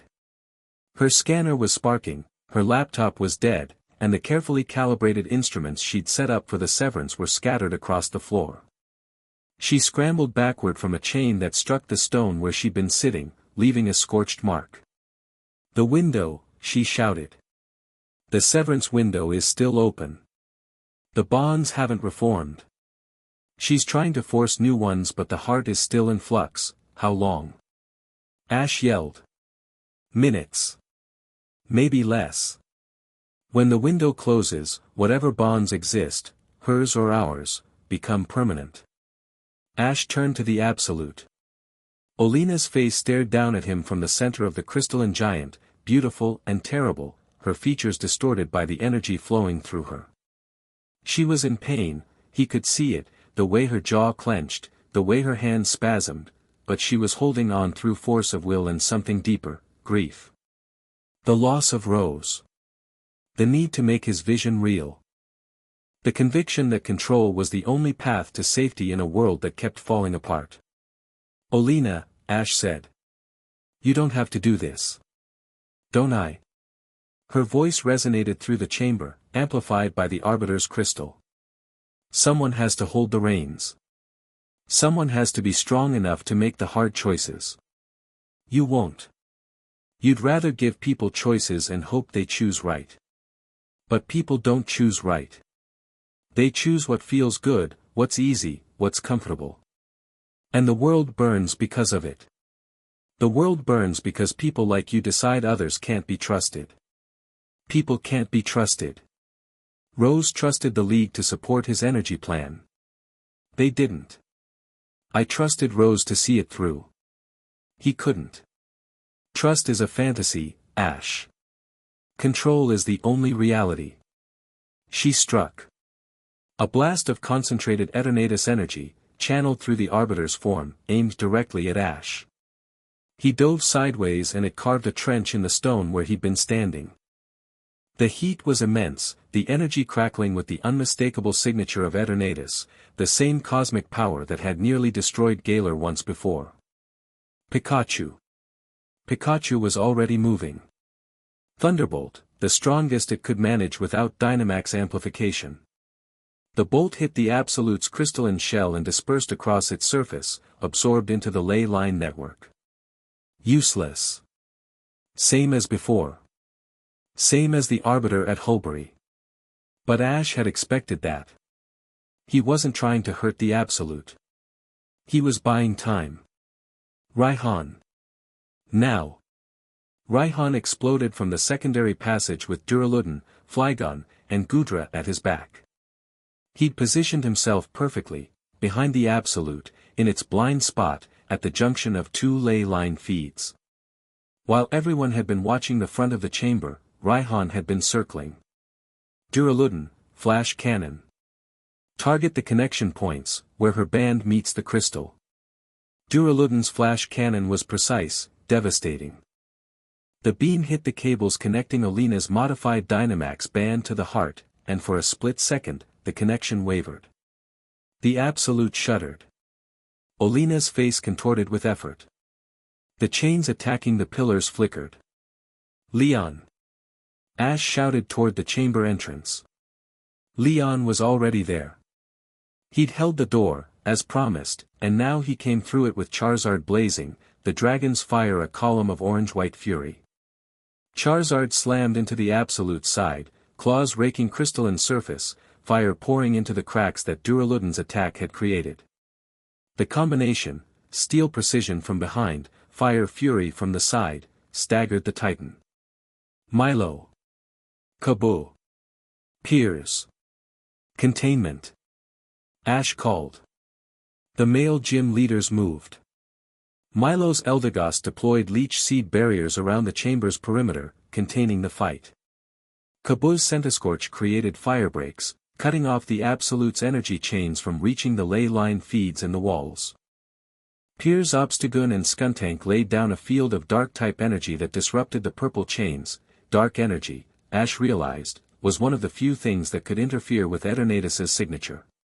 It was working. The combined assault was pushing the Absolute back, disrupting its connection to the heart, weakening its chains. But it wasn't enough. The Absolute drew power from the ley lines themselves, an entire region's worth of Dynamax energy, feeding directly into Olena through the Arbiter's crystal form. Every hit they landed, it regenerated. Every chain they broke, it reformed. They were fighting the ocean, and the tide was coming in. This isn't working, Raihan snarled, dodging a counterstrike that shattered a section of wall. She's got the whole network behind her. We can't outfight infinite power. We don't have to outfight it, Ash said. We have to outlast it. The severance window is closing. Sonia shouted from behind a boulder where she'd taken cover. 2 minutes, maybe less. Ash, if we don't reform the bonds before the window closes, Olena's chains become permanent. She'll own the Covenant. She'll own them. All of them. 2 minutes. 120 seconds to either reclaim the bonds or lose everything. Ash made a decision. It was the kind of decision that couldn't be made rationally, too fast, too desperate, too everything or nothing. It was the kind of decision that came from the same place that had sent him running at a Dynamaxed arena, that had put him between Marnie and the Arbiter, that had driven him across 6 regions and through 100 impossible battles. He ran toward the heart. The Absolute saw him coming. Olena's eyes, still human, still pained, still burning with conviction, tracked him. A chain of purple energy lashed toward him. He dodged. Another. He dove under it, rolled, came up running. A third chain caught him across the back and the pain was extraordinary, a bolt of Eternatus energy that burned through his jacket and into his skin. He stumbled but didn't fall. Ash. 5 voices. 5 women. Unified in a moment of pure, unmediated terror. He reached the heart. Slammed both hands onto the crystal. The contact was different this time, the golden light was buried under Olena's purple corruption, but it was still there, deep inside, the original Covenant struggling against the hostile takeover. Ash pushed into it. Not with power, he didn't have power, not now, not with the bonds severed and the ley lines compromised. He pushed with will. With intention. With the same stubborn, impossible determination that had carried him from a kid who couldn't control his Pikachu to a man who'd beaten the unbeatable champion. The heart responded. Not strongly, a flicker, a pulse, a candle in a hurricane. But it heard him. The bonds are severed, Ash said, and his voice carried through the crystal, through the ley lines, through the fundamental architecture of the Covenant itself. The old bonds are gone. The chains are broken. And in this space, in this silence, I'm asking. Not commanding. Not demanding. Asking. He turned to face the chamber. The Absolute loomed above him, Olena's face contorted with effort and fury and the beginning of something that might have been doubt. The pillars stood at their positions, battered, chained, fighting. The chains of purple energy still lashed at them, trying to force new bonds. But the chains hadn't taken hold yet. The window was still open. The silence still held. Choose, Ash said. Not because of magic. Not because of the Covenant. Not because of anything except what you feel, right now, in this moment, with no bonds and no engineering and nothing between you and the truth. The chamber fell still. Even the Absolute paused, Olena's expression shifting to something uncertain, as if the simplicity of the request had caught her off guard. Nessa stood in her circle, purple chains wrapped around her arms, her chest, squeezing. She was fighting them, her water affinity flickering, her muscles straining. But she wasn't looking at the chains. She was looking at Ash. The silence. The terrible, empty silence where the bond had been. She'd feared it. She'd told him so on the balcony, the night before, standing close enough to kiss him and terrified of what she'd find when the magic was gone. She'd found this, the silence hurt. Not because the bond was gone, but because she wanted it back. Not the Covenant's version, the engineered loyalty, the manufactured warmth. She wanted the real thing. She wanted the messy, complicated, terrifying reality of caring about someone who'd run at a Dynamaxed arena for strangers, who'd carried 5 heartbeats in his chest and treated each one like a privilege, who'd stood on a balcony and admitted he was scared of losing things he cared about. The silence hadn't emptied her. It had clarified her. I choose you, Nessa said. She reached through the purple chains, through the pain, and placed her hand on the heart. Golden light erupted from the contact point. Not the old gold of the original covenant, something new, brighter, cleaner. The covenant's crystal drank it in, and where the gold met the purple retreated. Olena's chains around Nessa shattered. A thread of golden light stretched from the heart to Nessa to Ash, warm and alive and freely given. 1. Be watched from her circle. The chains around her were thick, heavy, trying to force her into submission. The Arbiter's protocol demanding compliance. The old Bee, the one who'd been trained to serve strength, to kneel before power, to suppress everything soft and vulnerable, would have submitted. That Bee knew no other way. But Ash hadn't treated her like a weapon. He'd let her hit him 14 times and come back for more. He'd called her the bravest person he knew. He'd stood on a balcony and let her rest her head on his shoulder without making it mean anything she wasn't ready for it to mean. The silence confirmed what the balcony had started. What she felt wasn't programming. It was the hardest, truest thing she'd ever done. Bee didn't speak. She bowed, not the kneeling bow she'd given on the first night, the servant's bow, the duty-bound bow. This was the martial bow. The one that meant I choose to follow. I choose to stand beside. I choose you because I have measured your worth and found it sufficient for my strength. She placed her hand on the heart. 2. Golden light blazed brighter. 2 threads now, crossing the chamber, connecting heart to pillar to crown. The Absolute trembled. Olena's expression shifted from uncertainty to alarm. Marnie was crying. She didn't want to be. She was furious at herself for it, the tears hot and angry on her cheeks, her fists clenched at her sides while Morpeko wailed against her chest. The chains around her were the worst, the Arbiter remembered her. Remembered Hulbury. Remembered her attempt to flee. Its correction was personal, vindictive, a system punishing the component that had dared to malfunction.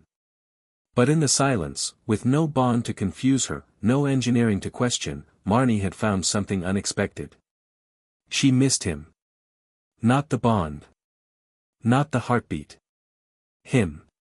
The boy who'd sat in a Spikemouth pub and made a list of things her city needed. Who'd promised to help and then actually helped. Who'd stood between her and a god with nothing but his body and his stubbornness and said watch me. She'd spent her whole life being Spikemouth's shield. Nobody had ever tried to be hers. I swear, she muttered, wiping her eyes with the back of her hand, if this turns out to be fake after all, I'll never forgive any of us. She walked to the heart. The chains tried to hold her back. She walked through them. Dark-type energy, her own, natural, nothing to do with ley lines or covenants, flickered around her feet, disrupting the purple chains with every step. She reached the heart and slammed her palm onto its surface with the defiant energy of someone who'd made a decision and dared the universe to argue. That's mine, she said. Whatever I feel. It's mine. 3. The golden light was blinding now. 3 threads, 3 chosen bonds, 3 freely given connections pouring power into the heart and driving back Olena's corruption. The Absolute staggered. Its crystalline form cracked, the cracks spreading from the points where the golden threads intersected with the purple energy. Olena screamed, not in pain, but in frustration. No. This isn't, you can't just choose to override they can, Ash said from his position at the heart. That's the point. That's always been the point. Melanie walked forward. She didn't rush. She didn't run. She walked with the measured, unhurried pace of a woman who'd learned long ago that the most important things couldn't be rushed. The chains tried to stop her.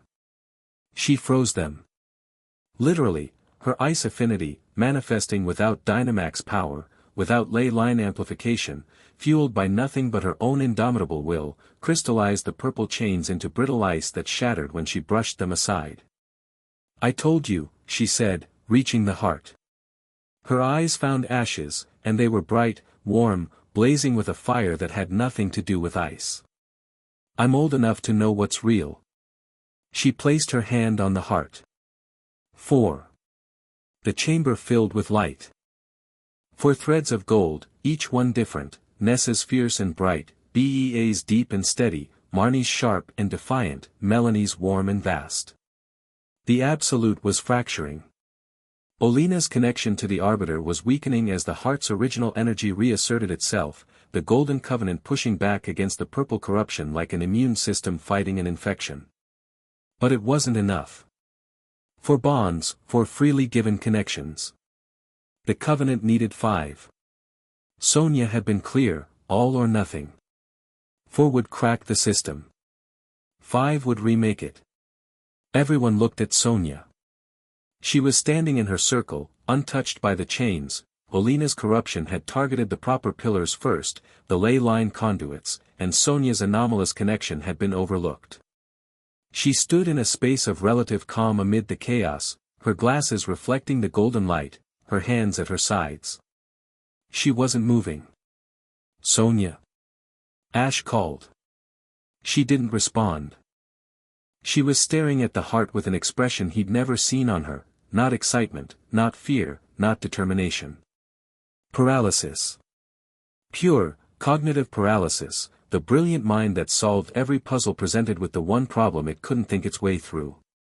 "I said I'd choose you," she whispered. "Last night. I said I knew. I said my data was clear." She looked at him, and her eyes were wide, honest, terrified. But the silence. "Ash, the silence is different than I expected. I thought I'd feel the same. I thought the bond would go and everything else would stay. But it's not, it's quieter than I thought. I can still think about you. I can still remember everything. But the feeling." She pressed her hand to her chest. "It's different. Smaller. Like looking at a painting instead of standing in the landscape." The chamber shook. The Absolute was recovering, Olena pouring more of Eternatus's power into the system, fighting back against the 4 golden bonds. The window was closing. Seconds left. "I'm a scientist," Sonia said. "I deal in evidence. In proof. And right now, in this silence, I can't prove what I feel. I can't measure it. I can't verify it. What if it is smaller because it was always partly fake? What if the covenant was amplifying a small thing into a big thing, and this quiet version, is the truth? Sonia, what if I touch the heart and I'm choosing based on a memory of a feeling instead of the feeling itself? What if I'm choosing the painting instead of the landscape because the landscape was never real?" The crystal behind Ash cracked. The golden light flickered. The 4 existing bonds strained. "Sonia." Ash's voice cut through her spiral. Not loud, not commanding. Just present. "You told me that the things that survive silence are the things worth keeping." She looked at him. "You're in the silence right now. And you're still here. You're still in this chamber, you're still scared, you're still brilliant, and you're still standing in that circle because you chose to be. Not because of magic. Because of you." Sonia's breath caught. "The feeling is smaller," Ash said. "Okay.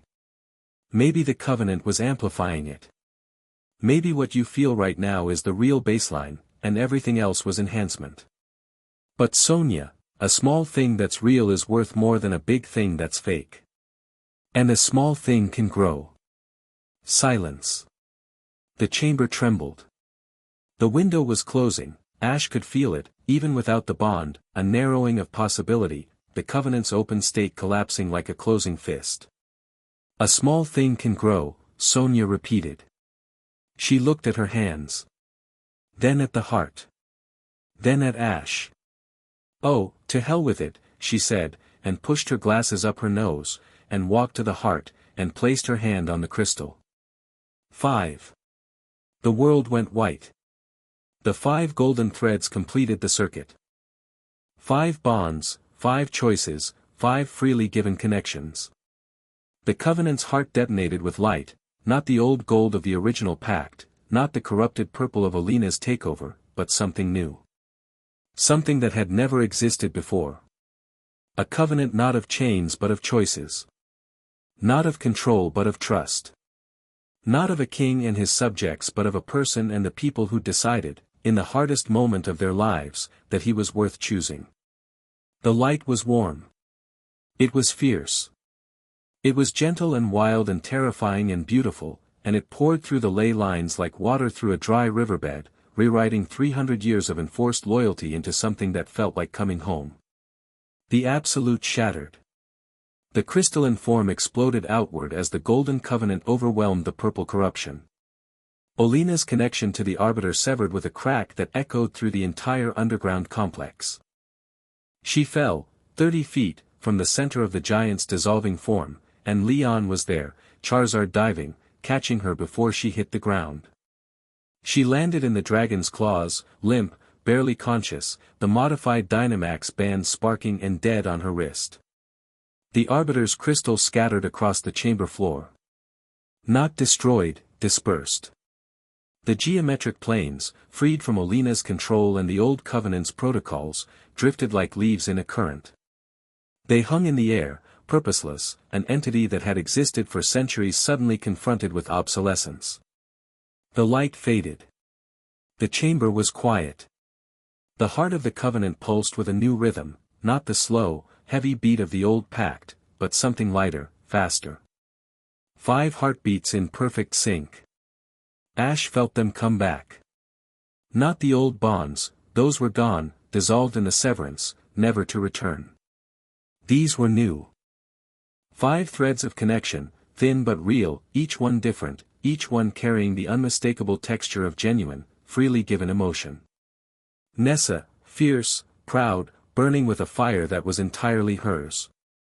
Respect earned, not engineered. Attraction chosen, not manufactured. The thread between them hummed with competitive energy and the memory of a kiss that she'd claimed as her own. Be, steady, deep, unwavering. The loyalty of a warrior who'd measured her sovereign and found him worthy. The connection carried the warmth of a head on a shoulder, a promise kept, a vulnerability shared. Small and strong, like a diamond. Marnie, sharp, defiant, protective. She'd chosen to stay not because the bond pulled her but because she'd found something worth staying for. The thread between them carried the taste of fish and chips in a Spikemouth pub and the sound of a guitar playing a song she'd written for him. Melanie, warm, vast, encompassing. Not maternal, she'd left that behind, or perhaps expanded beyond it. What she offered was the rarest thing, understanding without judgment, strength without domination, love without condition. The thread between them carried the smell of cinnamon and the weight of a hand held across a kitchen table. Sonia, bright, curious, growing. The smallest thread, she'd been right about that. But it was real, empirically, irrefutably real, and it was already strengthening, fed by every moment of shared discovery and late-night conversation and the particular intimacy of 2 people who'd looked at an impossible problem and decided to solve it together. The thread carried the ink on her cheek and the light in her eyes and a word, love, accidentally deployed and permanently lodged. 5 bonds. 5 choices. A new covenant, born in silence and sealed in light. Ash fell to his knees. Not from weakness. From overwhelm. The new bonds were lighter than the old ones, threads instead of chains, suggestions instead of commands, but they were real, and their reality was more powerful than any engineered loyalty could ever be. Pikachu was at his side immediately. The yellow Pokémon pressed against him, and Ash put his arm around his oldest friend, his first partner, the one bond that had never needed magic or covenants or ancient crystals. Just a boy and a Pokémon who'd chosen each other 20 years ago and never looked back. The chamber settled. The heart's new light stabilized, golden, warm, gentle. The ley lines hummed at their new frequency, carrying freely given power across the region. In stadiums from turf field to Winden, wishing stars flickered back to life, not red or purple but a soft, clean gold. Raihan lowered his guard. His Pokémon stood down. He looked at the chamber, the scattered crystal, the glowing heart, the 5 women standing at their positions with tears and triumph and exhaustion on their faces, and his expression went through several changes before settling on something that looked suspiciously like moved. "Don't look at me like that," he muttered to nobody in particular. Milo was openly crying. Caboose stood with his arms folded, nodding slowly, the smallest possible expression of the largest possible emotion. Piers had his arm around Marnie, who was leaning into him, and his eyes were closed, and his jaw was tight, and if anyone pointed out that his cheeks were wet, they would have been grievously injured. Leon landed beside Ash with Alina in Charizard's claws. He set her down gently on the stone floor.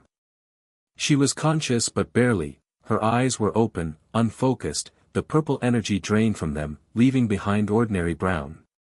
Human brown. Vulnerable brown. Ash went to her. She flinched when he knelt beside her. Expected anger, probably. Expected punishment, certainly.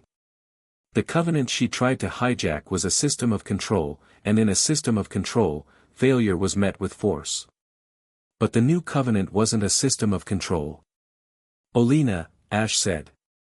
She looked at him. Her composure was gone, all of it, the professional mask, the calculated efficiency, the carefully constructed persona of the competent advisor. What was left was a woman in her 30s who'd loved a man who'd failed, who'd believed in a vision that had crumbled, who'd tried to rebuild it through force because she didn't know any other way. "He was everything," she whispered. "Rose. He was everything. And when they took him away, I know. I needed it to mean something. His plan, his vision, if I could make it work, then it wasn't wasted. He wasn't wasted. I could prove that he was right, that control was the answer, that if you just held on tight enough, the world couldn't fall apart." Tears tracked down her face, cutting clean lines through the dust and crystal fragments. "But it falls apart anyway, doesn't it? No matter how tight you hold on." "Yeah," Ash said. "It does. Then what's the point? The point is that after it falls apart, people choose to put it back together." He looked around the chamber, at the pillars, the allies, the friends. "Not because they're forced to. Because they want to." Olina closed her eyes. The fight went out of her like air from a balloon. She was exhausted, broken, and for the first time in years, she wasn't performing. "What happens to me?" she asked. "That depends on you. You committed crimes. You endangered lives. That has consequences." Ash paused. "But you also spent 3 years serving Galar's infrastructure after Rose fell. You have knowledge and skills that the region needs. I'm not going to lock you away and throw away the key. Rose would have. I'm not Rose." She opened her eyes. Looked at him with an expression that had too many layers to unpack, gratitude, shame, surprise, and somewhere deep beneath it all, the first fragile stirring of something she'd been too busy controlling to feel in years. "No," she said. "You're not." Leon and Raihan took charge of Alina. She'd be turned over to the authorities, tried fairly, sentenced appropriately. Ash would ensure she had good legal counsel. It was, he thought, what Rose would have wanted, not the Rose who tried to control the world, but the Rose who genuinely cared about the people in it, before his vision consumed his humanity. The Arbiter remained. Its crystal fragments still hung in the air, drifting, purposeless. As the chamber settled and the new covenant stabilized, the fragments began to coalesce, not into the old geometric form, not into Alina's corrupted version, but into something new. Smaller. Simpler. A crystalline figure about the size of a person, faceted and translucent, glowing faintly gold instead of purple. It turned, the whole form rotating in the air, and regarded Ash with whatever sense it used instead of sight. "The covenant has changed," it said. Its voice was different too, still a vibration through the ley lines, but softer. Confused. Like a child waking from a very long sleep into a world it didn't recognize. "The protocols are different. The pillars have chosen. The chains are absent. I do not understand the new architecture. The new architecture is voluntary, Ash said. No chains. No corrections. No punishment for defiance. The bonds are given, not imposed. And if anyone wants to leave, they leave. The Arbiter processed this. Its crystalline form flickered, restructured, flickered again. Then what am I? It asked. My purpose was enforcement. If there is nothing to enforce. Ash looked at the heart, at the ley lines, at the vast network of energy that connected every corner of Galar. A network that powered cities, sustained ecosystems, enabled the Dynamax phenomenon that was central to Galarian culture. You're a protector, he said. Not an enforcer. The ley lines still need maintenance. The network still needs a guardian. Wild Dynamax events still need containment. The role is the same, protecting the system. The difference is that the system is free. The Arbiter considered this for a long time. Then its form stabilized, settled into its new shape, smaller, gentler, the gold of freely given power instead of the cold crystal of compulsion. Protector, it said. I will, try. It sank into the ley lines beneath the chamber floor, flowing into the network like water finding its level. As it went, the energy in the walls shifted, the wishing star deposits brightening, the air clearing, the hum of the ley lines smoothing into something healthy and clean. The chamber was quiet. The heart pulsed gold. 5 threads of connection hummed in Ash's chest, and for the first time since the covenant triggered in Winden Stadium, they felt right. Not heavy. Not suffocating. Not chains or leashes or engineered attachments. Just connections. Chosen. Real. Growing. Ash stood in the center of the chamber, surrounded by crystal light, and breathed. They emerged from underground into afternoon sunlight, blinking like miners after a long shift. Hammerlock spread before them, its medieval streets and dragon-themed architecture golden in the autumn light. The city was intact. Alina's seizure of the ley lines had caused chaos in the wild area, but Rayhan's preparations had kept Hammerlock itself safe. News traveled fast. By the time they reached the castle's courtyard, the media was already gathering, and Ash's phone was melting with messages from League officials, government representatives, and what appeared to be every journalist on the continent. He ignored all of it. There was one more thing to do. The courtyard of Hammerlock Castle was old and beautiful, stone walls draped with ivy, a fountain at the center that was fed by a natural spring. The same spring that connected to the ley line below. The water sparkled gold in the new covenant's light. Ash gathered everyone in the courtyard. Not just the pillars, everyone. Gym leaders, allies, support staff, Leon and Raihan, even a handful of journalists who'd somehow gotten past security and were too shocked by the tableau to remember to take photos. He stood by the fountain and addressed them. The covenant has been reforged, he said. His voice was tired, raw, carrying the strain of 4 days that had felt like 4 years. The old system, the chains, the forced bonds, the engineered loyalty, is gone. What's replaced it is a partnership. Voluntary. Revocable. Real. He looked at the pillars. 5 women, each one extraordinary, each one exhausted, each one carrying a new thread of connection that pulsed gold in their chests. I'm not going to be an absolute monarch. Galar doesn't need a king, it needs a leader, and leaders aren't above the people they serve. The crowned circle, he held up the iron circlet, still warm with the heart's energy. This is a council, not a throne. The gym leaders, the league, the communities of Galar, we govern together. The crown coordinates. The pillars advise. The people decide. He paused. Looked at the crown in his hands. Then, very deliberately, he set it on the edge of the fountain, where the golden water could catch its light. The crown is there for whoever needs it, he said. Not on anyone's head. It was a simple gesture. Maybe too simple for the weight of what it represented. But simplicity was Ash, the boy from Pallet Town who'd never been complicated, who'd solved every problem with the same basic toolkit: show up, care hard, don't give up. The courtyard was quiet for a moment. Then Raihan started clapping. Slow claps. Ironic, possibly mocking, the kind of applause that could go either way. He stood at the back of the crowd with his arms folded, one eyebrow raised, and clapped with the deliberate rhythm of a man who was going to make you wait for the verdict. "Don't let it go to your head," Raihan said. Then he smiled. Not the sharp, competitive grin. Something warmer. But that was pretty good. The courtyard erupted. Applause, cheers, the particular noise that a group of people makes when the tension they've been carrying for days finally breaks. Milo was crying again. Opal was sipping tea and nodding approvingly. Leon was grinning his showman's grin, but his eyes were wet, and he didn't bother hiding it. Ash's phone buzzed. A text from an unknown number. "I was watching. The sovereign who gives up his throne.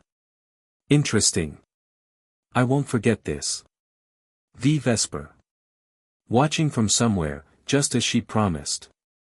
Not an ally, maybe never an ally. But no longer an enemy. The space between enemy and ally was where the future lived." The crowd dispersed. The journalists got their story. The League officials began the long, complex process of restructuring Galar's governance. The gym leaders returned to their cities, their stadiums, their ley lines, not as prisoners, but as partners. And Ash Ketchum, the sovereign who'd put his crown on a fountain, went to find the people he cared about. He found Nessa on Holbury's sea wall 3 days later. She was sitting in the same spot where they'd met on his first visit, rocks below the stadium, feet dangling over the edge, Dreadnought beside her, the sea crashing and retreating in its eternal argument with the land. Ash sat beside her.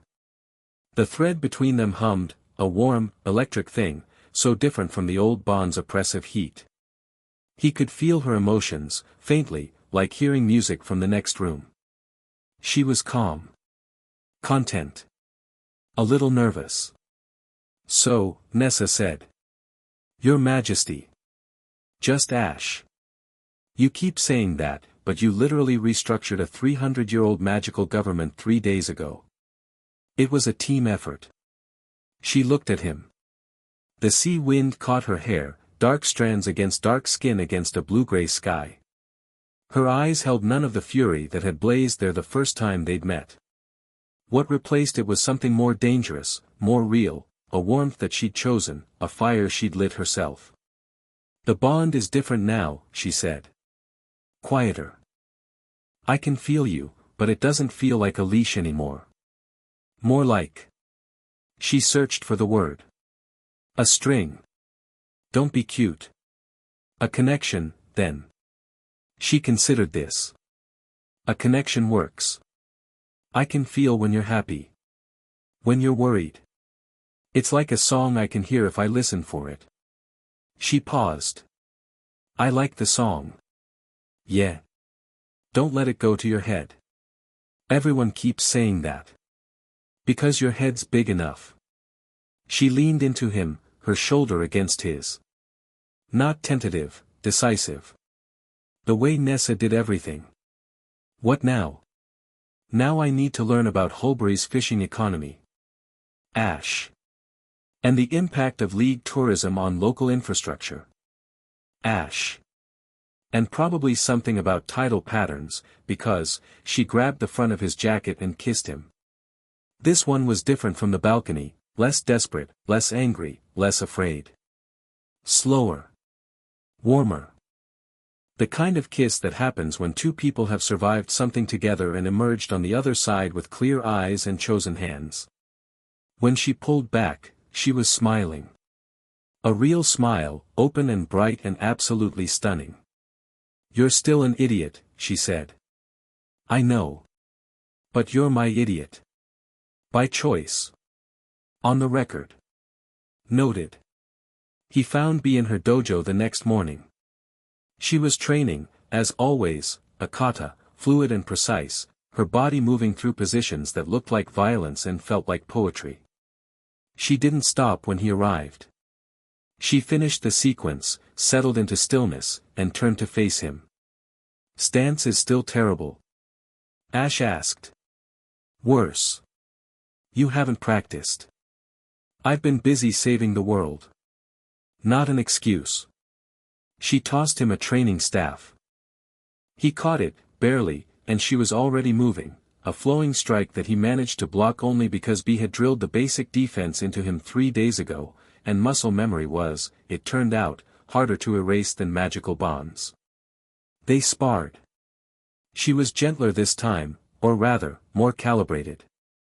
She pushed him to his limit without exceeding it, corrected his form with taps rather than strikes, guided his footwork with the patience of someone who decided to invest in a long-term project.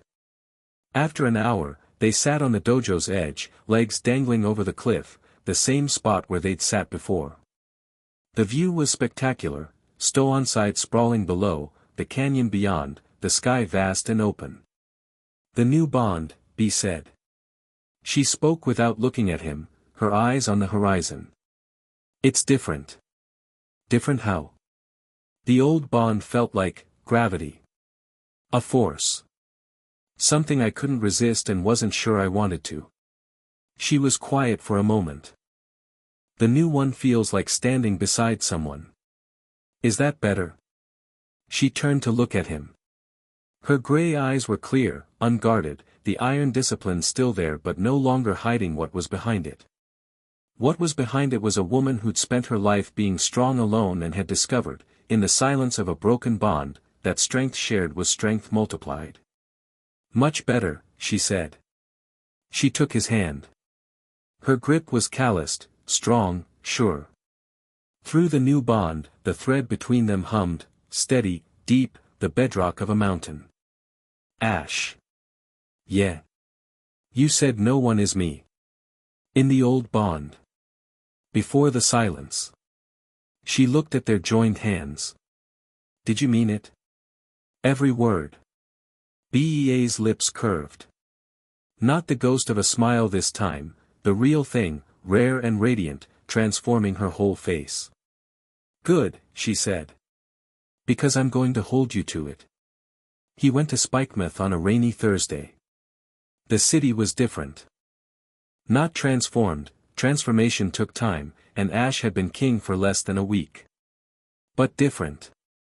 The first shipment of school supplies had arrived. A chancy assistant for the Pokemon Center was being processed. And on the main street, a construction crew was converting an abandoned factory into something that had Marnie's fingerprints all over it, a community center with a concert venue attached. She met him at the factory site. Hard hat. Clipboard. She looked like a project manager, not a gym leader, and the ease with which she wore the role told Ash everything about who Marnie really was beneath the punk rock armor. "You actually did it," she said, looking at the construction. "I said I would. People say lots of things." She studied the clipboard. The league funds came through. The school's hiring. Piers is, well, Piers doesn't smile, but he made a sound last night that I think was approval. High praise. The highest. She set down the clipboard and looked at him. The rain was light, misting the air between them. "Ash. The bond, the new one, you don't have to talk about it if you're not ready." "I'm never going to be ready. That's why I'm doing it now." She squared her shoulders, a woman facing something scarier than any Pokemon battle. In the silence, when the bonds broke. "I missed you. And I want you to know that pissed me off." "Because you didn't want to miss me?" "Because I'd spent so long telling myself I didn't need anyone. Spikemouth didn't need help. I didn't need a bond. I didn't need." She gestured vaguely at him. "This. Whatever this is. And now." Marnie was quiet. The rain beaded on her dark hair. Morpeko, in her arms, chirped encouragingly. "Now I think needing people isn't the same as being weak." She said it like she was testing the words, seeing if they fit. And I think choosing to let someone in is braver than keeping everyone out. That's very wise. Shut up. Don't make it weird. But she was almost smiling. The new thread between them hummed with something sharp and bright, defiance transmuted into devotion, independence enriched rather than diminished by connection. There's a concert tonight, she said. At the old venue. Piers is playing. You should come. Is this a date? It's a concert. If I wanted a date, I'd ask properly. How would you ask properly? Marnie looked at him with those sharp, dark eyes. Then, very deliberately, she stepped forward, rose on her toes, and kissed him. Brief, fierce, precise, like everything about her. Like that, she said. Concert's at 8. Don't be late. She picked up her clipboard and walked back to the construction site, and Ash stood in the Spikemuth rain with his heart doing things that no amount of ancient magic could have manufactured. Melanie's house in Circhester smelled like fresh bread. She'd baked. Not just for Ash, for what appeared to be the entire neighborhood, judging by the cooling racks covering every surface. But the best loaf, still warm, sat at the center of the kitchen table with a pot of tea and 2 cups. Sit, she said, as she always did. He sat. She poured. The ritual was becoming familiar, the kitchen, the tea, the warm golden light through frost-edged windows. But the context had shifted. The old bond was gone, replaced by something gentler, and the woman sitting across from him wasn't a pillar fulfilling a mystical obligation. She was Melanie. Just Melanie. Choosing to be here. How are you feeling? He asked. Fully recovered. The new ley line energy is, kinder. The old bond was always pulling. This one just, rests. She smiled.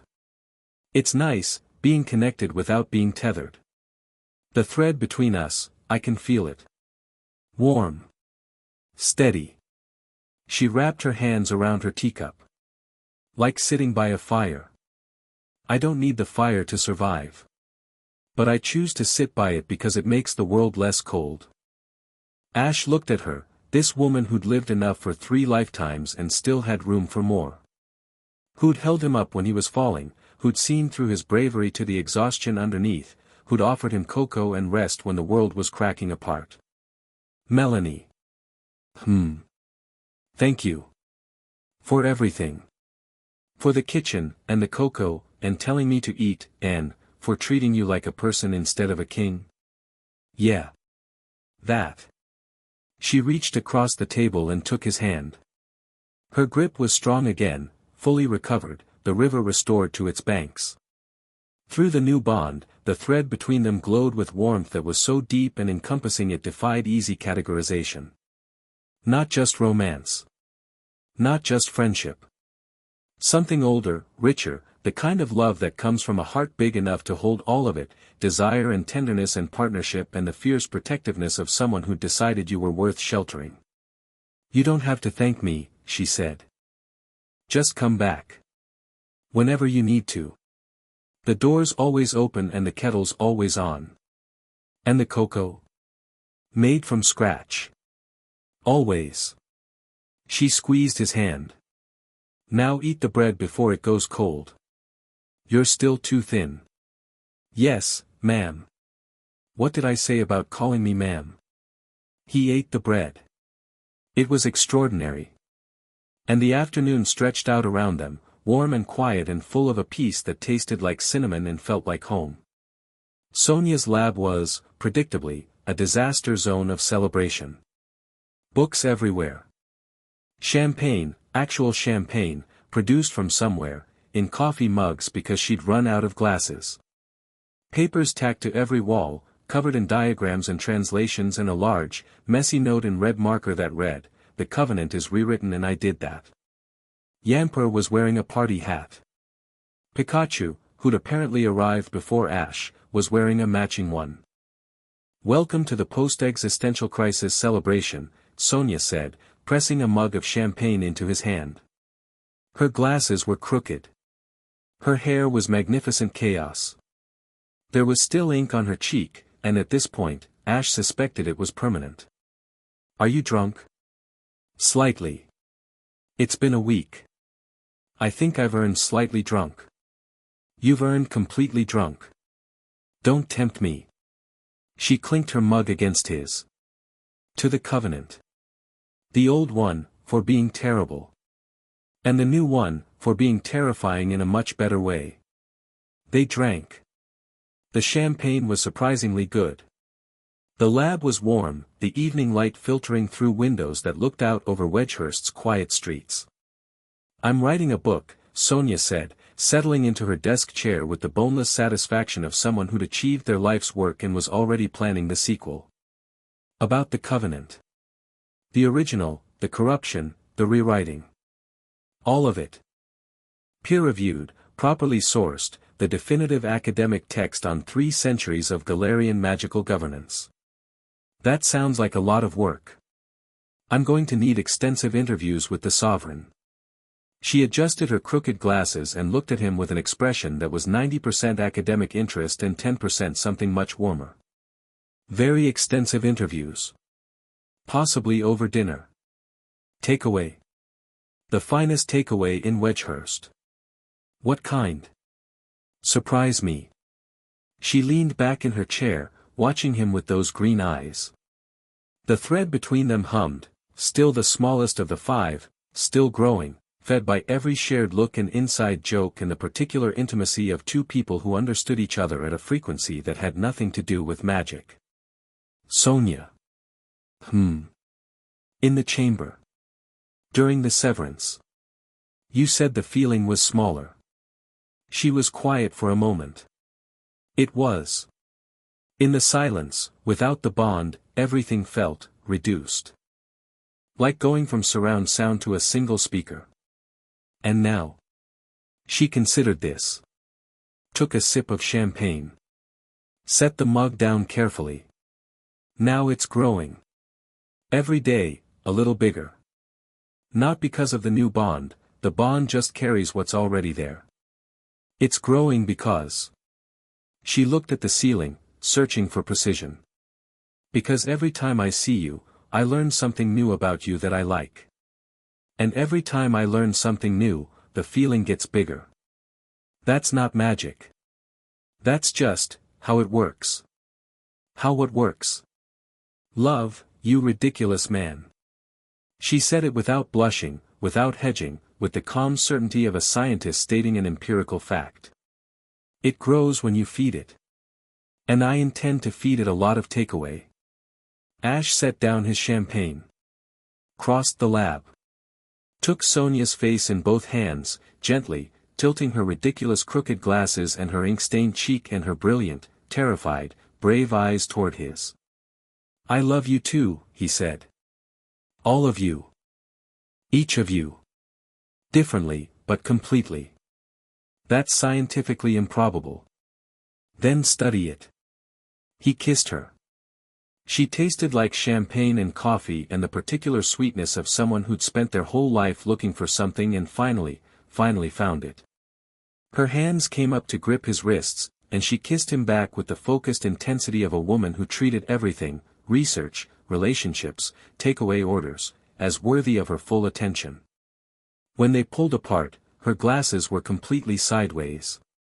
"I'm going to need new glasses," she murmured. "Sorry. Don't be. That's the best data I've collected all week." The weeks turned into months. The months turned into a season. Galar changed, not in grand, sweeping strokes, but in the way a garden grows, slowly, steadily, one new shoot at a time. The Crown Circle met weekly in Wyndon Castle's great hall, now genuinely converted into a council chamber, with a round table instead of a long one, and no head seat. Ash sat where he chose, which was never the same place twice, a small rebellion against the very concept of thrones that amused Raihan endlessly. The gym leaders governed their cities with renewed authority. The new covenant gave them power over their ley lines without tethering them to their stations. They could travel, leave, visit each other, visit Ash. The golden threads stretched across any distance, warm and constant, a reminder that connection didn't require proximity. Spikemouth flourished. The community center opened to a peers concert that drew twice the expected crowd. The school hired 6 new teachers. The Pokemon Center went to full-time operation. Marnie, watching her city come back to life, stood beside Ash at the grand opening and didn't say much, but the thread between them sang like guitar strings.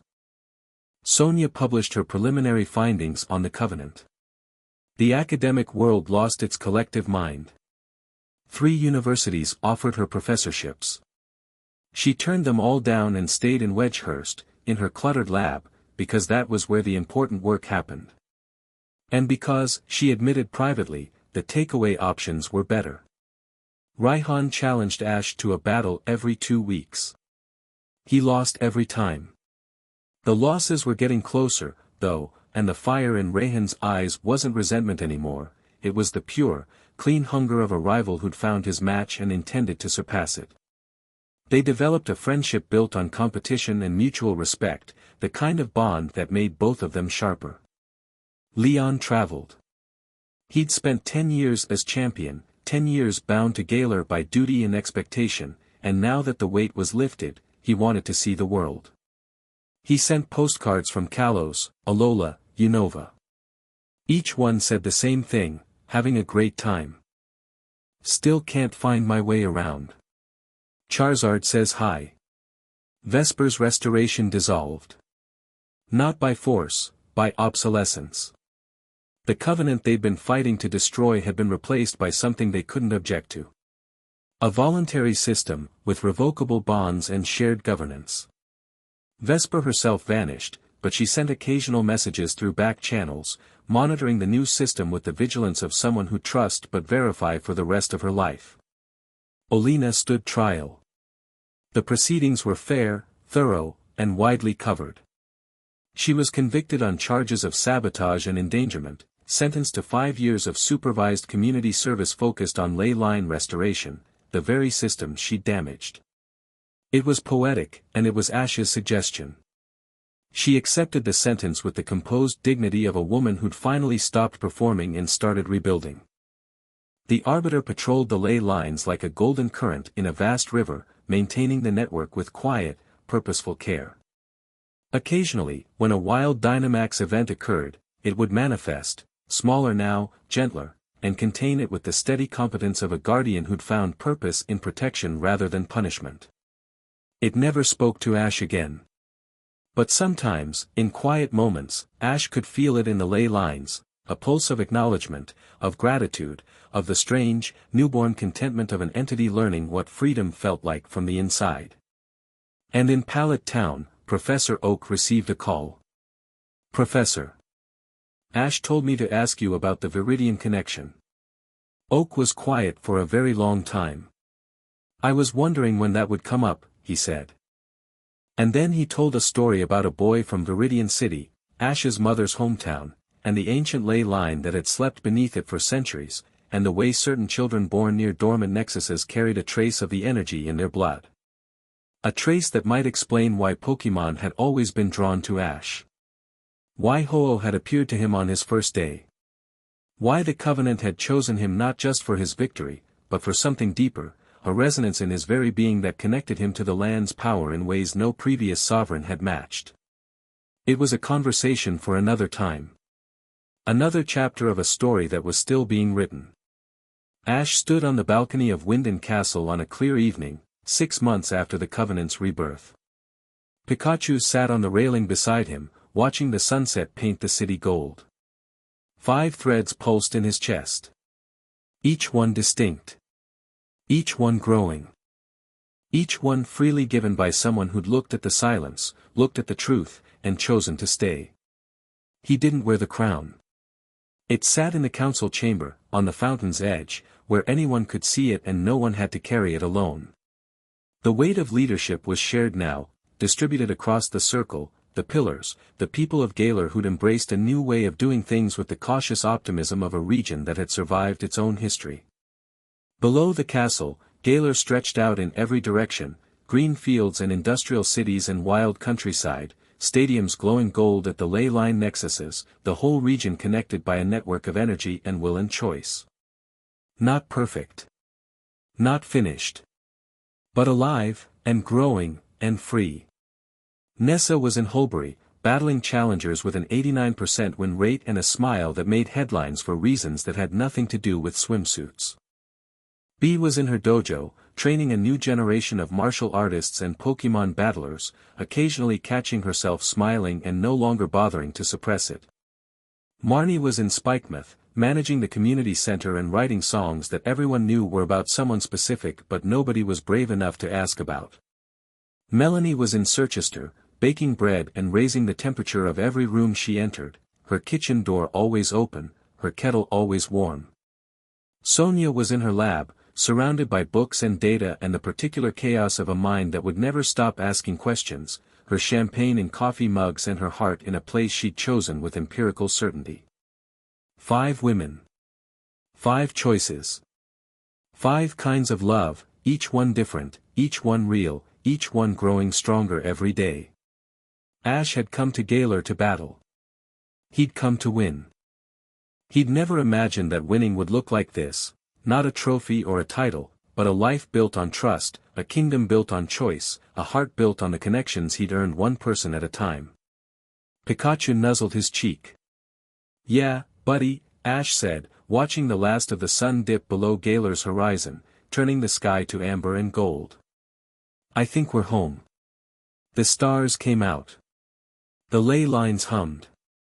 And somewhere in the warm silence between 5 heartbeats and his own, Ash Ketchum, sovereign of Galar, champion of the World Coronation Series, a boy from Pallet Town who'd never known when to quit, closed his eyes and let himself feel it all. Not the weight of a crown. The warmth of being chosen. The end. Thank you for watching this video. Please be sure to subscribe to our channel and like this video.